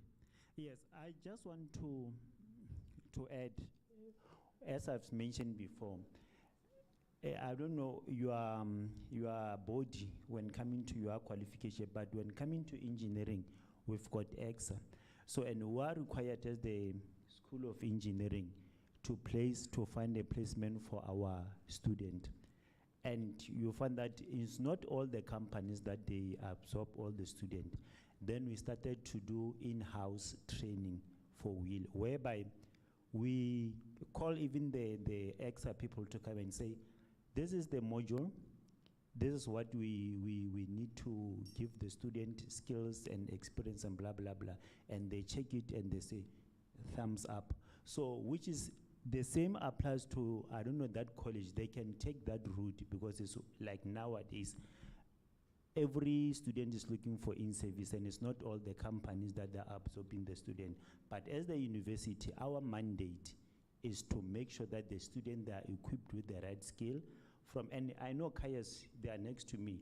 They've got nice labs, and they've got also some of agriculture whereby they can emphasize this thing of having in-training in-house. That is what I want to say. And I know even Stephen is a good guy. They can just assist you from there. Thank you. Sir. Can you hear me, please? It's Dr. Sambo. Is Dr. Sambo? Can you hear me? Can I proceed with the presentation? Yes, we can hear you. Could you kindly please give us a few minutes? Then I will give you a go ahead.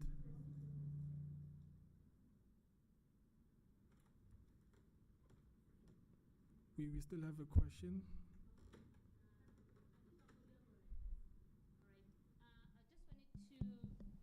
To add up on what my colleagues have said, I am from the College of Agriculture and Environmental Sciences. And your concern really triggered me that you cannot get help. However, my sister department, because I work closely with them at the same schools, so what I can do from here, I can maybe engage with the director from the environmental sciences to really look into this deeper, because at our school, we do have mentors that are registered and placements that we do for our students, that we have a MOA with those relevant practicals that they're supposed to go to. So we go and headhunt on behalf of the schools. It's not supposed to be the student has to go on themselves, you see. So from this point, I would really plow myself to assist you guys. Then we can have it on board with you. Colleagues, I'm pleading with you that we give Dr. Sambo a chance to present at this point in time, because I can see and hear that this issue of will and placements plays a very important I've got colleagues from health studies of which I think they can also have some input onto how do we place our students for work integrated learning. But like the lady said, it's not for the student to go out there and hunt. It's for the university or it's for the department to go out and look for accredited institutions that the student must be placed into. Thank you. Let's give Dr. Sambo, over to you. Okay, a very good afternoon, colleagues and students. I hope you can hear me clearly now. As introduced, my name is Dr. Viola Sambo. I am a module leader for a module. The module code is PUB 3721, or Public Management Practice within the College of Economic and Management Sciences. I was asked to present to you today on building partnerships in will to entrench innovation and entrepreneurship.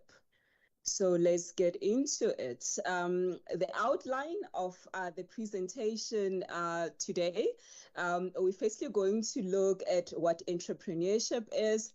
I think you may be aware of what these concepts refer to, but I think it's important to lay down that foundation or to provide that context as we move into the critical matters of the presentation. We're going to look at what innovation is. We're going to look at the importance of partnerships in will, something that was just being spoken to now.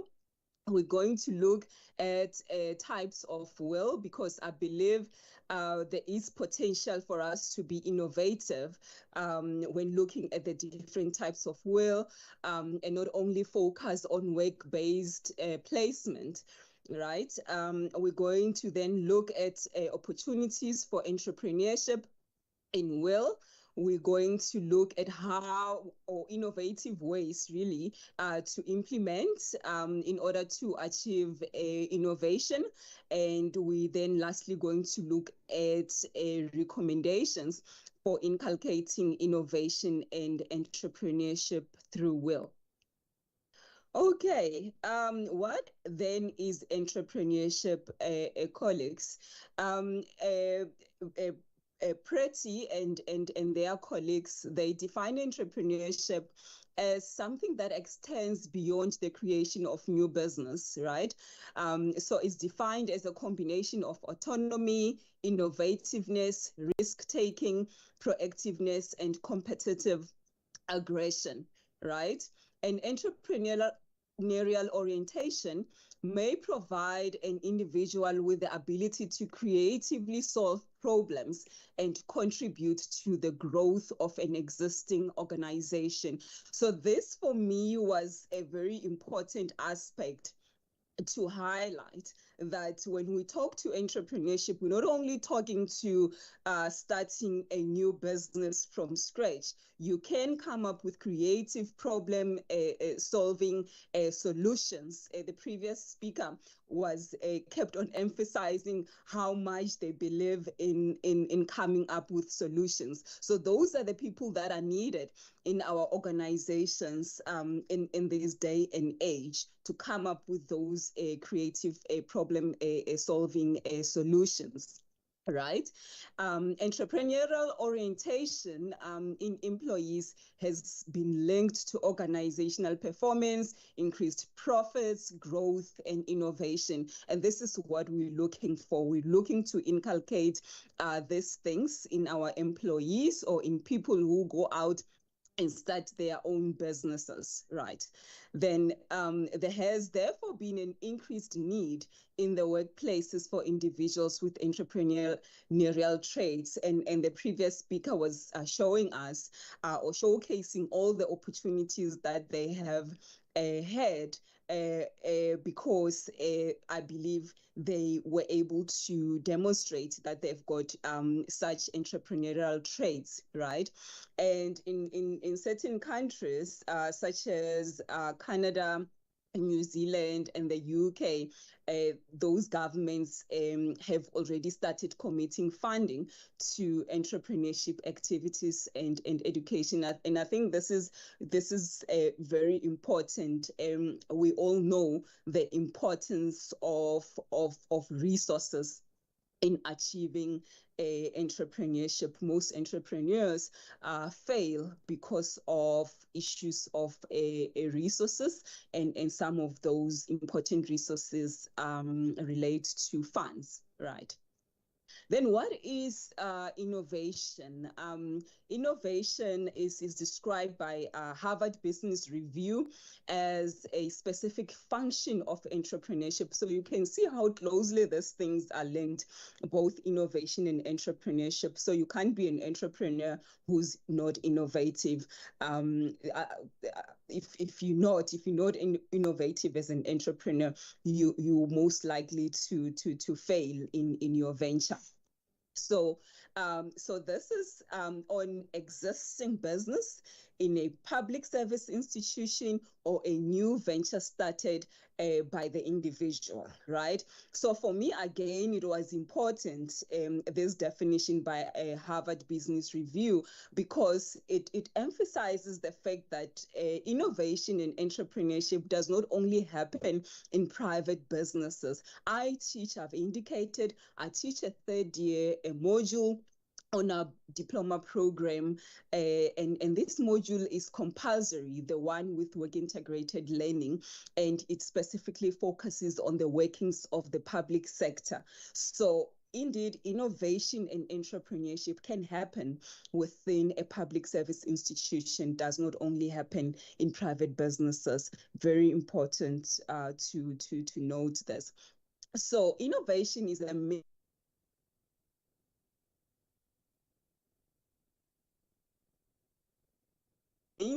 by which an entrepreneur either creates new wealth, produces, or endows resources with enhanced potential for creating wealth. So once again, it's made very clear that both innovation and entrepreneurship do not only relate to starting a new business from scratch. Such skills can be used in something that is already in existence. So at the heart of entrepreneurship is innovation, as I've already indicated. It is the effort to create a purposeful, focused change in an organization's economic or social potential, right? Then we move on. The importance of partnerships in work integrated learning.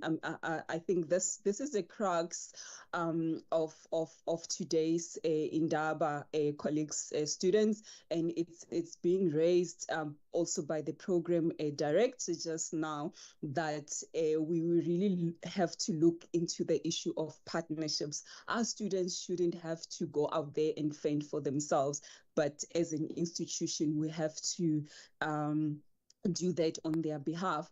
And further on, I'm going to try and propose other innovative ways in which these things could be done. So we'll build linkages between workplace knowledge and the academic curriculum. I won't go through all of that, right? But the point that I want to emphasize here, colleagues, is that the effectiveness of will really depends on the commitment of both the academic as well as professional partners. So all must be on site as to what needs to be achieved at the end of the day, which is empowering students to make them more employable when they complete their qualifications, right? So you have internal partners, so there's different stakeholders, and there's partnerships, there's partners internally within the university, which is us as lecturers, and as well as our colleagues in the various structures within the university. And then we then enter into partnerships, or are supposed to enter into partnerships for the benefit of our students with external institutions, And those could be non-governmental organizations, public sector organizations, or even private institutions, right? And the speaker, before we went to lunch, Dr. Nofemela made reference to the role that's being played by cities as well. Very important, because that is the channel through which a government is investing some of the money for programs such as work integrated learning. So it's very important for us as an institution to be aware of all the stakeholders. There's important stakeholders that we need to partner with to create those opportunities for our students, so that we don't have a situation like we're hearing from students where they have to go out and fend for themselves. Right. This, colleagues, I think it's very critical to for us all who are involved in work integrated learning to be aware of that. Work-based placement is not the only form of will that is available out there, and this is where we can become innovative, really, in assisting our students, because I think there are currently those challenges in terms of entering into the necessary partnerships that are required to be able to place students. So work-based placement, I put it first because it is the most commonly understood form of work integrated learning. You have also problem-based learning, which is another form of will. We have project-based learning. I'll come back to project-based learning just now. We have virtual or simulated will. We have what they call inquiry learning, and then we have apprenticeships. So what we've done when we redeveloped the module that I'm currently responsible for, we had a look, because we also experiencing the same challenge when it comes to placing our students. So I'm not sure at which door we need to knock within the institution to be assisted, because I do not believe that myself, as Dr. Viola Sambo, can go and approach an institution to ask them to place my students. I believe it's something that should be done at a higher level within the institution. Those MOUs, traditionally, what happens is as a university would enter into a memorandum of understanding or memorandum of agreement with the various institutions, so that when our students go and approach them for placement, then they're not asked a whole lot of questions, or even turned back. So, bearing that in mind, what we did is we had an opportunity at a very recent cycle of redeveloping or recurriculating this module. We then took that opportunity to introduce project-based learning, which also gives an opportunity to do projects that expose students to how a working place works, but not necessarily physically placed within that working environment. So I think these are some of the ways that we can become innovative. I mean, something like simulation, the university would have to support us in creating those simulation labs, wherein our students could even go and be exposed to simulated working environments, which would then be some of the ways in which we assist them, because most of these modules that have got work integrated learning are our own compulsory modules. So it was, for me, it didn't sit well with me personally, that every time at the beginning of the semester I'm getting emails from students telling me that they haven't found placement, and couldn't do much to assist. I've raised the matter within our college, and I would like to believe that it is receiving the necessary attention. But in the meantime, we then had a look at how we could do something within the curriculum of the module itself to further assist the students. All right. Okay. So entrepreneurship in Will. The article by Uleanya and their colleagues in the Journal of Entrepreneurship Education is a very thought provoking article. They argue that or they present that there's many challenges that entrepreneurs face, and as I referred to before, one of those is access to capital and the lack of appropriate government policies to support emerging businesses. So that then creates those barriers to entry, and it becomes a challenge from encouraging or from growing entrepreneurs, right? And when up and coming entrepreneurs, remembering the definition of an entrepreneur, you may not necessarily be someone who wants to start a new business, but be someone who's got very innovative ideas that could add value to something that already exists. So when those in the form of students are then matched or placed within an organization and are mentored by experienced entrepreneurs, then the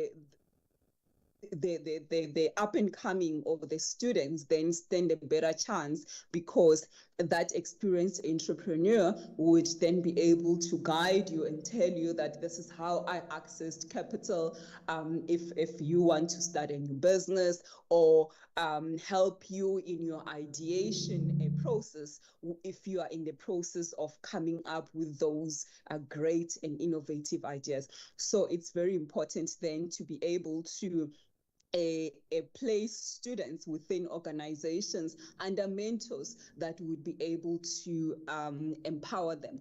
And one of the major constraints that Oleanya and their colleagues have identified has to do. Cut you?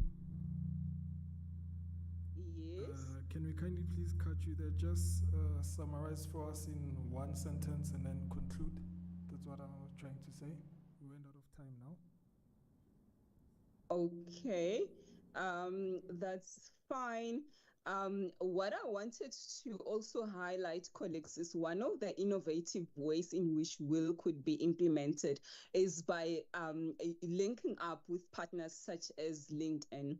I attended a Will Graduate Employability Summit last year, and it was very refreshing to see what is possible out there. So I mentioned that ordinarily one would enter into MOUs or MOAs, but there's other ways in which graduate employability could be enhanced or entrenched. If you can go and look into the possibilities that are there, such as partnering with LinkedIn Learning. It's quite refreshing to see some of these possibilities that are available out there, and it talks directly to the issue of innovation. My last slide. So what are my recommendations in terms of inculcating innovation and entrepreneurship through Will? So firstly, the exposure to entrepreneurial and innovative organizations should be part of what we offer as institutions of higher learning. We should, what we adopt in terms of entrepreneurial activities should be localized to meet local needs and demands. It shouldn't be something that is foreign. And then we should, most importantly, collaborate with institutions that would help us in achieving this innovation through work integrated learning, because as an institution of higher learning, we can't do that on our own. And most importantly, I left this for last, is to involve students in decision making, and I don't think it's something that we're doing currently, but the students are a very important a stakeholder in this whole process, and I think it's very important to involve them in the process. So that is it, colleagues. That is my presentation, and I hope that is adding to our topic today around building partnerships in will to entrench innovation and entrepreneurship. Thank you very much. Thank you so much, Dr. Sambo. Sincerely apologize for cutting you. Due to time, we'll attend to your questions after this session. So I'm going to introduce the project leader for UCDP and the D-Head funded projects. This is Dr. Denzel Chetty. He's a graduate of the University of KwaZulu-Natal. Dr. Chetty heads the Academic Development Open Virtual Hub, which is also known as ADOVH. It was established in 2020 through a D-Head COVID-19 Responsiveness Grant. ADOVH serves as an incubator for digital innovation, specifically focusing on branding the fourth industrial revolution competitiveness of UNISA students so they can function effectively in an online teaching and learning environment. ADOVH is funded through the Department of Higher Education and Training, UCDP grant to enhance student support and fourth industrial revolution readiness in an open distance learning environment. Dr. Chetty holds various awards, including 2003 Abbey Bailey Fellowship, United Kingdom, 2011 UNISA Award for Innovation in Teaching and Learning, 2014 Shanghai Open University African Visiting Scholar in China, and the 2015 UNISA Excellence Award in Teaching and Learning for his contribution to institutional knowledge. Dr. Chetty has published and presented in the fields of education and technology and African open education. Let's give a round of applause to Dr. Denzel Chetty. Thank you so much. Okay, good afternoon. Prof, looks like I need to stand here and wait until everybody tells me good afternoon. I learned that from you. Good afternoon. Okay, so if you really want to go home fast, this is where you have to scream good afternoon. Okay, thank you very much, ladies and gentlemen, colleagues. So in the space of time, I know we're also running a bit late in time, but I'm going to get straight to the point of what I want to talk to you about. So basically, I want to talk a little bit about the UNISA-Microsoft collaboration in shaping future-ready skills for the labor market. And we spoke a lot this morning and towards the afternoon about, students who are getting into this space, into companies that are technology enhanced. Well, what happens to students who don't have the skills and now find themselves in a work-integrated learning environment? And the very first thing that many employers ask, but you are from an open distance learning university. You should know technology. And that's the challenge that we face in amongst our students. Now, okay, this doesn't pick up from here, so I think you can just change the slide for me. Okay, perfect. Click one more time. Okay, so basically let me start a little bit about ADOVE, because that's where we want to position this. So ADOVE, as you heard, was developed and established in 2020 as part of a COVID-19 responsiveness grant, and this came specifically when COVID hit us in the latter part of 2019. Its subsequent activities are funded through a DED project funding, similar to what you have as part of this project that we are here today. And its main aims is to develop the digital competencies of UNISA students to be effective online learners, right? So that's one of our main aims.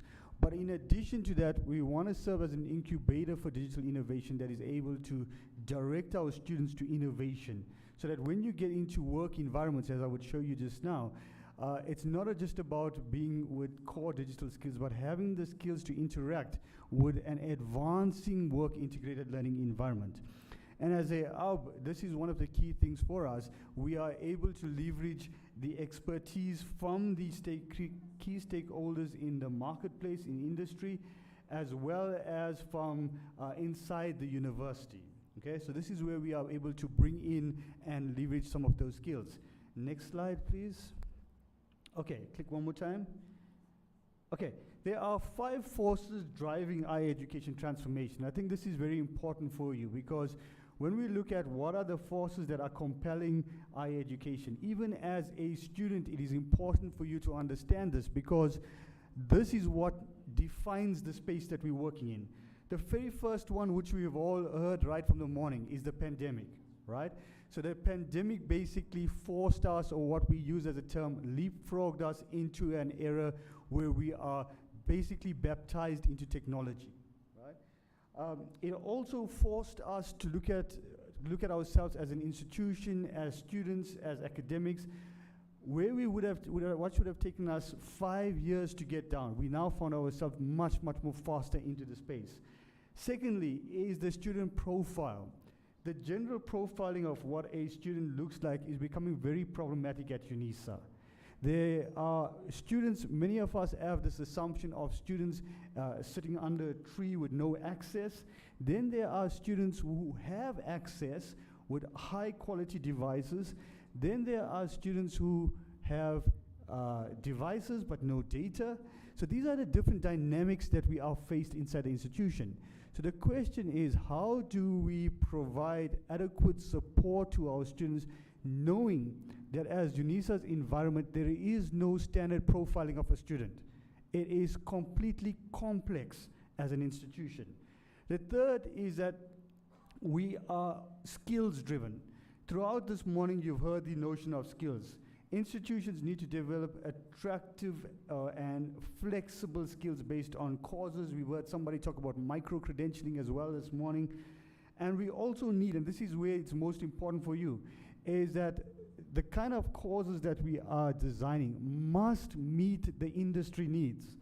Now, I heard somebody say previously in another college, is that we say for example, in the education space, that our educators need to come out to technology skills so that they can develop students right from basic education into higher education with those skills. The challenge is, if we do not start infusing those skills into even our curriculum and what you are studying, it becomes a challenge for you even later on. Data-driven, and this is an important one for us, is that we need to start thinking of how data defines what you are doing as a student. Now, you find that there's many surveys going out, there's many companies that are researching, but how does the data in a fourth industrial revolution, technology-mediated working space, redefine your space, even post-qualification? And these are some of the things that you need to start focusing on as a student, because remember, you may come into the university for a 3-year degree. By the time you complete your degree at the end of that 3 years, industry would have transformed radically. Right? So what does it mean for you as a student inside UNISA getting a qualification if after 3 years you're not sure what the industry looks like? The last one is on artificial intelligence-driven integrated learning, and this, one of my colleagues next to me in the back mentioned ChatGPT, and many of you know some of these things that are out. The question is why we are becoming so afraid of some of these artificial intelligence is because of a lack of understanding of what it is, firstly, and secondly, the potential of it to either destroy or rethink the higher education space. Now, UNISA graduates, and this is quite an important one that I threw out. Are UNISA graduates ready for a digitalized labor market? If I had to ask you quickly in the room, how many of you think that when you exit here, you'll be ready for the digitalized labor market? Anybody pick your hand up? No one. If no one picks their hand up here, that means we got a major problem, Prof. I mean, none of our students sitting here says we are ready for the digitalized labor market, which means that if you are coming out of an open distance e-learning university, you should be at an advantage compared to a residential university student, if we do this right? And this is where, are we developing the necessary digital skills to empower our graduates to find employability post-qualification? Are we keeping up to date with the digital trends and advancements in industry? Now, this also means that while we are here talking about work-integrated learning, and we're here talking about you as students, what happens post this, you should be asking us the question, what are you doing to make me employable? And nobody has asked that question from the morning. What are you doing as an institution to make me employable? If you spend 3 years, 4 years in a system, the idea after spending 3 years, 4 years in a system is you should be employable.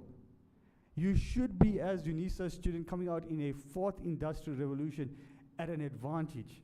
And if we are failing that as an institution, then maybe the conversation should be, as you as students and us as academics and representatives of the university, how can we change this to give you the leverage that you need in the market, right? Next slide. So how can we move towards an infused student technology experience that prepares them for the workforce alongside their qualifications? And the word that I'm using here is infused technology experience, because it shouldn't be seen as a separate thing. It shouldn't be seen as we're now teaching you technology skills. It should be infused. It should be part of your curriculum. You should come out with seeing a seamless development of these skills, irrespective of what discipline you come from, right? Next slide. Now, we've employed some of the critical collaborations with, click one more time, please. We've employed some critical collaborations as part of this project, right? So in addition to the Department of Higher Education, in addition to the UCDB project, we've also started collaborating with Microsoft. We've also started collaborating with Minecraft Education and Gajima. Now the idea here is, why are we collaborating? Because if we don't know where technology will go for the next 5 years, we will be planning and training students in an isolated space, right? We need to start working closely with industry, with market, that is defining the technology space, so that we can start preparing your skills for you as work-integrated learning students, right? Next slide, please. Now, anybody knows what that is? What is that? A robot, right? It's Pepper the robot, okay? And UNISA, as part of EDO, by mid-April, we will have the first artificial robot at UNISA, right? And the idea here is not to compete with UJ, who's got the robotic dog, right? Is to say to ourselves that as an ODEL institution, we need to shift the mindset culture of technology and artificial intelligence amongst our institution and students. We need to take this robot to where our students are and get them to interact with artificial intelligence. Because when you exit from here, you will get into a working environment where you are facing artificial intelligence. But if you do not encounter that as an institution, and if you do not encounter that as part of your education experience, you are placed at a disadvantage. And this is why our very first attempt to this is to secure this robot. Next slide. Now, Minecraft for Education is a collaboration with Minecraft, and here specifically we're looking at how do we develop students' collaborative skills as part of the way the world is. How many of you know what Minecraft is? Yeah, it's the same people in this corner all the time. Minecraft, robots, yeah. Minecraft, right? Microsoft Minecraft is, let me tell you this, every one of you seated here as UNISA student have access to Minecraft Education. Did you know that? Yeah. Now I'm telling you that as part of a UNISA student, we're even giving you the luxury of tools to play with while you study, right? Your My Life account gives you access to Minecraft Education, right? Your Microsoft My Life account also gives you access to Microsoft Office 365 on 5 devices. Did you know that? Okay. Did you know that the same password, the same code, gives you access to this? right? And what we're now doing is we're bringing Minecraft into the university to use it as a way for you to encounter, firstly, collaborative skills, creative thinking skills, problem-solving skills in a fun way. But these skills can then be transferred into industry, right? Okay, last minute, and I'm going to go right to the last slide. Can you just click the slides? Okay, so this is, I want to share with you some experiences from students who are already participating in the training that we're offering in collaboration with Microsoft, right? So the first one you see is some of our students, and the training is already on. We're actually in our 4th week of training. Next week is actually this is our last week, sorry. This is our last week of training, and these are some of the comments. Here we've got one student says, great session, thank you. Thank you for an informative session, looking forward to tomorrow. I can't wait for tomorrow. I'm so looking forward to PowerPoint presentation. I think basic PowerPoint skills in industry, and this is what our students are looking forward to. Thank you for today. I finally understand OneNote. How many of you know what OneNote is? Yeah, this is bad. And yet, I think before we get into work integrated learning, let's do a Microsoft training with everybody seated here. Because these are tools, colleagues, that you already have. When you get into the workforce, you are going to face this on a daily basis that you are going to need to use, right? And somebody says there, thank you for the class today, having a good holiday. Adove is famous, thank you for a wonderful session, can't wait for tomorrow. And the last one I thought was quite interesting. Thank you for being so open to all our questions. Sometimes I feel shy to ask about questions I don't think, or I don't, questions I ask, but I don't with regards to this cause. And this is where many of our students are, is the lack of inability to engage with technology because many of them have a phobia for technology, right? But the thing is, this is a challenge that we need to cross. And this is where, even as we start embracing the 4th Industrial Revolution, the question is, how do we prepare you for students, as students, for a technology-mediated working environment? Thanks, colleagues.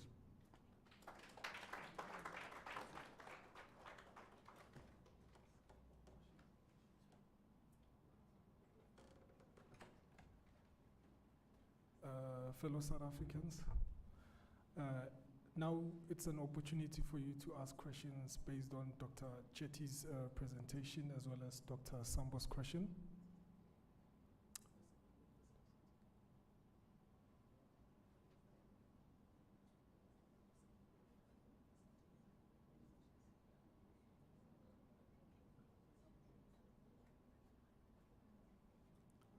I'm going to kindly ask Professor Mwepi to kindly facilitate the questions. Thank you. For online viewers, if you have questions online, kindly please write on the chat or raise your hand. And then for participants online, kindly please raise your hand and then we'll take it from there. Thank you. Good afternoon. Yeah, this is injury time, but we are proceeding. Yeah. We had our 2 speakers, very, very insightful topics that they shared with us. Dr. Sambo, Viola. Before I continue, I think I'm going to be facilitating with a student from KEMS. I'm not sure whether the student's around. Yeah, so Dr. Sambo, she really started us with definitions, and it was very helpful for us to understand, you know, those concepts. These are our current concepts. They need us, we need to understand entrepreneurships, innovation, and so forth. Also the types of will. She also talked about some of the resources and the importance of will, and more important is the links that are needed for the will partners and academics in institutions. So, and I think for us as academics, also as students, we also benefited from the resource that she quoted a journal of entrepreneurship by Ulianga, and I think that is something that we can look into to see that we know what is in there. And also, what for me was important was what she said towards the end, that we need to be involving our students in decision making. Just quickly, what Dr. Chetty said in connection with the skills, the project that is dealing with of developing digital competencies of students. I think the big question that he asked of saying, are UNISA graduates ready for the digital market? I think that is an important question. I'm not going to say further more about the presenters' presentations, but I'm here to facilitate the questions from those two speakers. Colleagues, students, this is the time. I'm looking at hands. There is one hand. Yeah, you can take the mic there. I see only one hand. And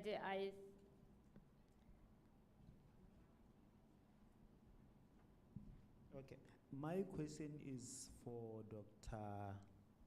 The one from, I think is from the College of Economics, because there is a call now for entrepreneur competition from the UCDP.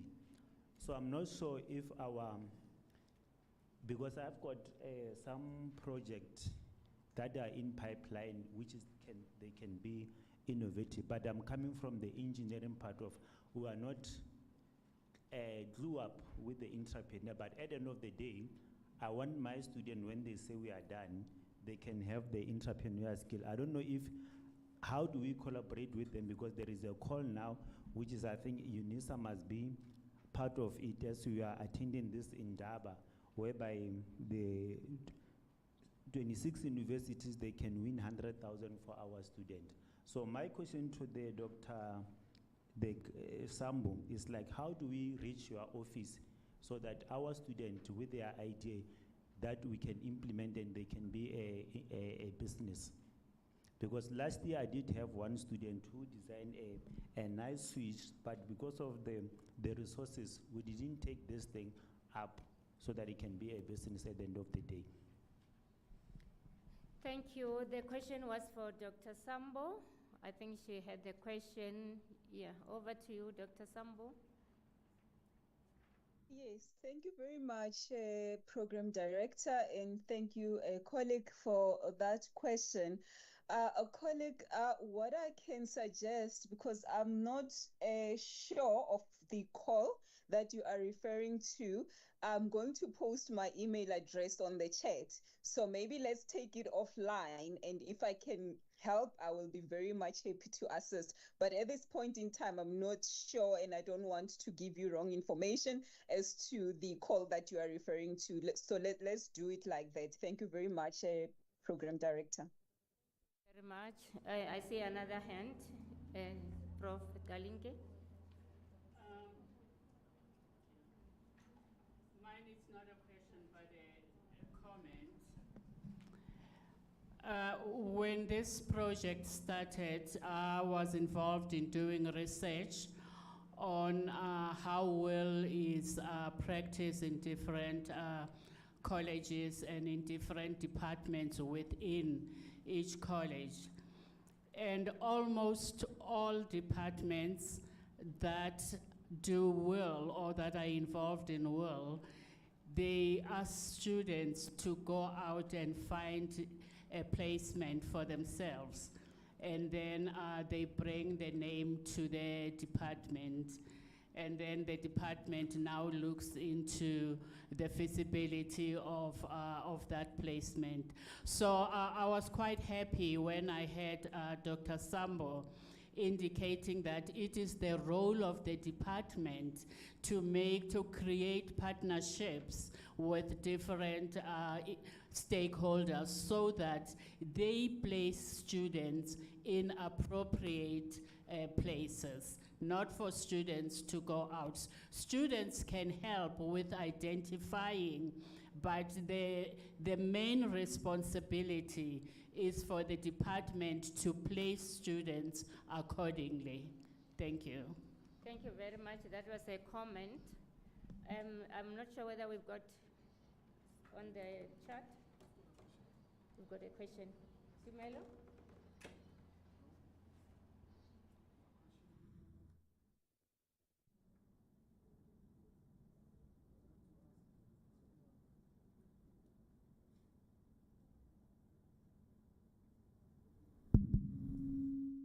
My question goes to Dr. Chetty. His presentation, I feel like it's a must for UNISA students to partake in such. How can me as a UNISA student be involved in those Microsoft programs that you were talking about, as well as some Microsoft training in general? Because you mentioned that as a UNISA student, when I come out of UNISA, I must be online savvy. I must be better than other students because this is an open distance learning institute. Thank you. Thank you, Dr. Chetty.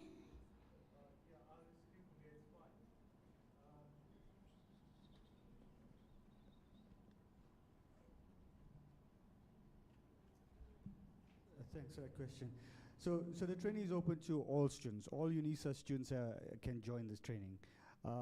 One of the good things about this particular Microsoft collaboration is you come out with a Microsoft certification of participation, which is good for you, right? So it's not just something that you complete and you got no evidence. You come out with a certificate of participation that you can attach to your CV.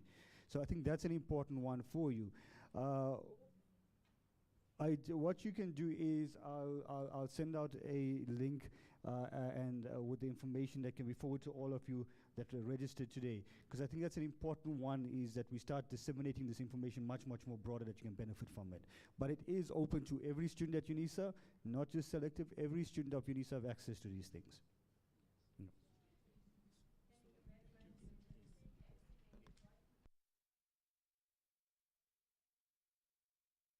To register.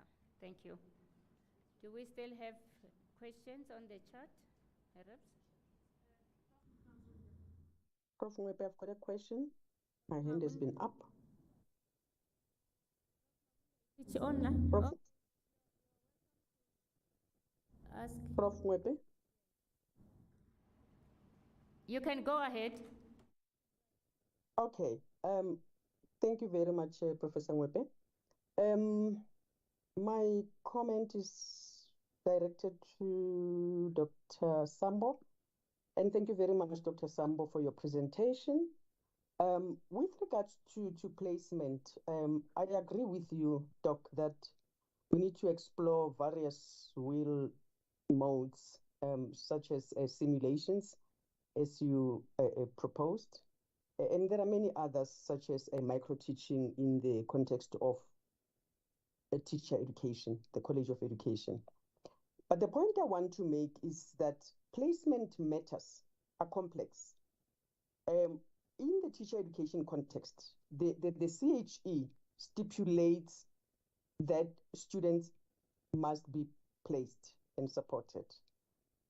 However, in the context of the College of Education, where this would mean placing 25,000 students in 1 year, it is virtually impossible to recommend placement for students.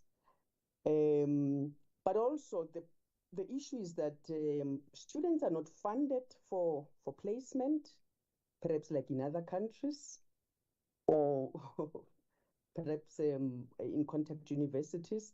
The UNISA students are not funded for placement sites.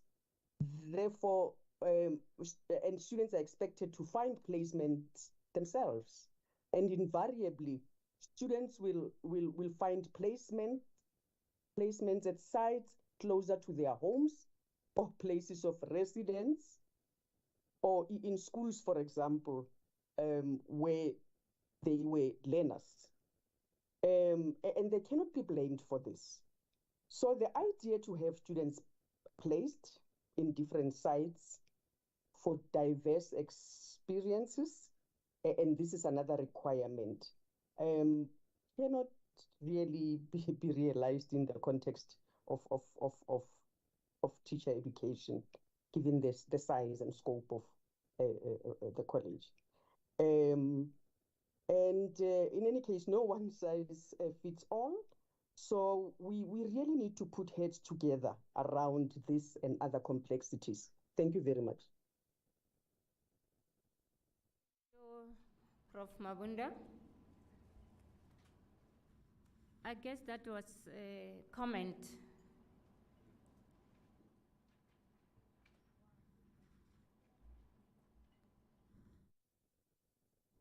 Yes, it was. Thanks, Prof. Thank you very much. Do we still have any chat?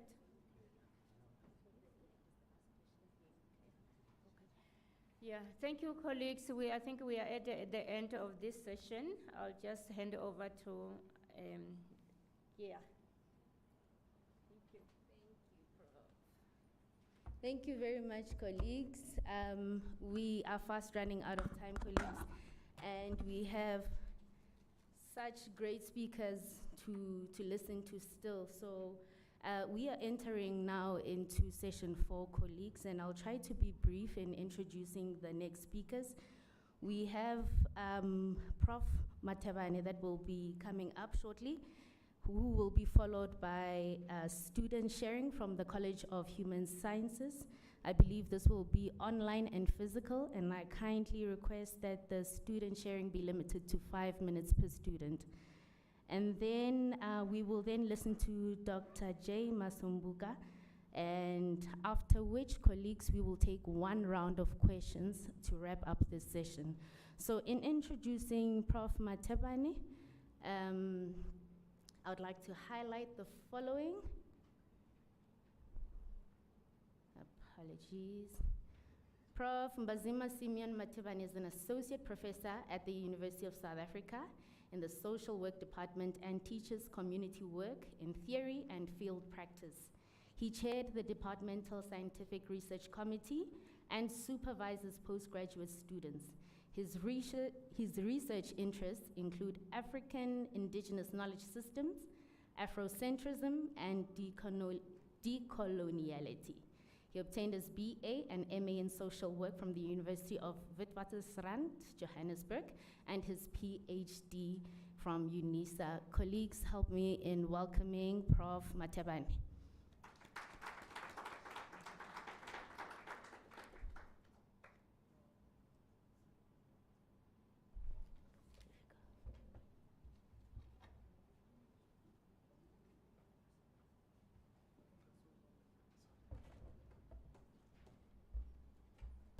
Good evening, colleagues. It's very difficult talking this time of the day, but we'll try and make it as vibrant as we can. And thank you very much, Program Director, for that introduction. And let me start by indicating that I come from the Department of Social Work, as she indicated, and with me are 2 students, one present here with us and another one joining online, Petros. He's in Velcom. So I'm going to quickly run through a presentation. I've seen on comments, Prof. Indaba commenting about practicals and work integrated learning and all those things. And I believe ours leans more on practicals than work integrated learning, but you judge for yourselves. So but for the purposes of this event, I will refer to it as work integrated learning. Now, we in social work mainly talk about field practice or practicals, hardly talk about work integrated learning. But you see, it's I think a debatable thing as to whether, is this work integrated learning or is it practical or whatever. Some people have different views, but I'm not going into those debates. Let me rather talk a little bit about what work integrated learning is from the point of view of social work. It is an opportunity for students to facilitate processes in communities aimed at helping communities at different levels, of course. We intervene at an individual level, at group level, and even in the broader communities.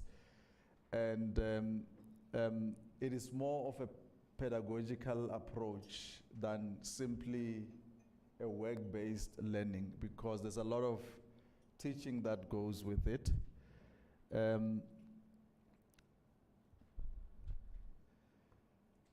We sometimes refer to it as a service learning. I'm not going to bore you with the theory behind that, but it basically refers to the same things. And is used in teaching and learning, is used in research as well as community engagement. I'm involved with the 4th level, practicals, which is our exit level. And at this level, as it, also the same with the other levels, you will have, so the students will do practicals in a particular module. And the modules are demarcated according to the levels of interventions that is done, whether it's, what we refer to as case work, which is work with individuals and families, or group work, where you're working with a group of people facing a similar challenge, such as maybe, widows or young people abusing drugs or whatever, a group of people that may be dealing with a particular challenge. And community projects, which are aimed at intervening at a broader community level, addressing whatever challenge that the community may be facing. So those are the levels, and how we do it is we work with what we call host organizations. These are, the majority of social workers are obviously employed by the DSD, the Department of Social Development, which becomes one of our biggest placement organization for our students. So the majority of the students will go to the Department of Social Development and do their practicals there, while others will be accommodated in different non-governmental organizations as may exist nationally. So I will later on talk about the structure in the department. We have a dedicated person who coordinates this kind of placement. So it's done within the department, although students may still find organizations and bring forth the names and contacts. It remains the responsibility of the department to coordinate that placement process. And as they go into placement, they start with what we refer to as block placement, where they spend an interrupted week in the organization, basically doing orientation, and thereafter do concurrent placement, which involves going to organizations once a week, from normally April up to the end of August. The notional hours accumulate to more or less 30 days of 8 hours work in the organization.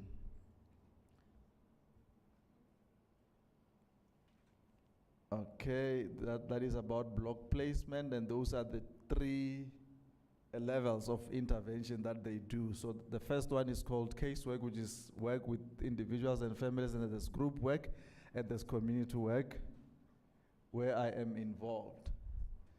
And then this mid-year evaluation and end-of-year assessment. So students will go and do their intervention, and they will be supported by supervisors. I've had a mention of mentors and all that. So we have supervisors who are qualified social workers in the field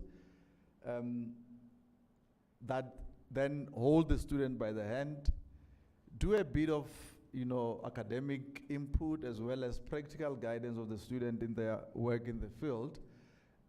So these are UNISA contracted supervisors. So these are qualified social workers out there, but they are contracted. They sign a contract with UNISA and they are paid to do that kind of supervision. But you also have someone within that host organization, which we refer to as a contact person, who sees to the day-to-day work with the students and guiding the students around the organization. But in addition to that, then they have this supervisor, UNISA appointed and paid supervisor, who then supervises the student. They normally do group supervisions, and they will look at their reports, because as they do their work, they're expected to produce reports that are marked and they're given feedback and all that. So there is the structure. So you have the department there on top left, and we have our the coordinator of placement. So there's a dedicated person who's not an academic per se. That they are not, this person is not a lecturer. Their work is purely around coordinating placement. So they are responsible for negotiating with organizations and developing memorandum of understanding that get signed with the organization. As I indicated, students are also able to proactively identify organization and bring details to the attention of that person, who will then do the formalization work to ensure that working relationship is formalized. And we used to have coordinators at regional level, but at the moment we do not have that. And then you have supervisors. As I indicated, these supervisors are contracted by the department. They are paid to do that kind of work, and they are responsible for providing weekly supervision. As students work, they write reports, and they then get together with the supervisor and get some feedback. Okay, so what is on the other side? I've already spoken about the contact person and their role. Now let's come to community work, which is I'm directly involved in. We follow a problem-solving approach, where students go out to communities and do some assessment of sort and determine which problem require attention, and they then work with the community through some structure and then intervene to solve that problem. That's the process. They basically follow a project management process. We start with analyzing that situation, identifying what the impediment is, developing a plan, implementing it, then evaluating it. And let's talk about the integration, the use of ICT, information and communication technology. Obviously, as we talk about ICT in our context, we have to think seriously about the gap in information and communication technologies, what we refer to as the digital divide. So, as we deal with these things, we have to think about the fact that not everyone has access to this kind of technology. So how do we embrace these technologies, but at the same time, not leaving others behind? So these are the challenges that, on an ongoing basis, we deal with them, but we take advantage of the availabilities of such technologies and use them effectively to the benefit of both the student and the department. Obviously, whatever technology that you use must be able to link up with our learning management system, which is now modules at UNISA, and must be capable and sophisticated enough to coordinate both synchronous and asynchronous learning, because there's certain things, especially when we talk about practicals or work integrated learning, is things that happen outside, they're not in the system. So how do you coordinate these two and ensure that in the end they can work together?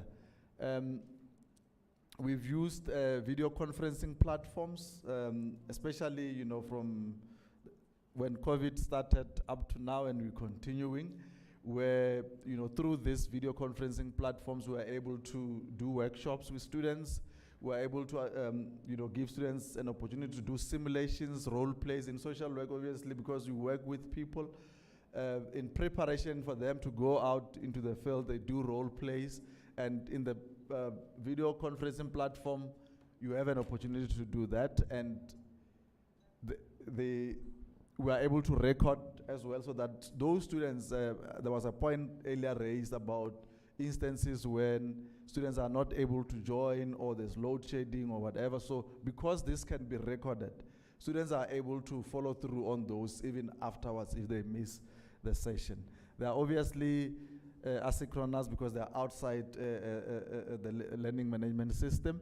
We also used the digital teaching lab, which we also refer to as lecture broadcast, through the help of Prof. Danny Duplessis in communication, where, again, this is same as video conferencing. This also can be recorded and, made available for students even after the actual session, and is able to accommodate those simulations and role plays for us. We also use Microsoft Teams, and I think this we continuing strongly on this, because it's cheaper even in terms of data compared to Zoom.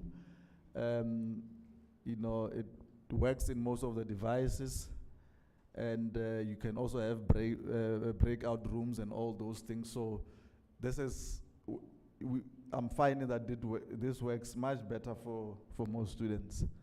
And through the use of these technologies, we are able to do both remote, students are able to do remote facilitation of change in the communities.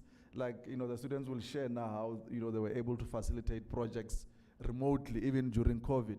But we're also able, from our side, to do assessments. So for the practical modules, we do oral assessments.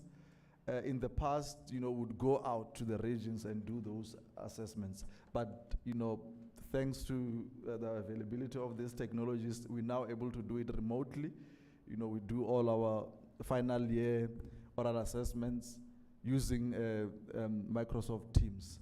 Thank you very much, colleagues. I'll stop here and ask the students to come and share some of their experiences doing this kind of work. Thank you.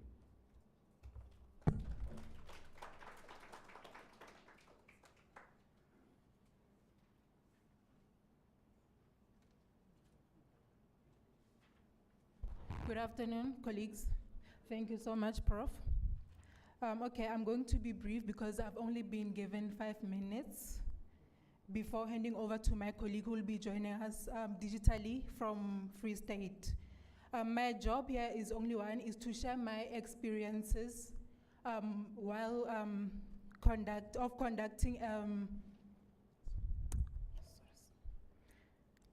a community work project. I did that project last year. So in social work, one of the interventions that we use is community work. And we call it practicals. So how these practicals helped us, pre-COVID, we had to attend weekly supervisions, as well as weekly supervisions with our supervisors.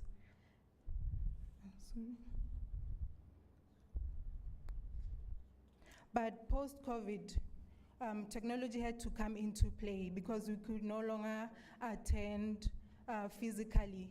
And this personally has helped me to come up with plans to be innovative and to move from the traditional way of conducting the traditional way of, throughout the years, social work interventions have been done face to face. But post-COVID, we have seen that technology has made it possible for us as social workers to work remotely. So right now I'm going to be sharing about the project that I did. The name of the project was Itireleng Youth Empowerment Project. It was situated in Elandsport in Pretoria West at an organization called Hana Charity and Empowerment. I was working with the youth between 18 to 35 years who were unemployed. I identified that there's a problem of high unemployment within the community. So I started this program to address youth unemployment within the community. But obviously I was working through the organization in which I was placed, which is Itireleng, which is a Hana charity organization. The high level of youth unemployment was due to lack of skills and information on job seeking. The youth there had lacked skills and information, and this contributed to a high rate of crime. We have what we call the presenting problem. In order to identify the presenting problem, I had to analyze the context. The context is the community as a whole, and interview the stakeholders within the community, and as well as within the organization in which I was placed, in order for me to be able to identify the presenting problem which the project could address.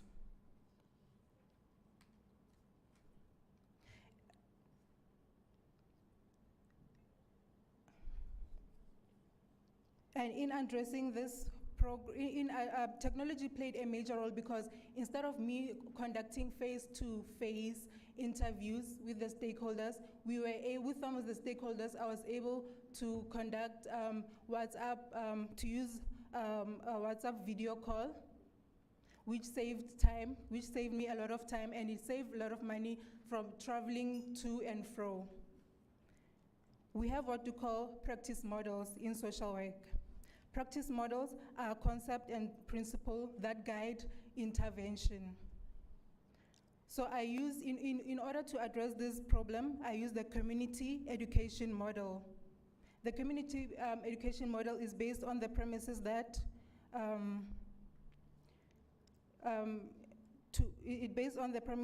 it addresses ignorance. It addresses ignorance and empowers individuals, because social work is not only, you do not assume the role of an expert. I'm not an expert. That's what social work is about. That's not what social work is about, but I am an enabler and an educator. Sorry, 1 minute, okay. And the intervention was done on a micro level. The approach used was the micro level, which focused on the community, which means that the community could join forces and work together with the community in order to bring about the required change. I did not work remotely. We have what we call the action system. The action system are the people whom I work with directly to bring about the change. And in interacting with them, it was simple, because I could, instead of meeting face to face with them, we created a WhatsApp group in which we could share ideas. And that made the process simple, because some people are shy, some people cannot speak, but when you've got using a platform such as WhatsApp, it's easier for them to just type in their ideas, because most people have brilliant ideas, but they cannot share them face to face. So that's where technology really played a major role.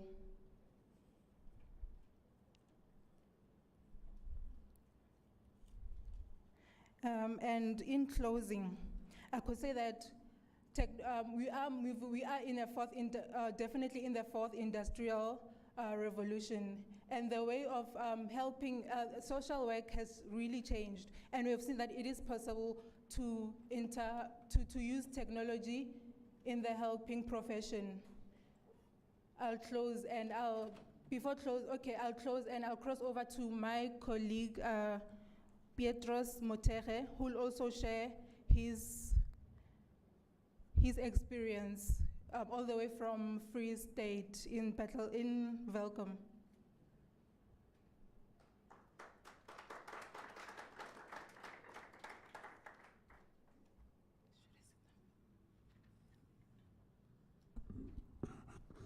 Petros. It's over to Petros. Petros should be online. Please confirm if you are hearing us and ready to share your reflections.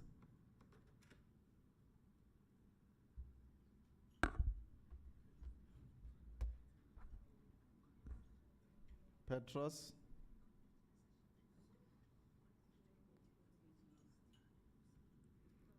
Apologies, colleagues. It seems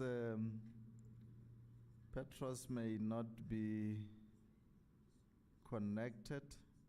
Hello, Prof. Petros, are you there? Yes, I'm still online. Petros, over to you. Hello. Good. Your reflections? Oh, thank you, Prof.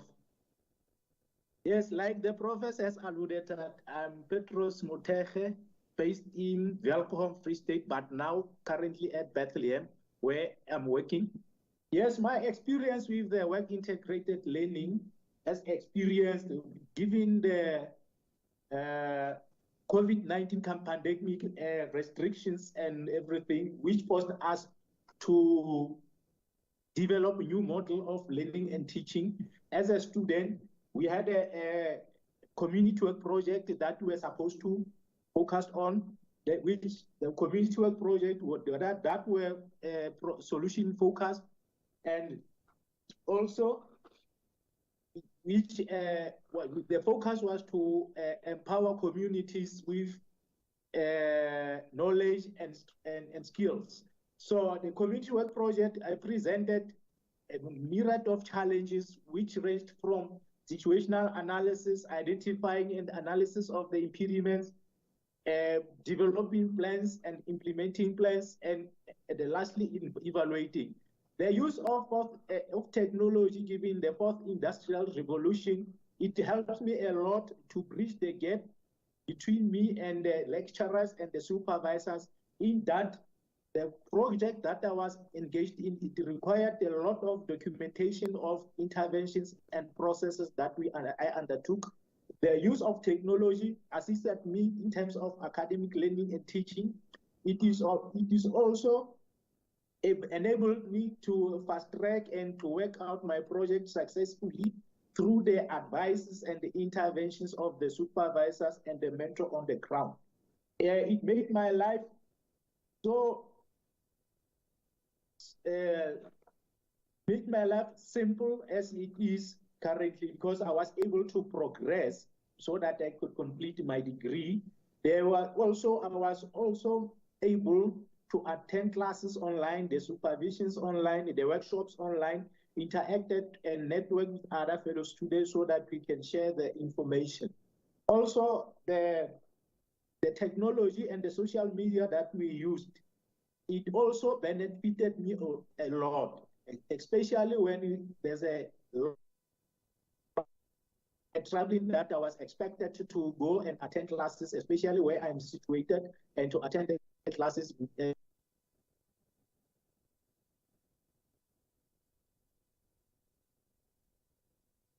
It also cut the cost.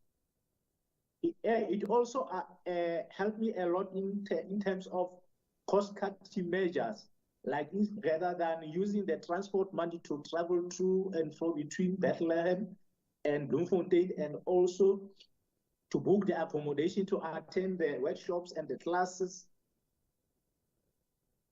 supervision classes. Yeah, it also benefited me a lot. And also the development of the Moodle applications that UNISA introduced to us as students enabled us to access a lot of information, the course materials, the study lessons, and the discussions forum, so that we can bridge the distance also and bring us as the student closer to other fellow student lecturers and the supervisors. And it's also the library service that can access at our fingertips. We are also able to submit our assignment online, write examinations online, have a discussion forums, have oral presentations of online for oral assessment at the end of final exam.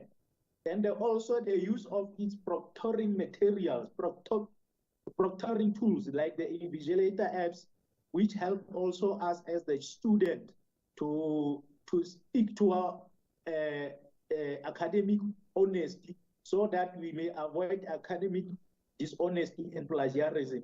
This kind of technology nowadays, it helps a lot. It helps a lot for us, especially for the students who are from the rural areas and the students who are unable to afford in terms of other financial means to meet their education needs halfway also. But the challenges posed with the technology that I've experienced with some other fellow students, even though it never affected me as an individual personally. So the problem was the data cost to attend classes to some of our fellow students that were in interaction with them, were attending the online classes and workshops also. And also the problems with the poor network connection to some of the network companies. And also the other thing that came in from July last year, the only thing challenge that it became a problem was the ESCOM's load shedding, because mostly when there is a load shedding, there's a problem, there's a serious problem in terms of connections. Yeah, that's the challenge that I can say. That's how the technology assisted me to acquire skills and knowledge with the community project that I embarked upon, so that I can complete my degree. Thank you so far. Thank you so much, Mr. Moteke, for your insights, and thank you to the previous student as well. Colleagues, we are going to merge session 4 and 5 in this way. I'm going to call on the last key speaker, after which we will take questions for both sessions. So if you, I trust and believe that you have been noting and listening attentively, but in the interest of time, seeing that the student bus leaves promptly at 4:30, I kindly request that we try to speed things up without obviously compromising the integrity of the presentations, colleagues. So with that said, I would like to introduce session 5, being using work-integrated learning as a catalyst to prepare students for the 4IR world of work. And for our main speaker for this session will be Dr. T. Sitebe, who is a senior lecturer in the College of Science, Engineering, and Technology.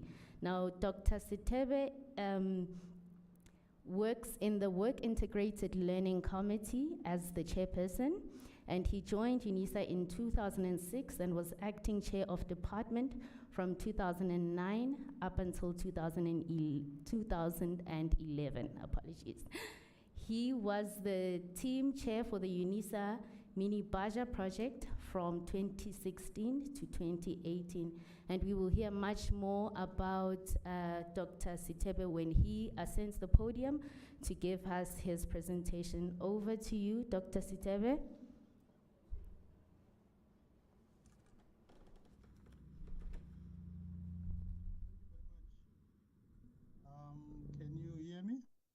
We can hear you just fine, Doctor.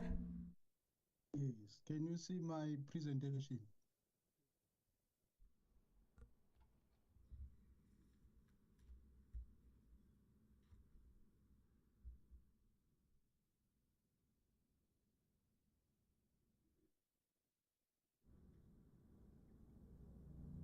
Can you see my presentation? Yes, we can, Doctor. Um, I, I, I know because of time, and I've, I've been listening to a lot of speakers, and I've taken up the definitions on my slides, the explainer, the notes that explains what will is, how it's done, because it has been covered and at a more detailed level by other speakers. But I'll just go into what we do as a school, or yeah, as a school. There is a piece of a definition there of work integrated learning, but my main focus here today is to, or now, is to tell you about what we do on campus. We started in 2015 to use our labs once after they've been built there in Florida campus.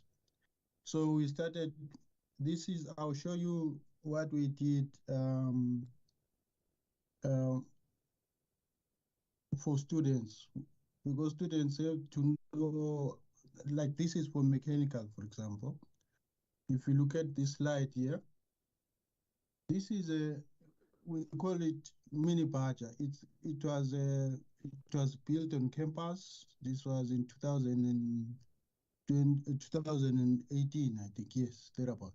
It was built on campus. Students went in there to compete with UP, TUT, and then because the idea of building something that works is for students to know that during design, if you over design, it becomes heavy. If you under design, it breaks and it's not safe.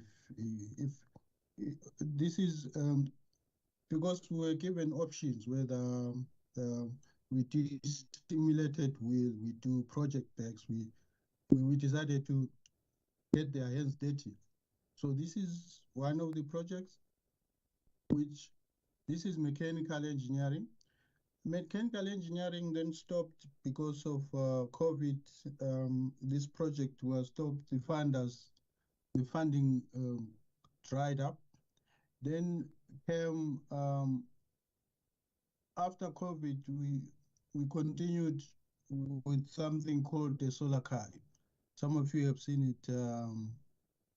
We did it last year. We competed from Joburg to Cape Town. Similarly, is to ensure that whatever is done in the workshop is done out there in the world. A student must know that whatever they do, it should fit the purpose. If I can go back to my slide, this one, you see that's Badger, then solar.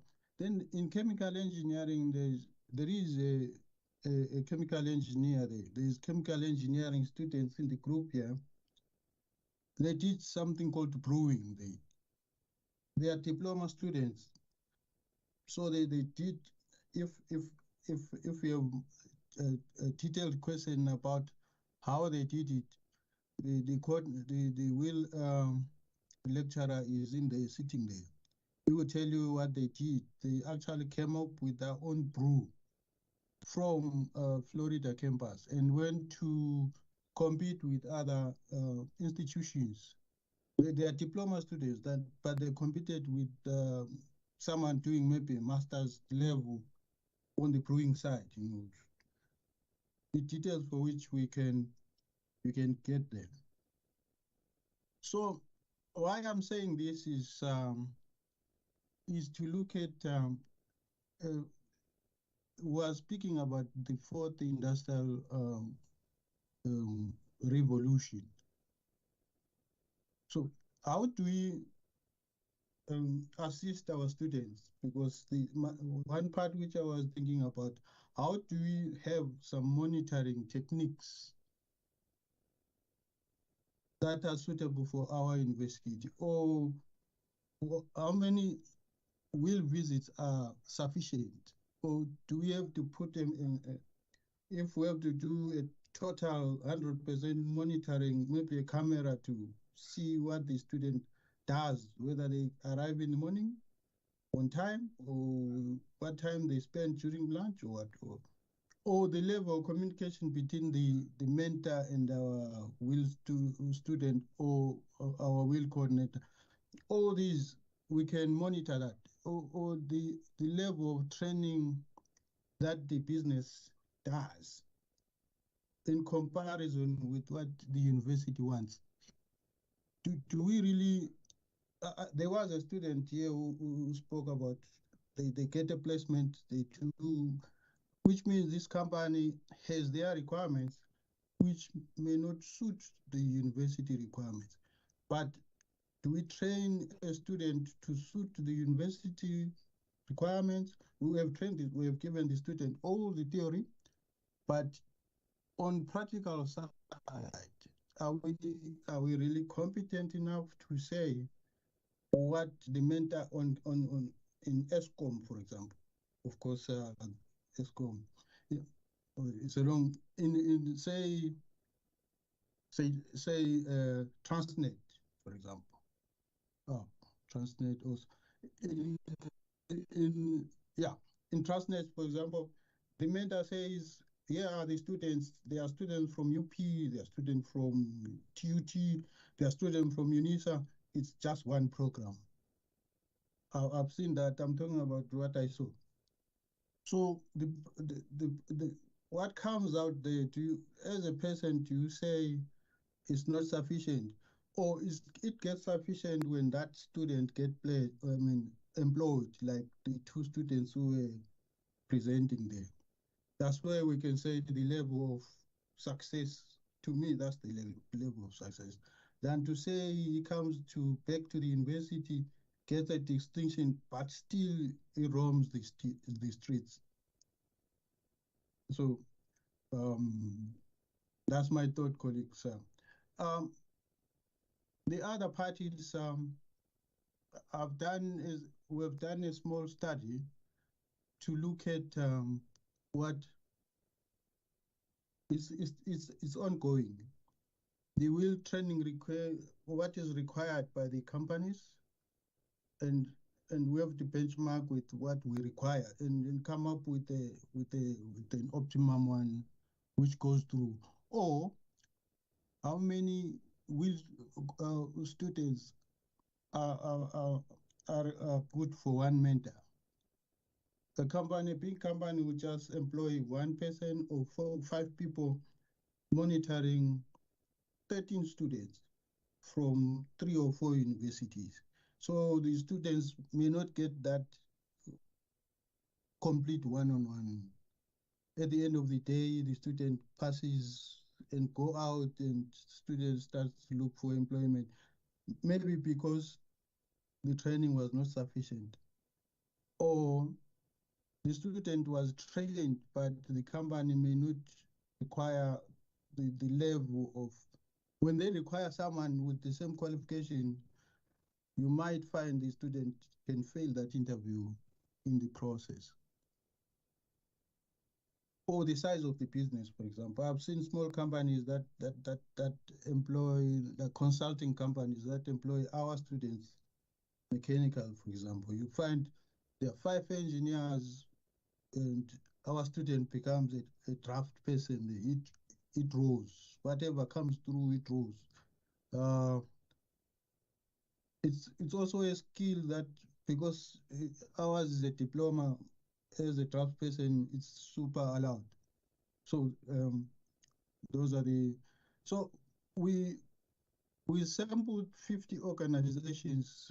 This was done practically throughout the COVID period, asking them, sending them these letters to say which method do you prefer, the questionnaires, the physical monitoring, or the online option where we use my teams and so forth.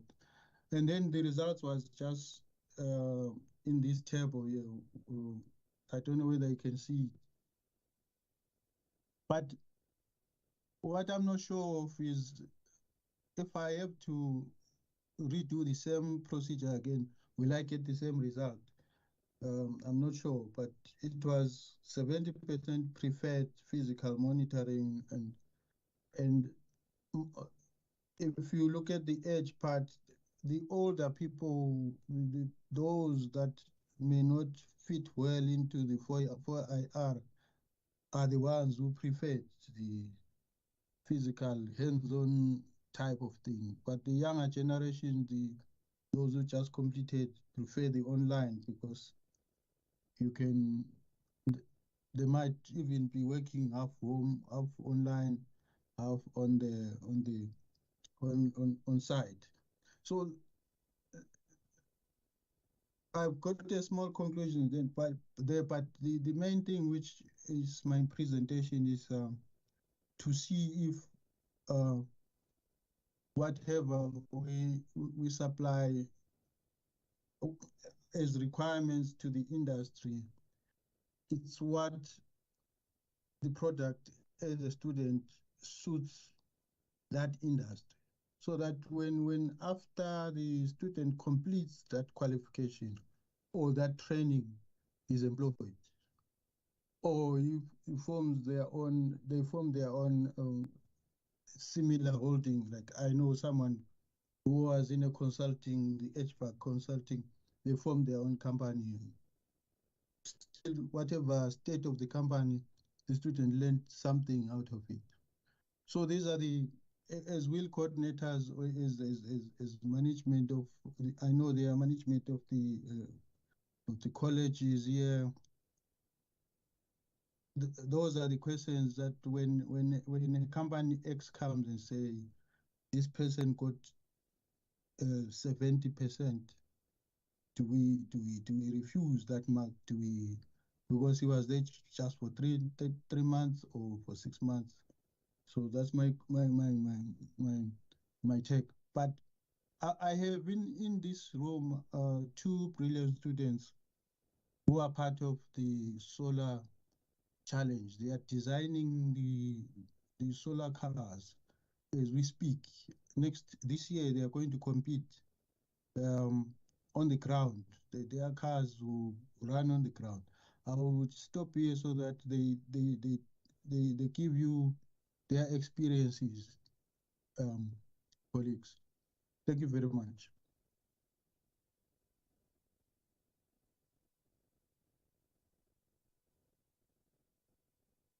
Thank you very much.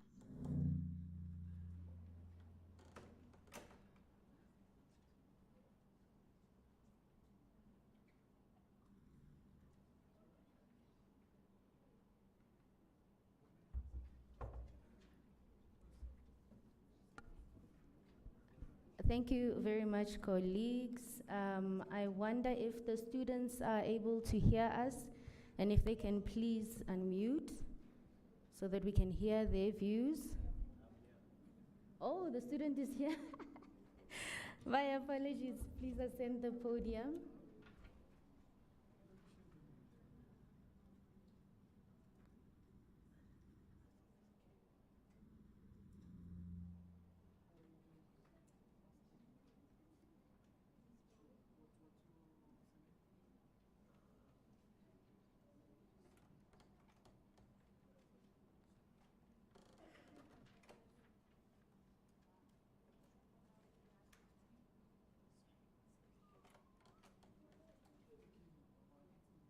All right, colleagues, I think we're just waiting for a presentation. Are you fine? The cable. I suggest that maybe you send it to one of us so that we can flag it on your behalf. I think it would be easier that way. You're not on Teams.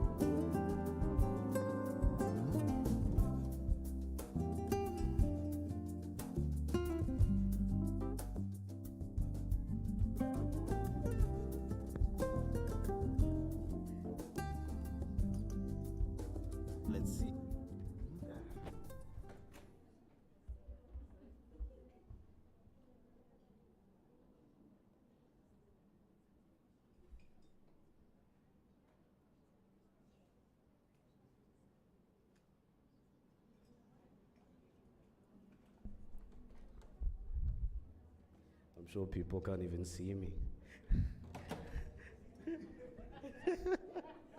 This is, yeah. Can you see me now? Yeah, I was hoping you can see me. And they denied me the advantage of having that movable mic. I wanted one of those, but it's fine. Is the presentation connected? Does this cable work?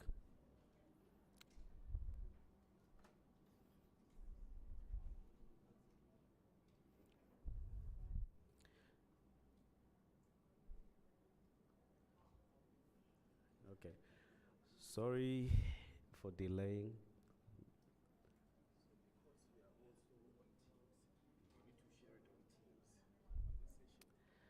Okay.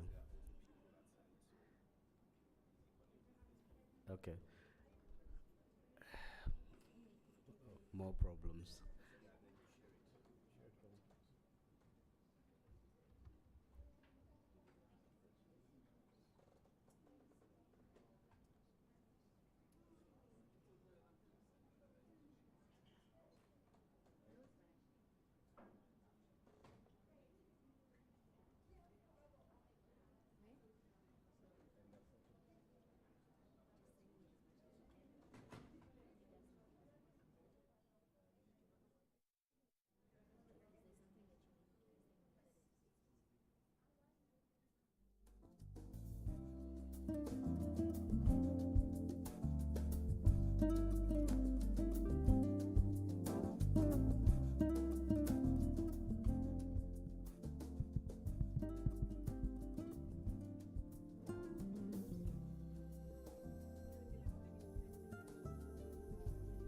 Colleagues, thank you so much.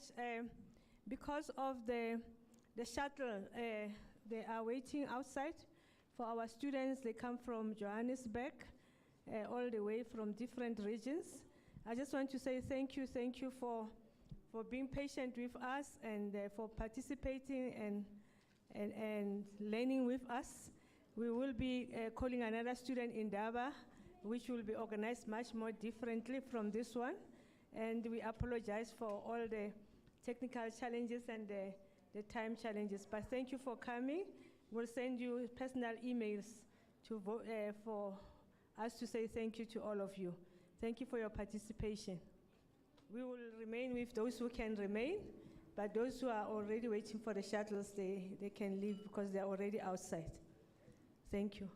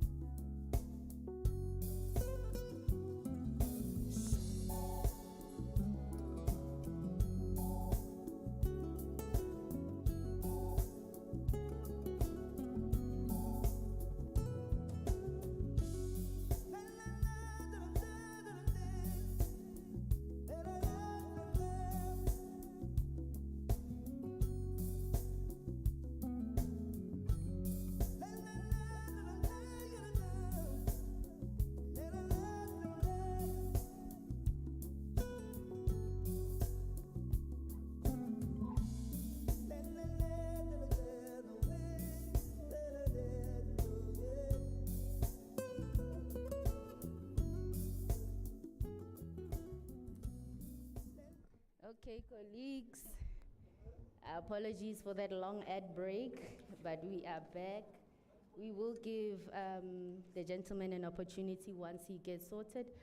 Colleagues, let me please, I'd be doing a disservice if I did not call upon this next speaker. We will now hear from Mr. Mokwena, who is the manager of the Open Distance and E-Learning Acceleration Unit that is based in the College of Education. Mr. Mokwena, the floor is yours.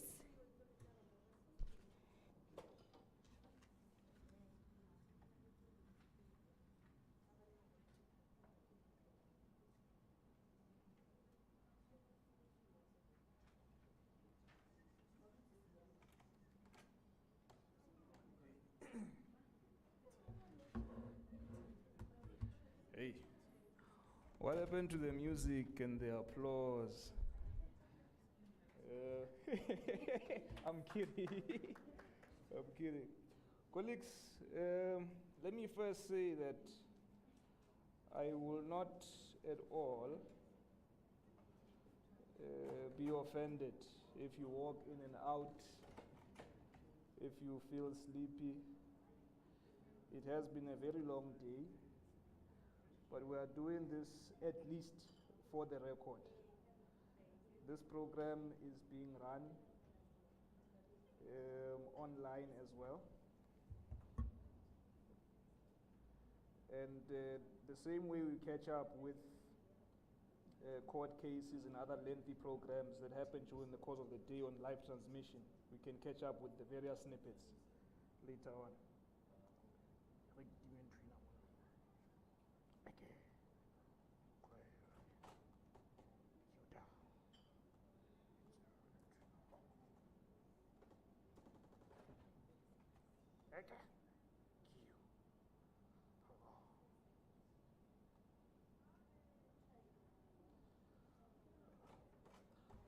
Okay, thank you very much, colleagues.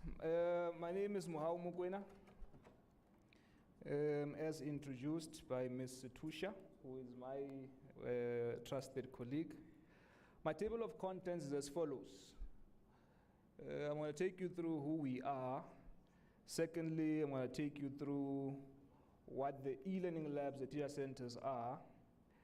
Thirdly, I will just glance through some of the initiatives we have in place for this academic year, which will also spill over to the 2024 academic year. And because we are dealing with work-integrated learning, I will dwell much more on our interns intake for this year. So it should be saying 2023/2024. I'll also take you through the skills development programs that we have in place for the interns. Then I'll take you through the teaching practice value proposition, because that too is a form of work-integrated learning as far as I understand it. So as the OAU, what is our mission? This thing is, yeah, you see, yeah. What is our mission? Our mission, colleagues, is to make the College of Education at UNISA the paragon of open distance and e-learning in the University of South Africa, and now because of a much wider audience, I will say in the continent.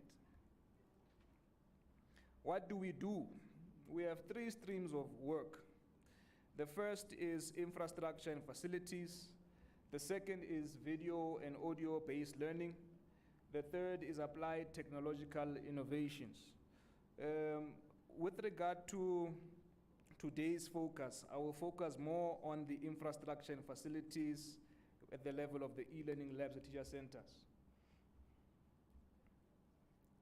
So what does a typical e-learning lab at a teacher center look like? It looks like this. You have maybe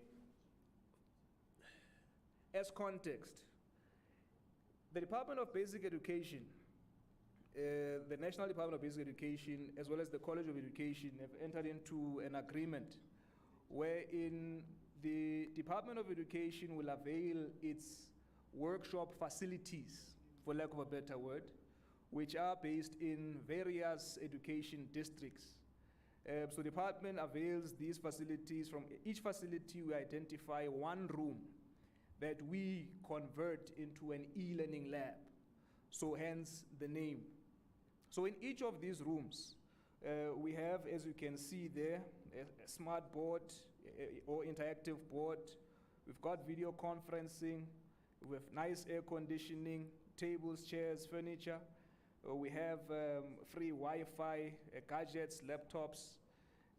And in addition, we also have an employee at each center where we sponsor with these facilities. Where are they? These, currently we have 31 centers in existence. There used to be 33, but due to the July unrest of 2021, we lost 2 of them in KZN. Two centers are in Gauteng. In KZN, we have 15. It used to be 17. In Mpumalanga, we have 5. Then in Northwest, we have 9. That makes it 31 in total. But then in addition, we have 13 new sites that we have identified, which we are currently installing in. And these are in the provinces of Limpopo, Northern Cape, Eastern Cape. And then we're reinforcing a little bit here and there in Gauteng as well as in Mpumalanga. So just out of interest, it's Soshanguve, it is Mbuzini in Mpumalanga, it is Middelburg, Prichaba in the Free State, Tromsburg in the Free State, Seshego in Limpopo, Tsanin in Limpopo, Kimberley, Northern Cape, there are in Northern Cape as well. Then in the Eastern Cape, it is Mdantsane, Fort Beaufort, Sterkspruit, and Lusikisiki. Then, as an intervention for the future, in preparation for the 2024 financial year, we are having a debate which we are yet to exhaust. We call this the Ethiopia versus SADC debate. Now, this debate, in short, it says, do we start in Ethiopia because we have a presence already in the form of our Addis Ababa campus? Or do we venture into countries which are closer to us, that are here in SADC, whether Lesotho, Swaziland? There's a video once upon a time I saw, they say Lesotho and Swaziland, basekhaya vele. And then obviously there's other countries, Botswana, Namibia, Zimbabwe, and so forth. So once that debate is concluded, we will then put into our submission for 2024 that either a country in SADC or Ethiopia itself will be ventured into. And if it is Ethiopia, there'll be a much more M&D focus. Now, to take you through our 2023 initiatives, I will talk to you about the interns recruitment. I'll speak much more about that in the next slides. The skills development programs for the interns, as I said earlier on. Then we're going to have the smart or interactive board training for our educators, especially our interns, yes. And then for teachers which are in the localities of the teacher centers.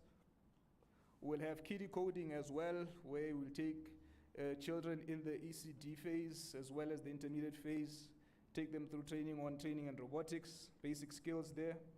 Then, notably, it is what we call the My Best Teacher competition. This is for 3rd year and 4th year teaching practice students. And the aim here really is to create a buzz of best practice among our education students, to say the best practice, let it be taken out there, or let it be publicized as much as possible, whether it is at a face-to-face basis or in the form of online pedagogy. And this will be in July to September this year. Then lastly, it will be our teaching practice contribution. That's in the subsequent slides as well. Now, a lot has been said, colleagues, about work-integrated learning and the importance of technology being a point of emphasis as our students do this. And you may have heard earlier on our executive dean. Is it 5 minutes, Gecha? No? The executive dean stating that in as much as we are generating graduates now and in the near future, but in reality, we need to produce education graduates with longevity in mind, that this person will still be in the classroom in 2050, in 2040, so it's best that you lay a solid foundation with regard to ICT skills. And similarly, and in addition, that we should never have a situation again where we educators are found wanting should a pandemic happen, and wherein online pedagogy will be the order of the day. So with regard to our interns intake,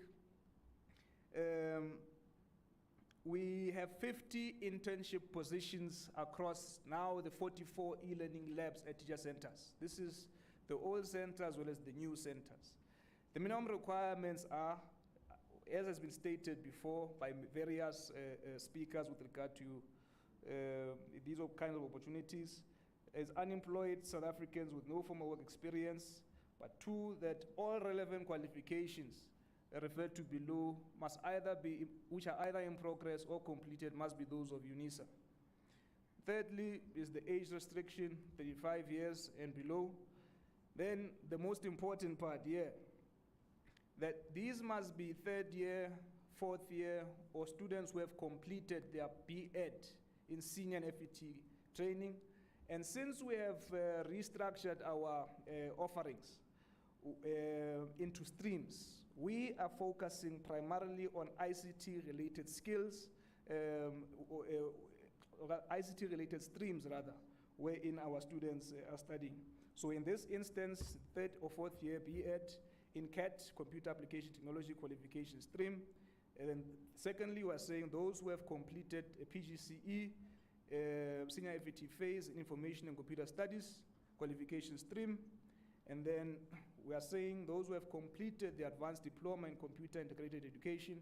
And then lastly, we are saying for those students who have done as a basis or the foundation, a national diploma or a bachelor's degree, which is solid in ICT, we are saying from those students, we can take those who have enrolled for any PGCE, whether in progress or completed. So this just specifies and illustrates our commitment towards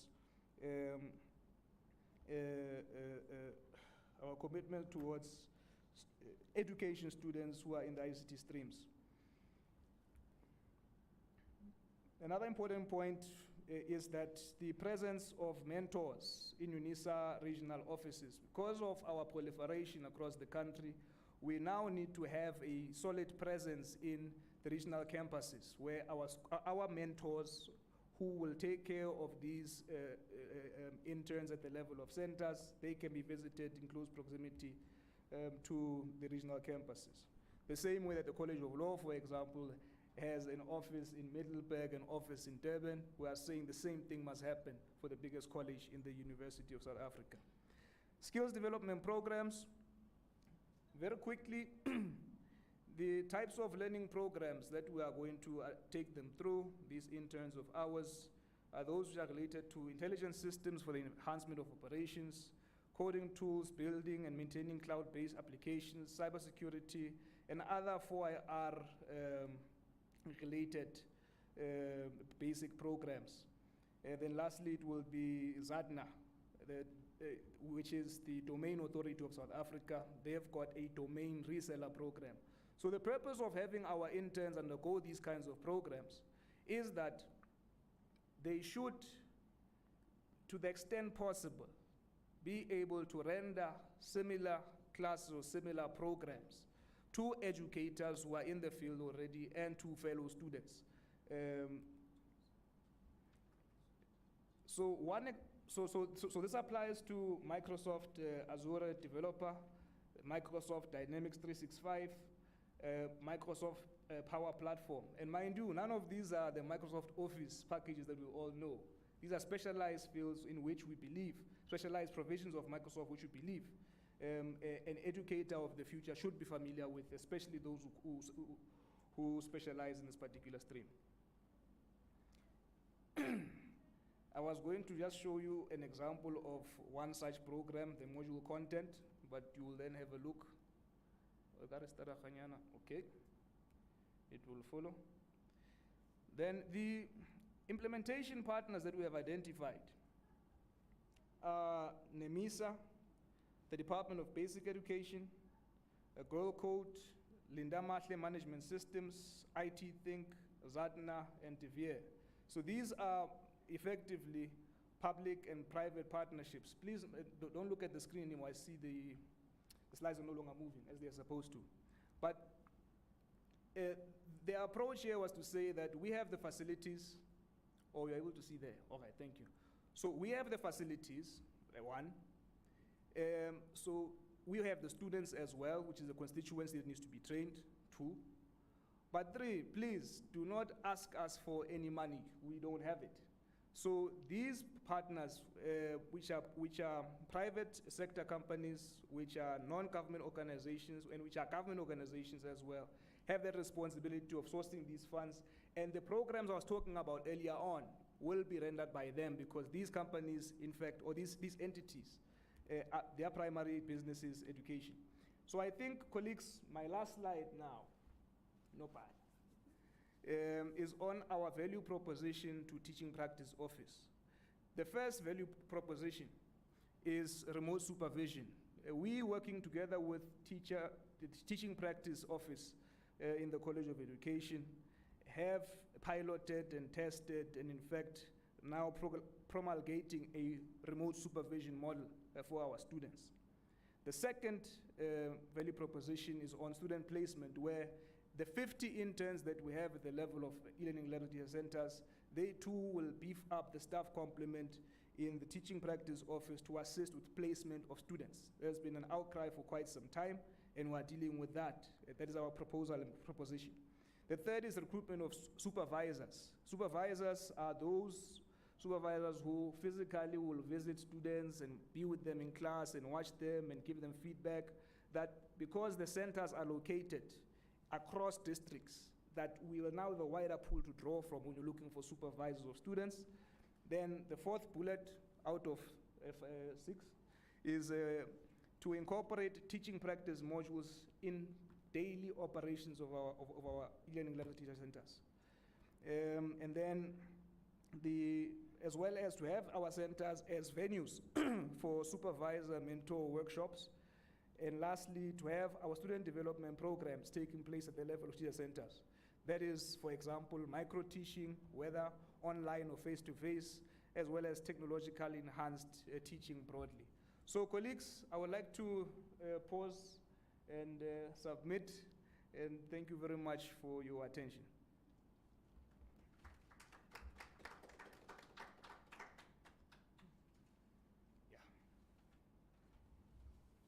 Thank you, Madam Speaker.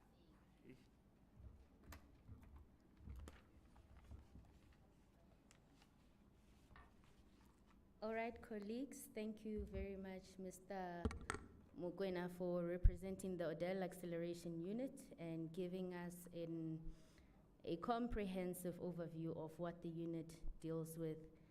And colleagues, I must apologize to the latter speakers because we've had to rush through these presentations. However, we have a debt to our students that are remaining. We first going to take Mr. Teboho Munyakane, sorry. Oh, my apologies, colleagues. It's the fatigue kicking in. Mr. Tapelo Munyakane, as the CSET student, just to take us through the presentation. And then after Mr. Tapelo, we are going to hear from Mbambo NP. I'm sorry, I just do not have the correct designations here.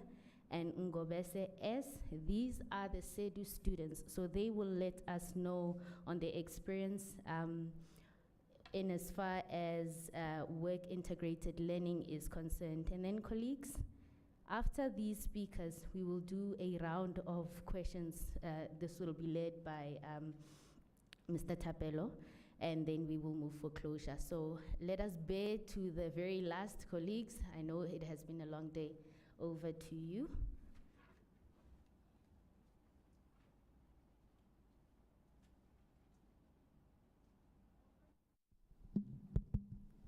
Good afternoon. Or is it evening already? There's barely anyone left.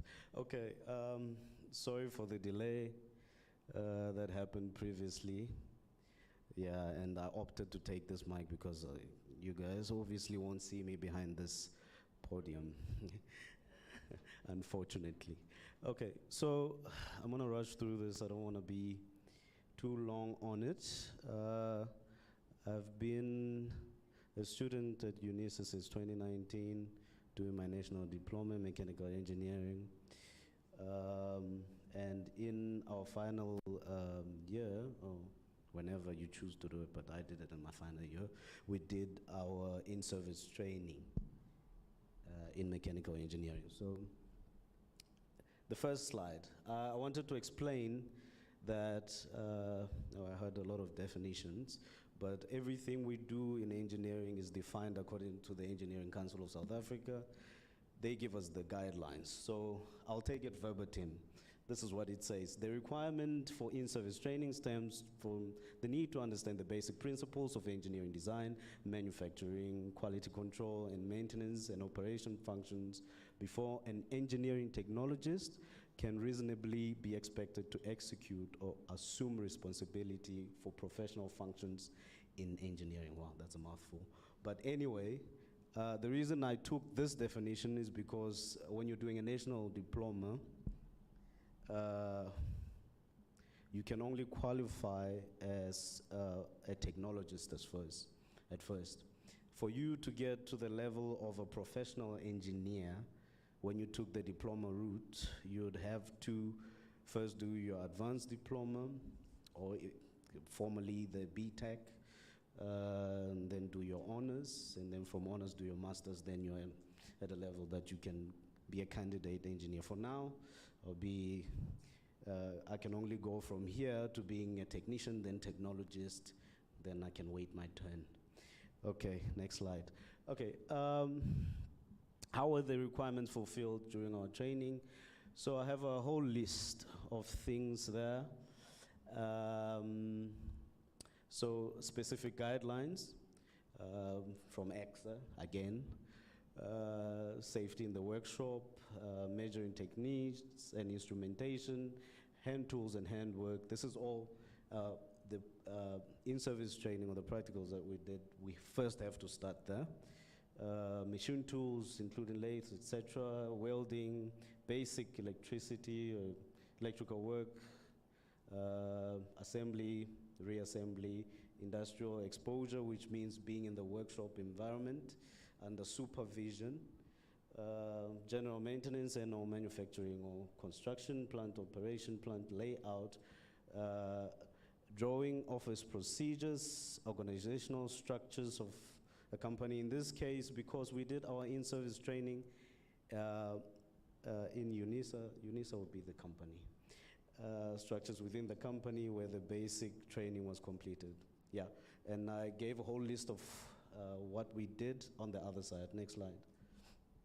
Okay, so the first thing every single engineering student learns, or is supposed to learn of, is the safety side of things. So I just gave an example of safety signs and what we're trained for during safety in the beginning, right? Next slide. Next slide. Yeah, one of the major components of working in the workshop, as I said, is safety, and therefore you have to always have your personal protective equipment. You don't want your company getting into trouble with Department of Labor, etc. Next slide. Next slide. Next slide. I don't want to go into a video. From the safety, if you're doing mechanical engineering, civil, etc., you are going to be introduced to specialized software. And what you see here are products of using specialized software in design. So a major component of learning to one day be a professional mechanical engineer, or any engineer for that matter, is interpreting, or let me say, first, taking your ideas and interpreting them into something that somebody can see. So you have drawings there. This is This was done through Inventor, which is Autodesk Inventor. And those are some of the sketches that we have, and we have them in 3D, and you have them in orthographic projections, which is just 2D drawings. Next slide. More examples. So we spend a lot of time doing this. Next slide. And then we move on to more advanced, previous slide. We move on to more complex things.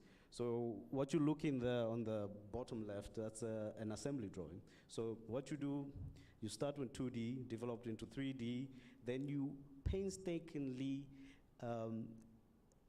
design each and every component of an assembly, right? 3D drawing. And then eventually assemble it and make sure it's to specification. On the other side, Dr. Sitebe spoke about the badger. That's a design of a badger frame that you see there. So we also do designs that were done by previous students that worked, like that one. Next slide. More examples. Next slide. Okay, moving from that, from the design aspect, the beautiful thing about starting at a diploma level is that you get to not only deal with the first principles in terms of science, or the science of doing things, but you also learn to work on the flow. So that one day when you're a supervisor or supervising someone to do something, you actually know what you're talking about. So we actually start working with our hands like the individuals that do boiler making or whatever professionally, but we also do that work. We work with hand files, hammers. Next slide. So the beautiful thing is that we learn proper technique. Next slide. Next slide. And then we move on from hand tools to more complex machinery with moving parts. There you have vertical drill, you have a horizontal bandsaw, and the beautiful thing about UNISA is that we have a lot of this machinery there for us to work with. So, so it's not like we're doing in-service training, but we're not getting the same quality that we would get when we work in a company. Yes, next slide. Okay, and then moving from there, we go to some more, I wouldn't call them dangerous, but some more demanding techniques, including things in welding and so on. Next slide. And we produce our first handmade tools. And then finally, we apply all those in consolidating the knowledge that we learned. Next slide. Okay, but anyway, next slide. From there, we do hydraulics, pneumatics, etc., and the circuits and complex circuits. Next slide. And then moving on to the final thing that we did. Moving on to the final thing that we made, which is collaborating on producing the solar car that you've been seeing moving around, like last year and so on, in competitions. Next slide. In doing this and giving this perspective in the information age, which is what we are at now and during this fourth industrial revolution, we ought to first ponder, because people will ask, why are you doing all these things, doing hand tools and all sorts of crazy things if we're supposed to be moving to augmented reality and things in mechatronics and so on? Why are you doing this in mechanical engineering? First and foremost, we have to think of our context in Africa.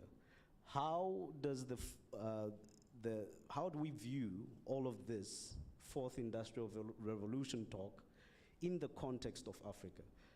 A lot of wrong questions are asked usually, and we apply our models of learning on more developed countries without considering first and foremost that at some stages of other industrial revolutions, some of the countries in sub-Saharan Africa didn't even thoroughly go through a certain industrial revolution. Therefore, has a necessity of having that background that we have. Yeah? Next slide. So, how though do we incorporate the component of advanced technology with what somebody may call redundant methods? How do we use this technology? Well, with us, we used it to optimize processes with digital platforms. Since we don't have very advanced digital platforms, well, we usually go onto our mobile devices and so on, learning techniques, and even when we go into electronic platforms, we actually order packaged electronic platforms, not necessarily building them from scratch. This is the beautiful thing about the fourth industrial revolution, or whatever industrial revolution that's coming, like the next one, which is the fifth industrial revolution, where man and machine will be more like one thing. I know that doesn't make sense. Not that we're gonna be robotic men, but we'll be collaborating with machinery. I see a lot of us are focusing a lot on the fourth industrial revolution, but we're forgetting that since we are slagging behind in our continent as well, the fourth industrial revolution is gonna run soon parallel with the fifth industrial revolution, where now we're using this augmented reality and so on. It's gonna run parallel with a person, for example, when working with machinery, can collect data on mistakes, and the supervisor can remotely view processes, and they can make efficient and reduce costs from these mistakes by actually extending hours of training without actually always having a supervisor at hand, with virtual reality, right? From home or from wherever they can do this. Right, okay. There, I already spoke about that, simulation, rapid skills or reskilling. The one thing I forgot to mention is the beautiful thing about what we're getting into from the fourth to the fifth industrial revolution is that we can actually reduce the skills threshold that will help to drive small-scale manufacturing of things, right? One of the most beautiful thing about our training is that we're not only trained in these things in the workshops, but we actually went to workshops outside on advanced manufacturing, etc. So we're actually exposed to the things of the future without necessarily always being, hands-on with it. So that will be it. Thank you.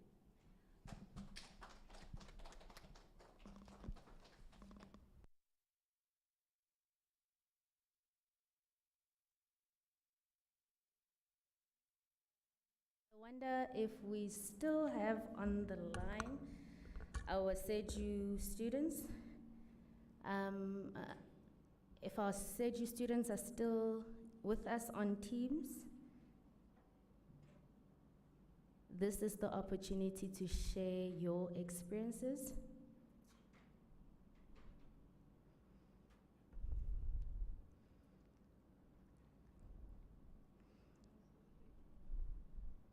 I'll just give them another moment. SEDU students, if you are still with us, this will be the opportunity. We have saved the best for last.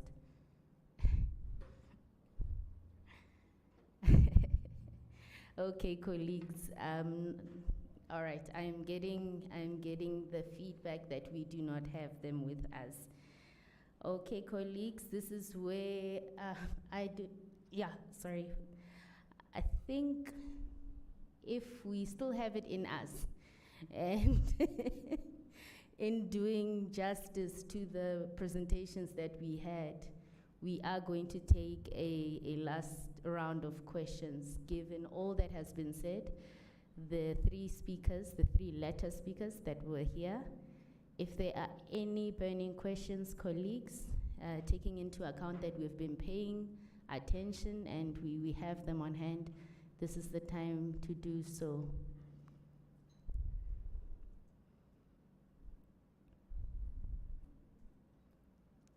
Okay, colleagues, no questions.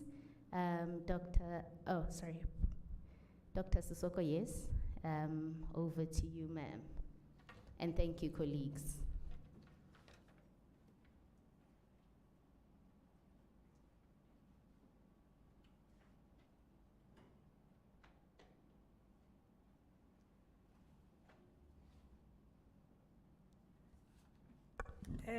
Good afternoon, colleagues. I just want to start by saying today was the longest day for all of us, and I want to thank those who are still online with us, the students, the academics, and some of our guests, if they're still there. I was trying to screen to check who's still available, but I know a lot of people have left because we had the longest sessions for this student in Indaba. We did have some challenges, the technical challenges. One of the challenges that we had was our media team had requested the hotel for them to set up a day before because their technical equipments and other things requires a lot of adjustment in between to test and so on. So they could only come this morning. And it was more like because of we had a national shutdown and we had a holiday. So our planning was one of the weakest things that we are learning from. But going forward, because this is the first student in Indaba, we will be having the second student in Indaba as we are preparing for the supervision and mentoring tool, which is going to be engaging the students in the activities of learning how to do what we have been discussing today, the supervision and mentoring happening remotely and using the mobile app. This is the project that was conceptualized by Prof. Mabunda. I think she's still online, as she explained this morning, for all the colleges. And these colleges are 5. Is CSET, is SEDU, is CHS, is CAES, and CAMS. Hence, we had this presentation from these colleges. What we have discovered through the research that was conducted by our researcher, Professor Galinga, thank you for sitting so long with us today. We saw a bigger picture of the richness of work-integrated learning within UNISA, and we were not aware because each one of us work in silos, and I'm sure today you realize how rich UNISA is in terms of work-integrated learning, whether it's innovation, whether it's entrepreneurship, whether it is creativity and sustainability.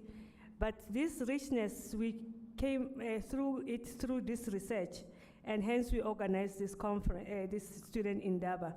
And we wanted to engage the students from the different colleges to share their experiences, which they did today. Maybe we could have arranged this for a 2-day session or a 3-day session, but we have learned from it, and I want to apologize for all the challenges that we experienced today. But we got the taste, we got the understanding. I want to say most of you will be sending you the email thank yous, because our students have left and we wanted to really thank them personally, but we'll do that because we have the register. And I want to say for those who are here, who are still here. Oh, okay. Those who are still here, a few of us who are still here, thank you for being patient with us. We didn't plan it to end like this. We planned it in such a way that we can be able to say a proper vote of thanks to everyone. But I just want to say thank you to the media team, thank you to the project team. Our M&E team has captured the processes, and they will also come up with a report that will guide us in the next student in Indaba. We will be having the student in Indaba, I think around August, and also having the WHEEL conference at the end, because this tool that we are developing is for the entire college, the entire colleges that are dealing with work-integrated learning, and we're hoping it will also allow us to share more experiences around what our colleagues have been talking about. Maybe we have to move towards the 5IR, we don't know. But whatever is going to happen, we are now aware of some of the improvement that we need to have. I just want us to put our hands together for the day and for what we have learned today. Thank you very much. I understand one of our students is still online, student Mbambo. If you are able to can also share your experience, you'll be the last student that have shared in this student Indaba. Thank you very much. We are looking forward to the next student Indaba because we will be engaging differently and as we pick up from the lessons learned. Thank you. Hello. Hello.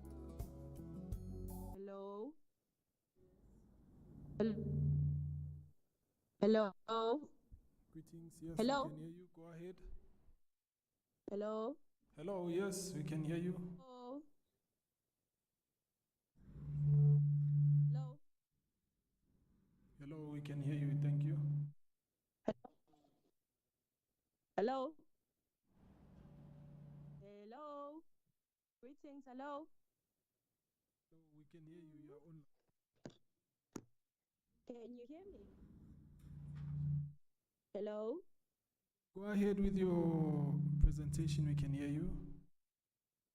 Oh, okay. Thank you so much. I'm having a bit of a network problem. Greetings to everyone. My name is Nolwa Zimbambo. I'm one of the students who were chosen for online supervision in the College of Education division. My experience with the whole process was very broad and very good. I did strongly feel like it would be good for first-year students as they are still really into the teaching profession, entirely because it boosts your confidence and supervisors are able to give you a more caring and supportive platform for you to be confident enough to do your online supervision. I strongly do feel like UNISA must encourage this online supervision platform, especially because it will be able to actually promote teachers that will be able to host maybe Google Classroom in the future, as we saw that we were faced with such challenges where teachers were not really didn't have enough information about Google Classroom, and which was very challenging, especially for the schools in the rural areas. So that will be all. Thank you so much.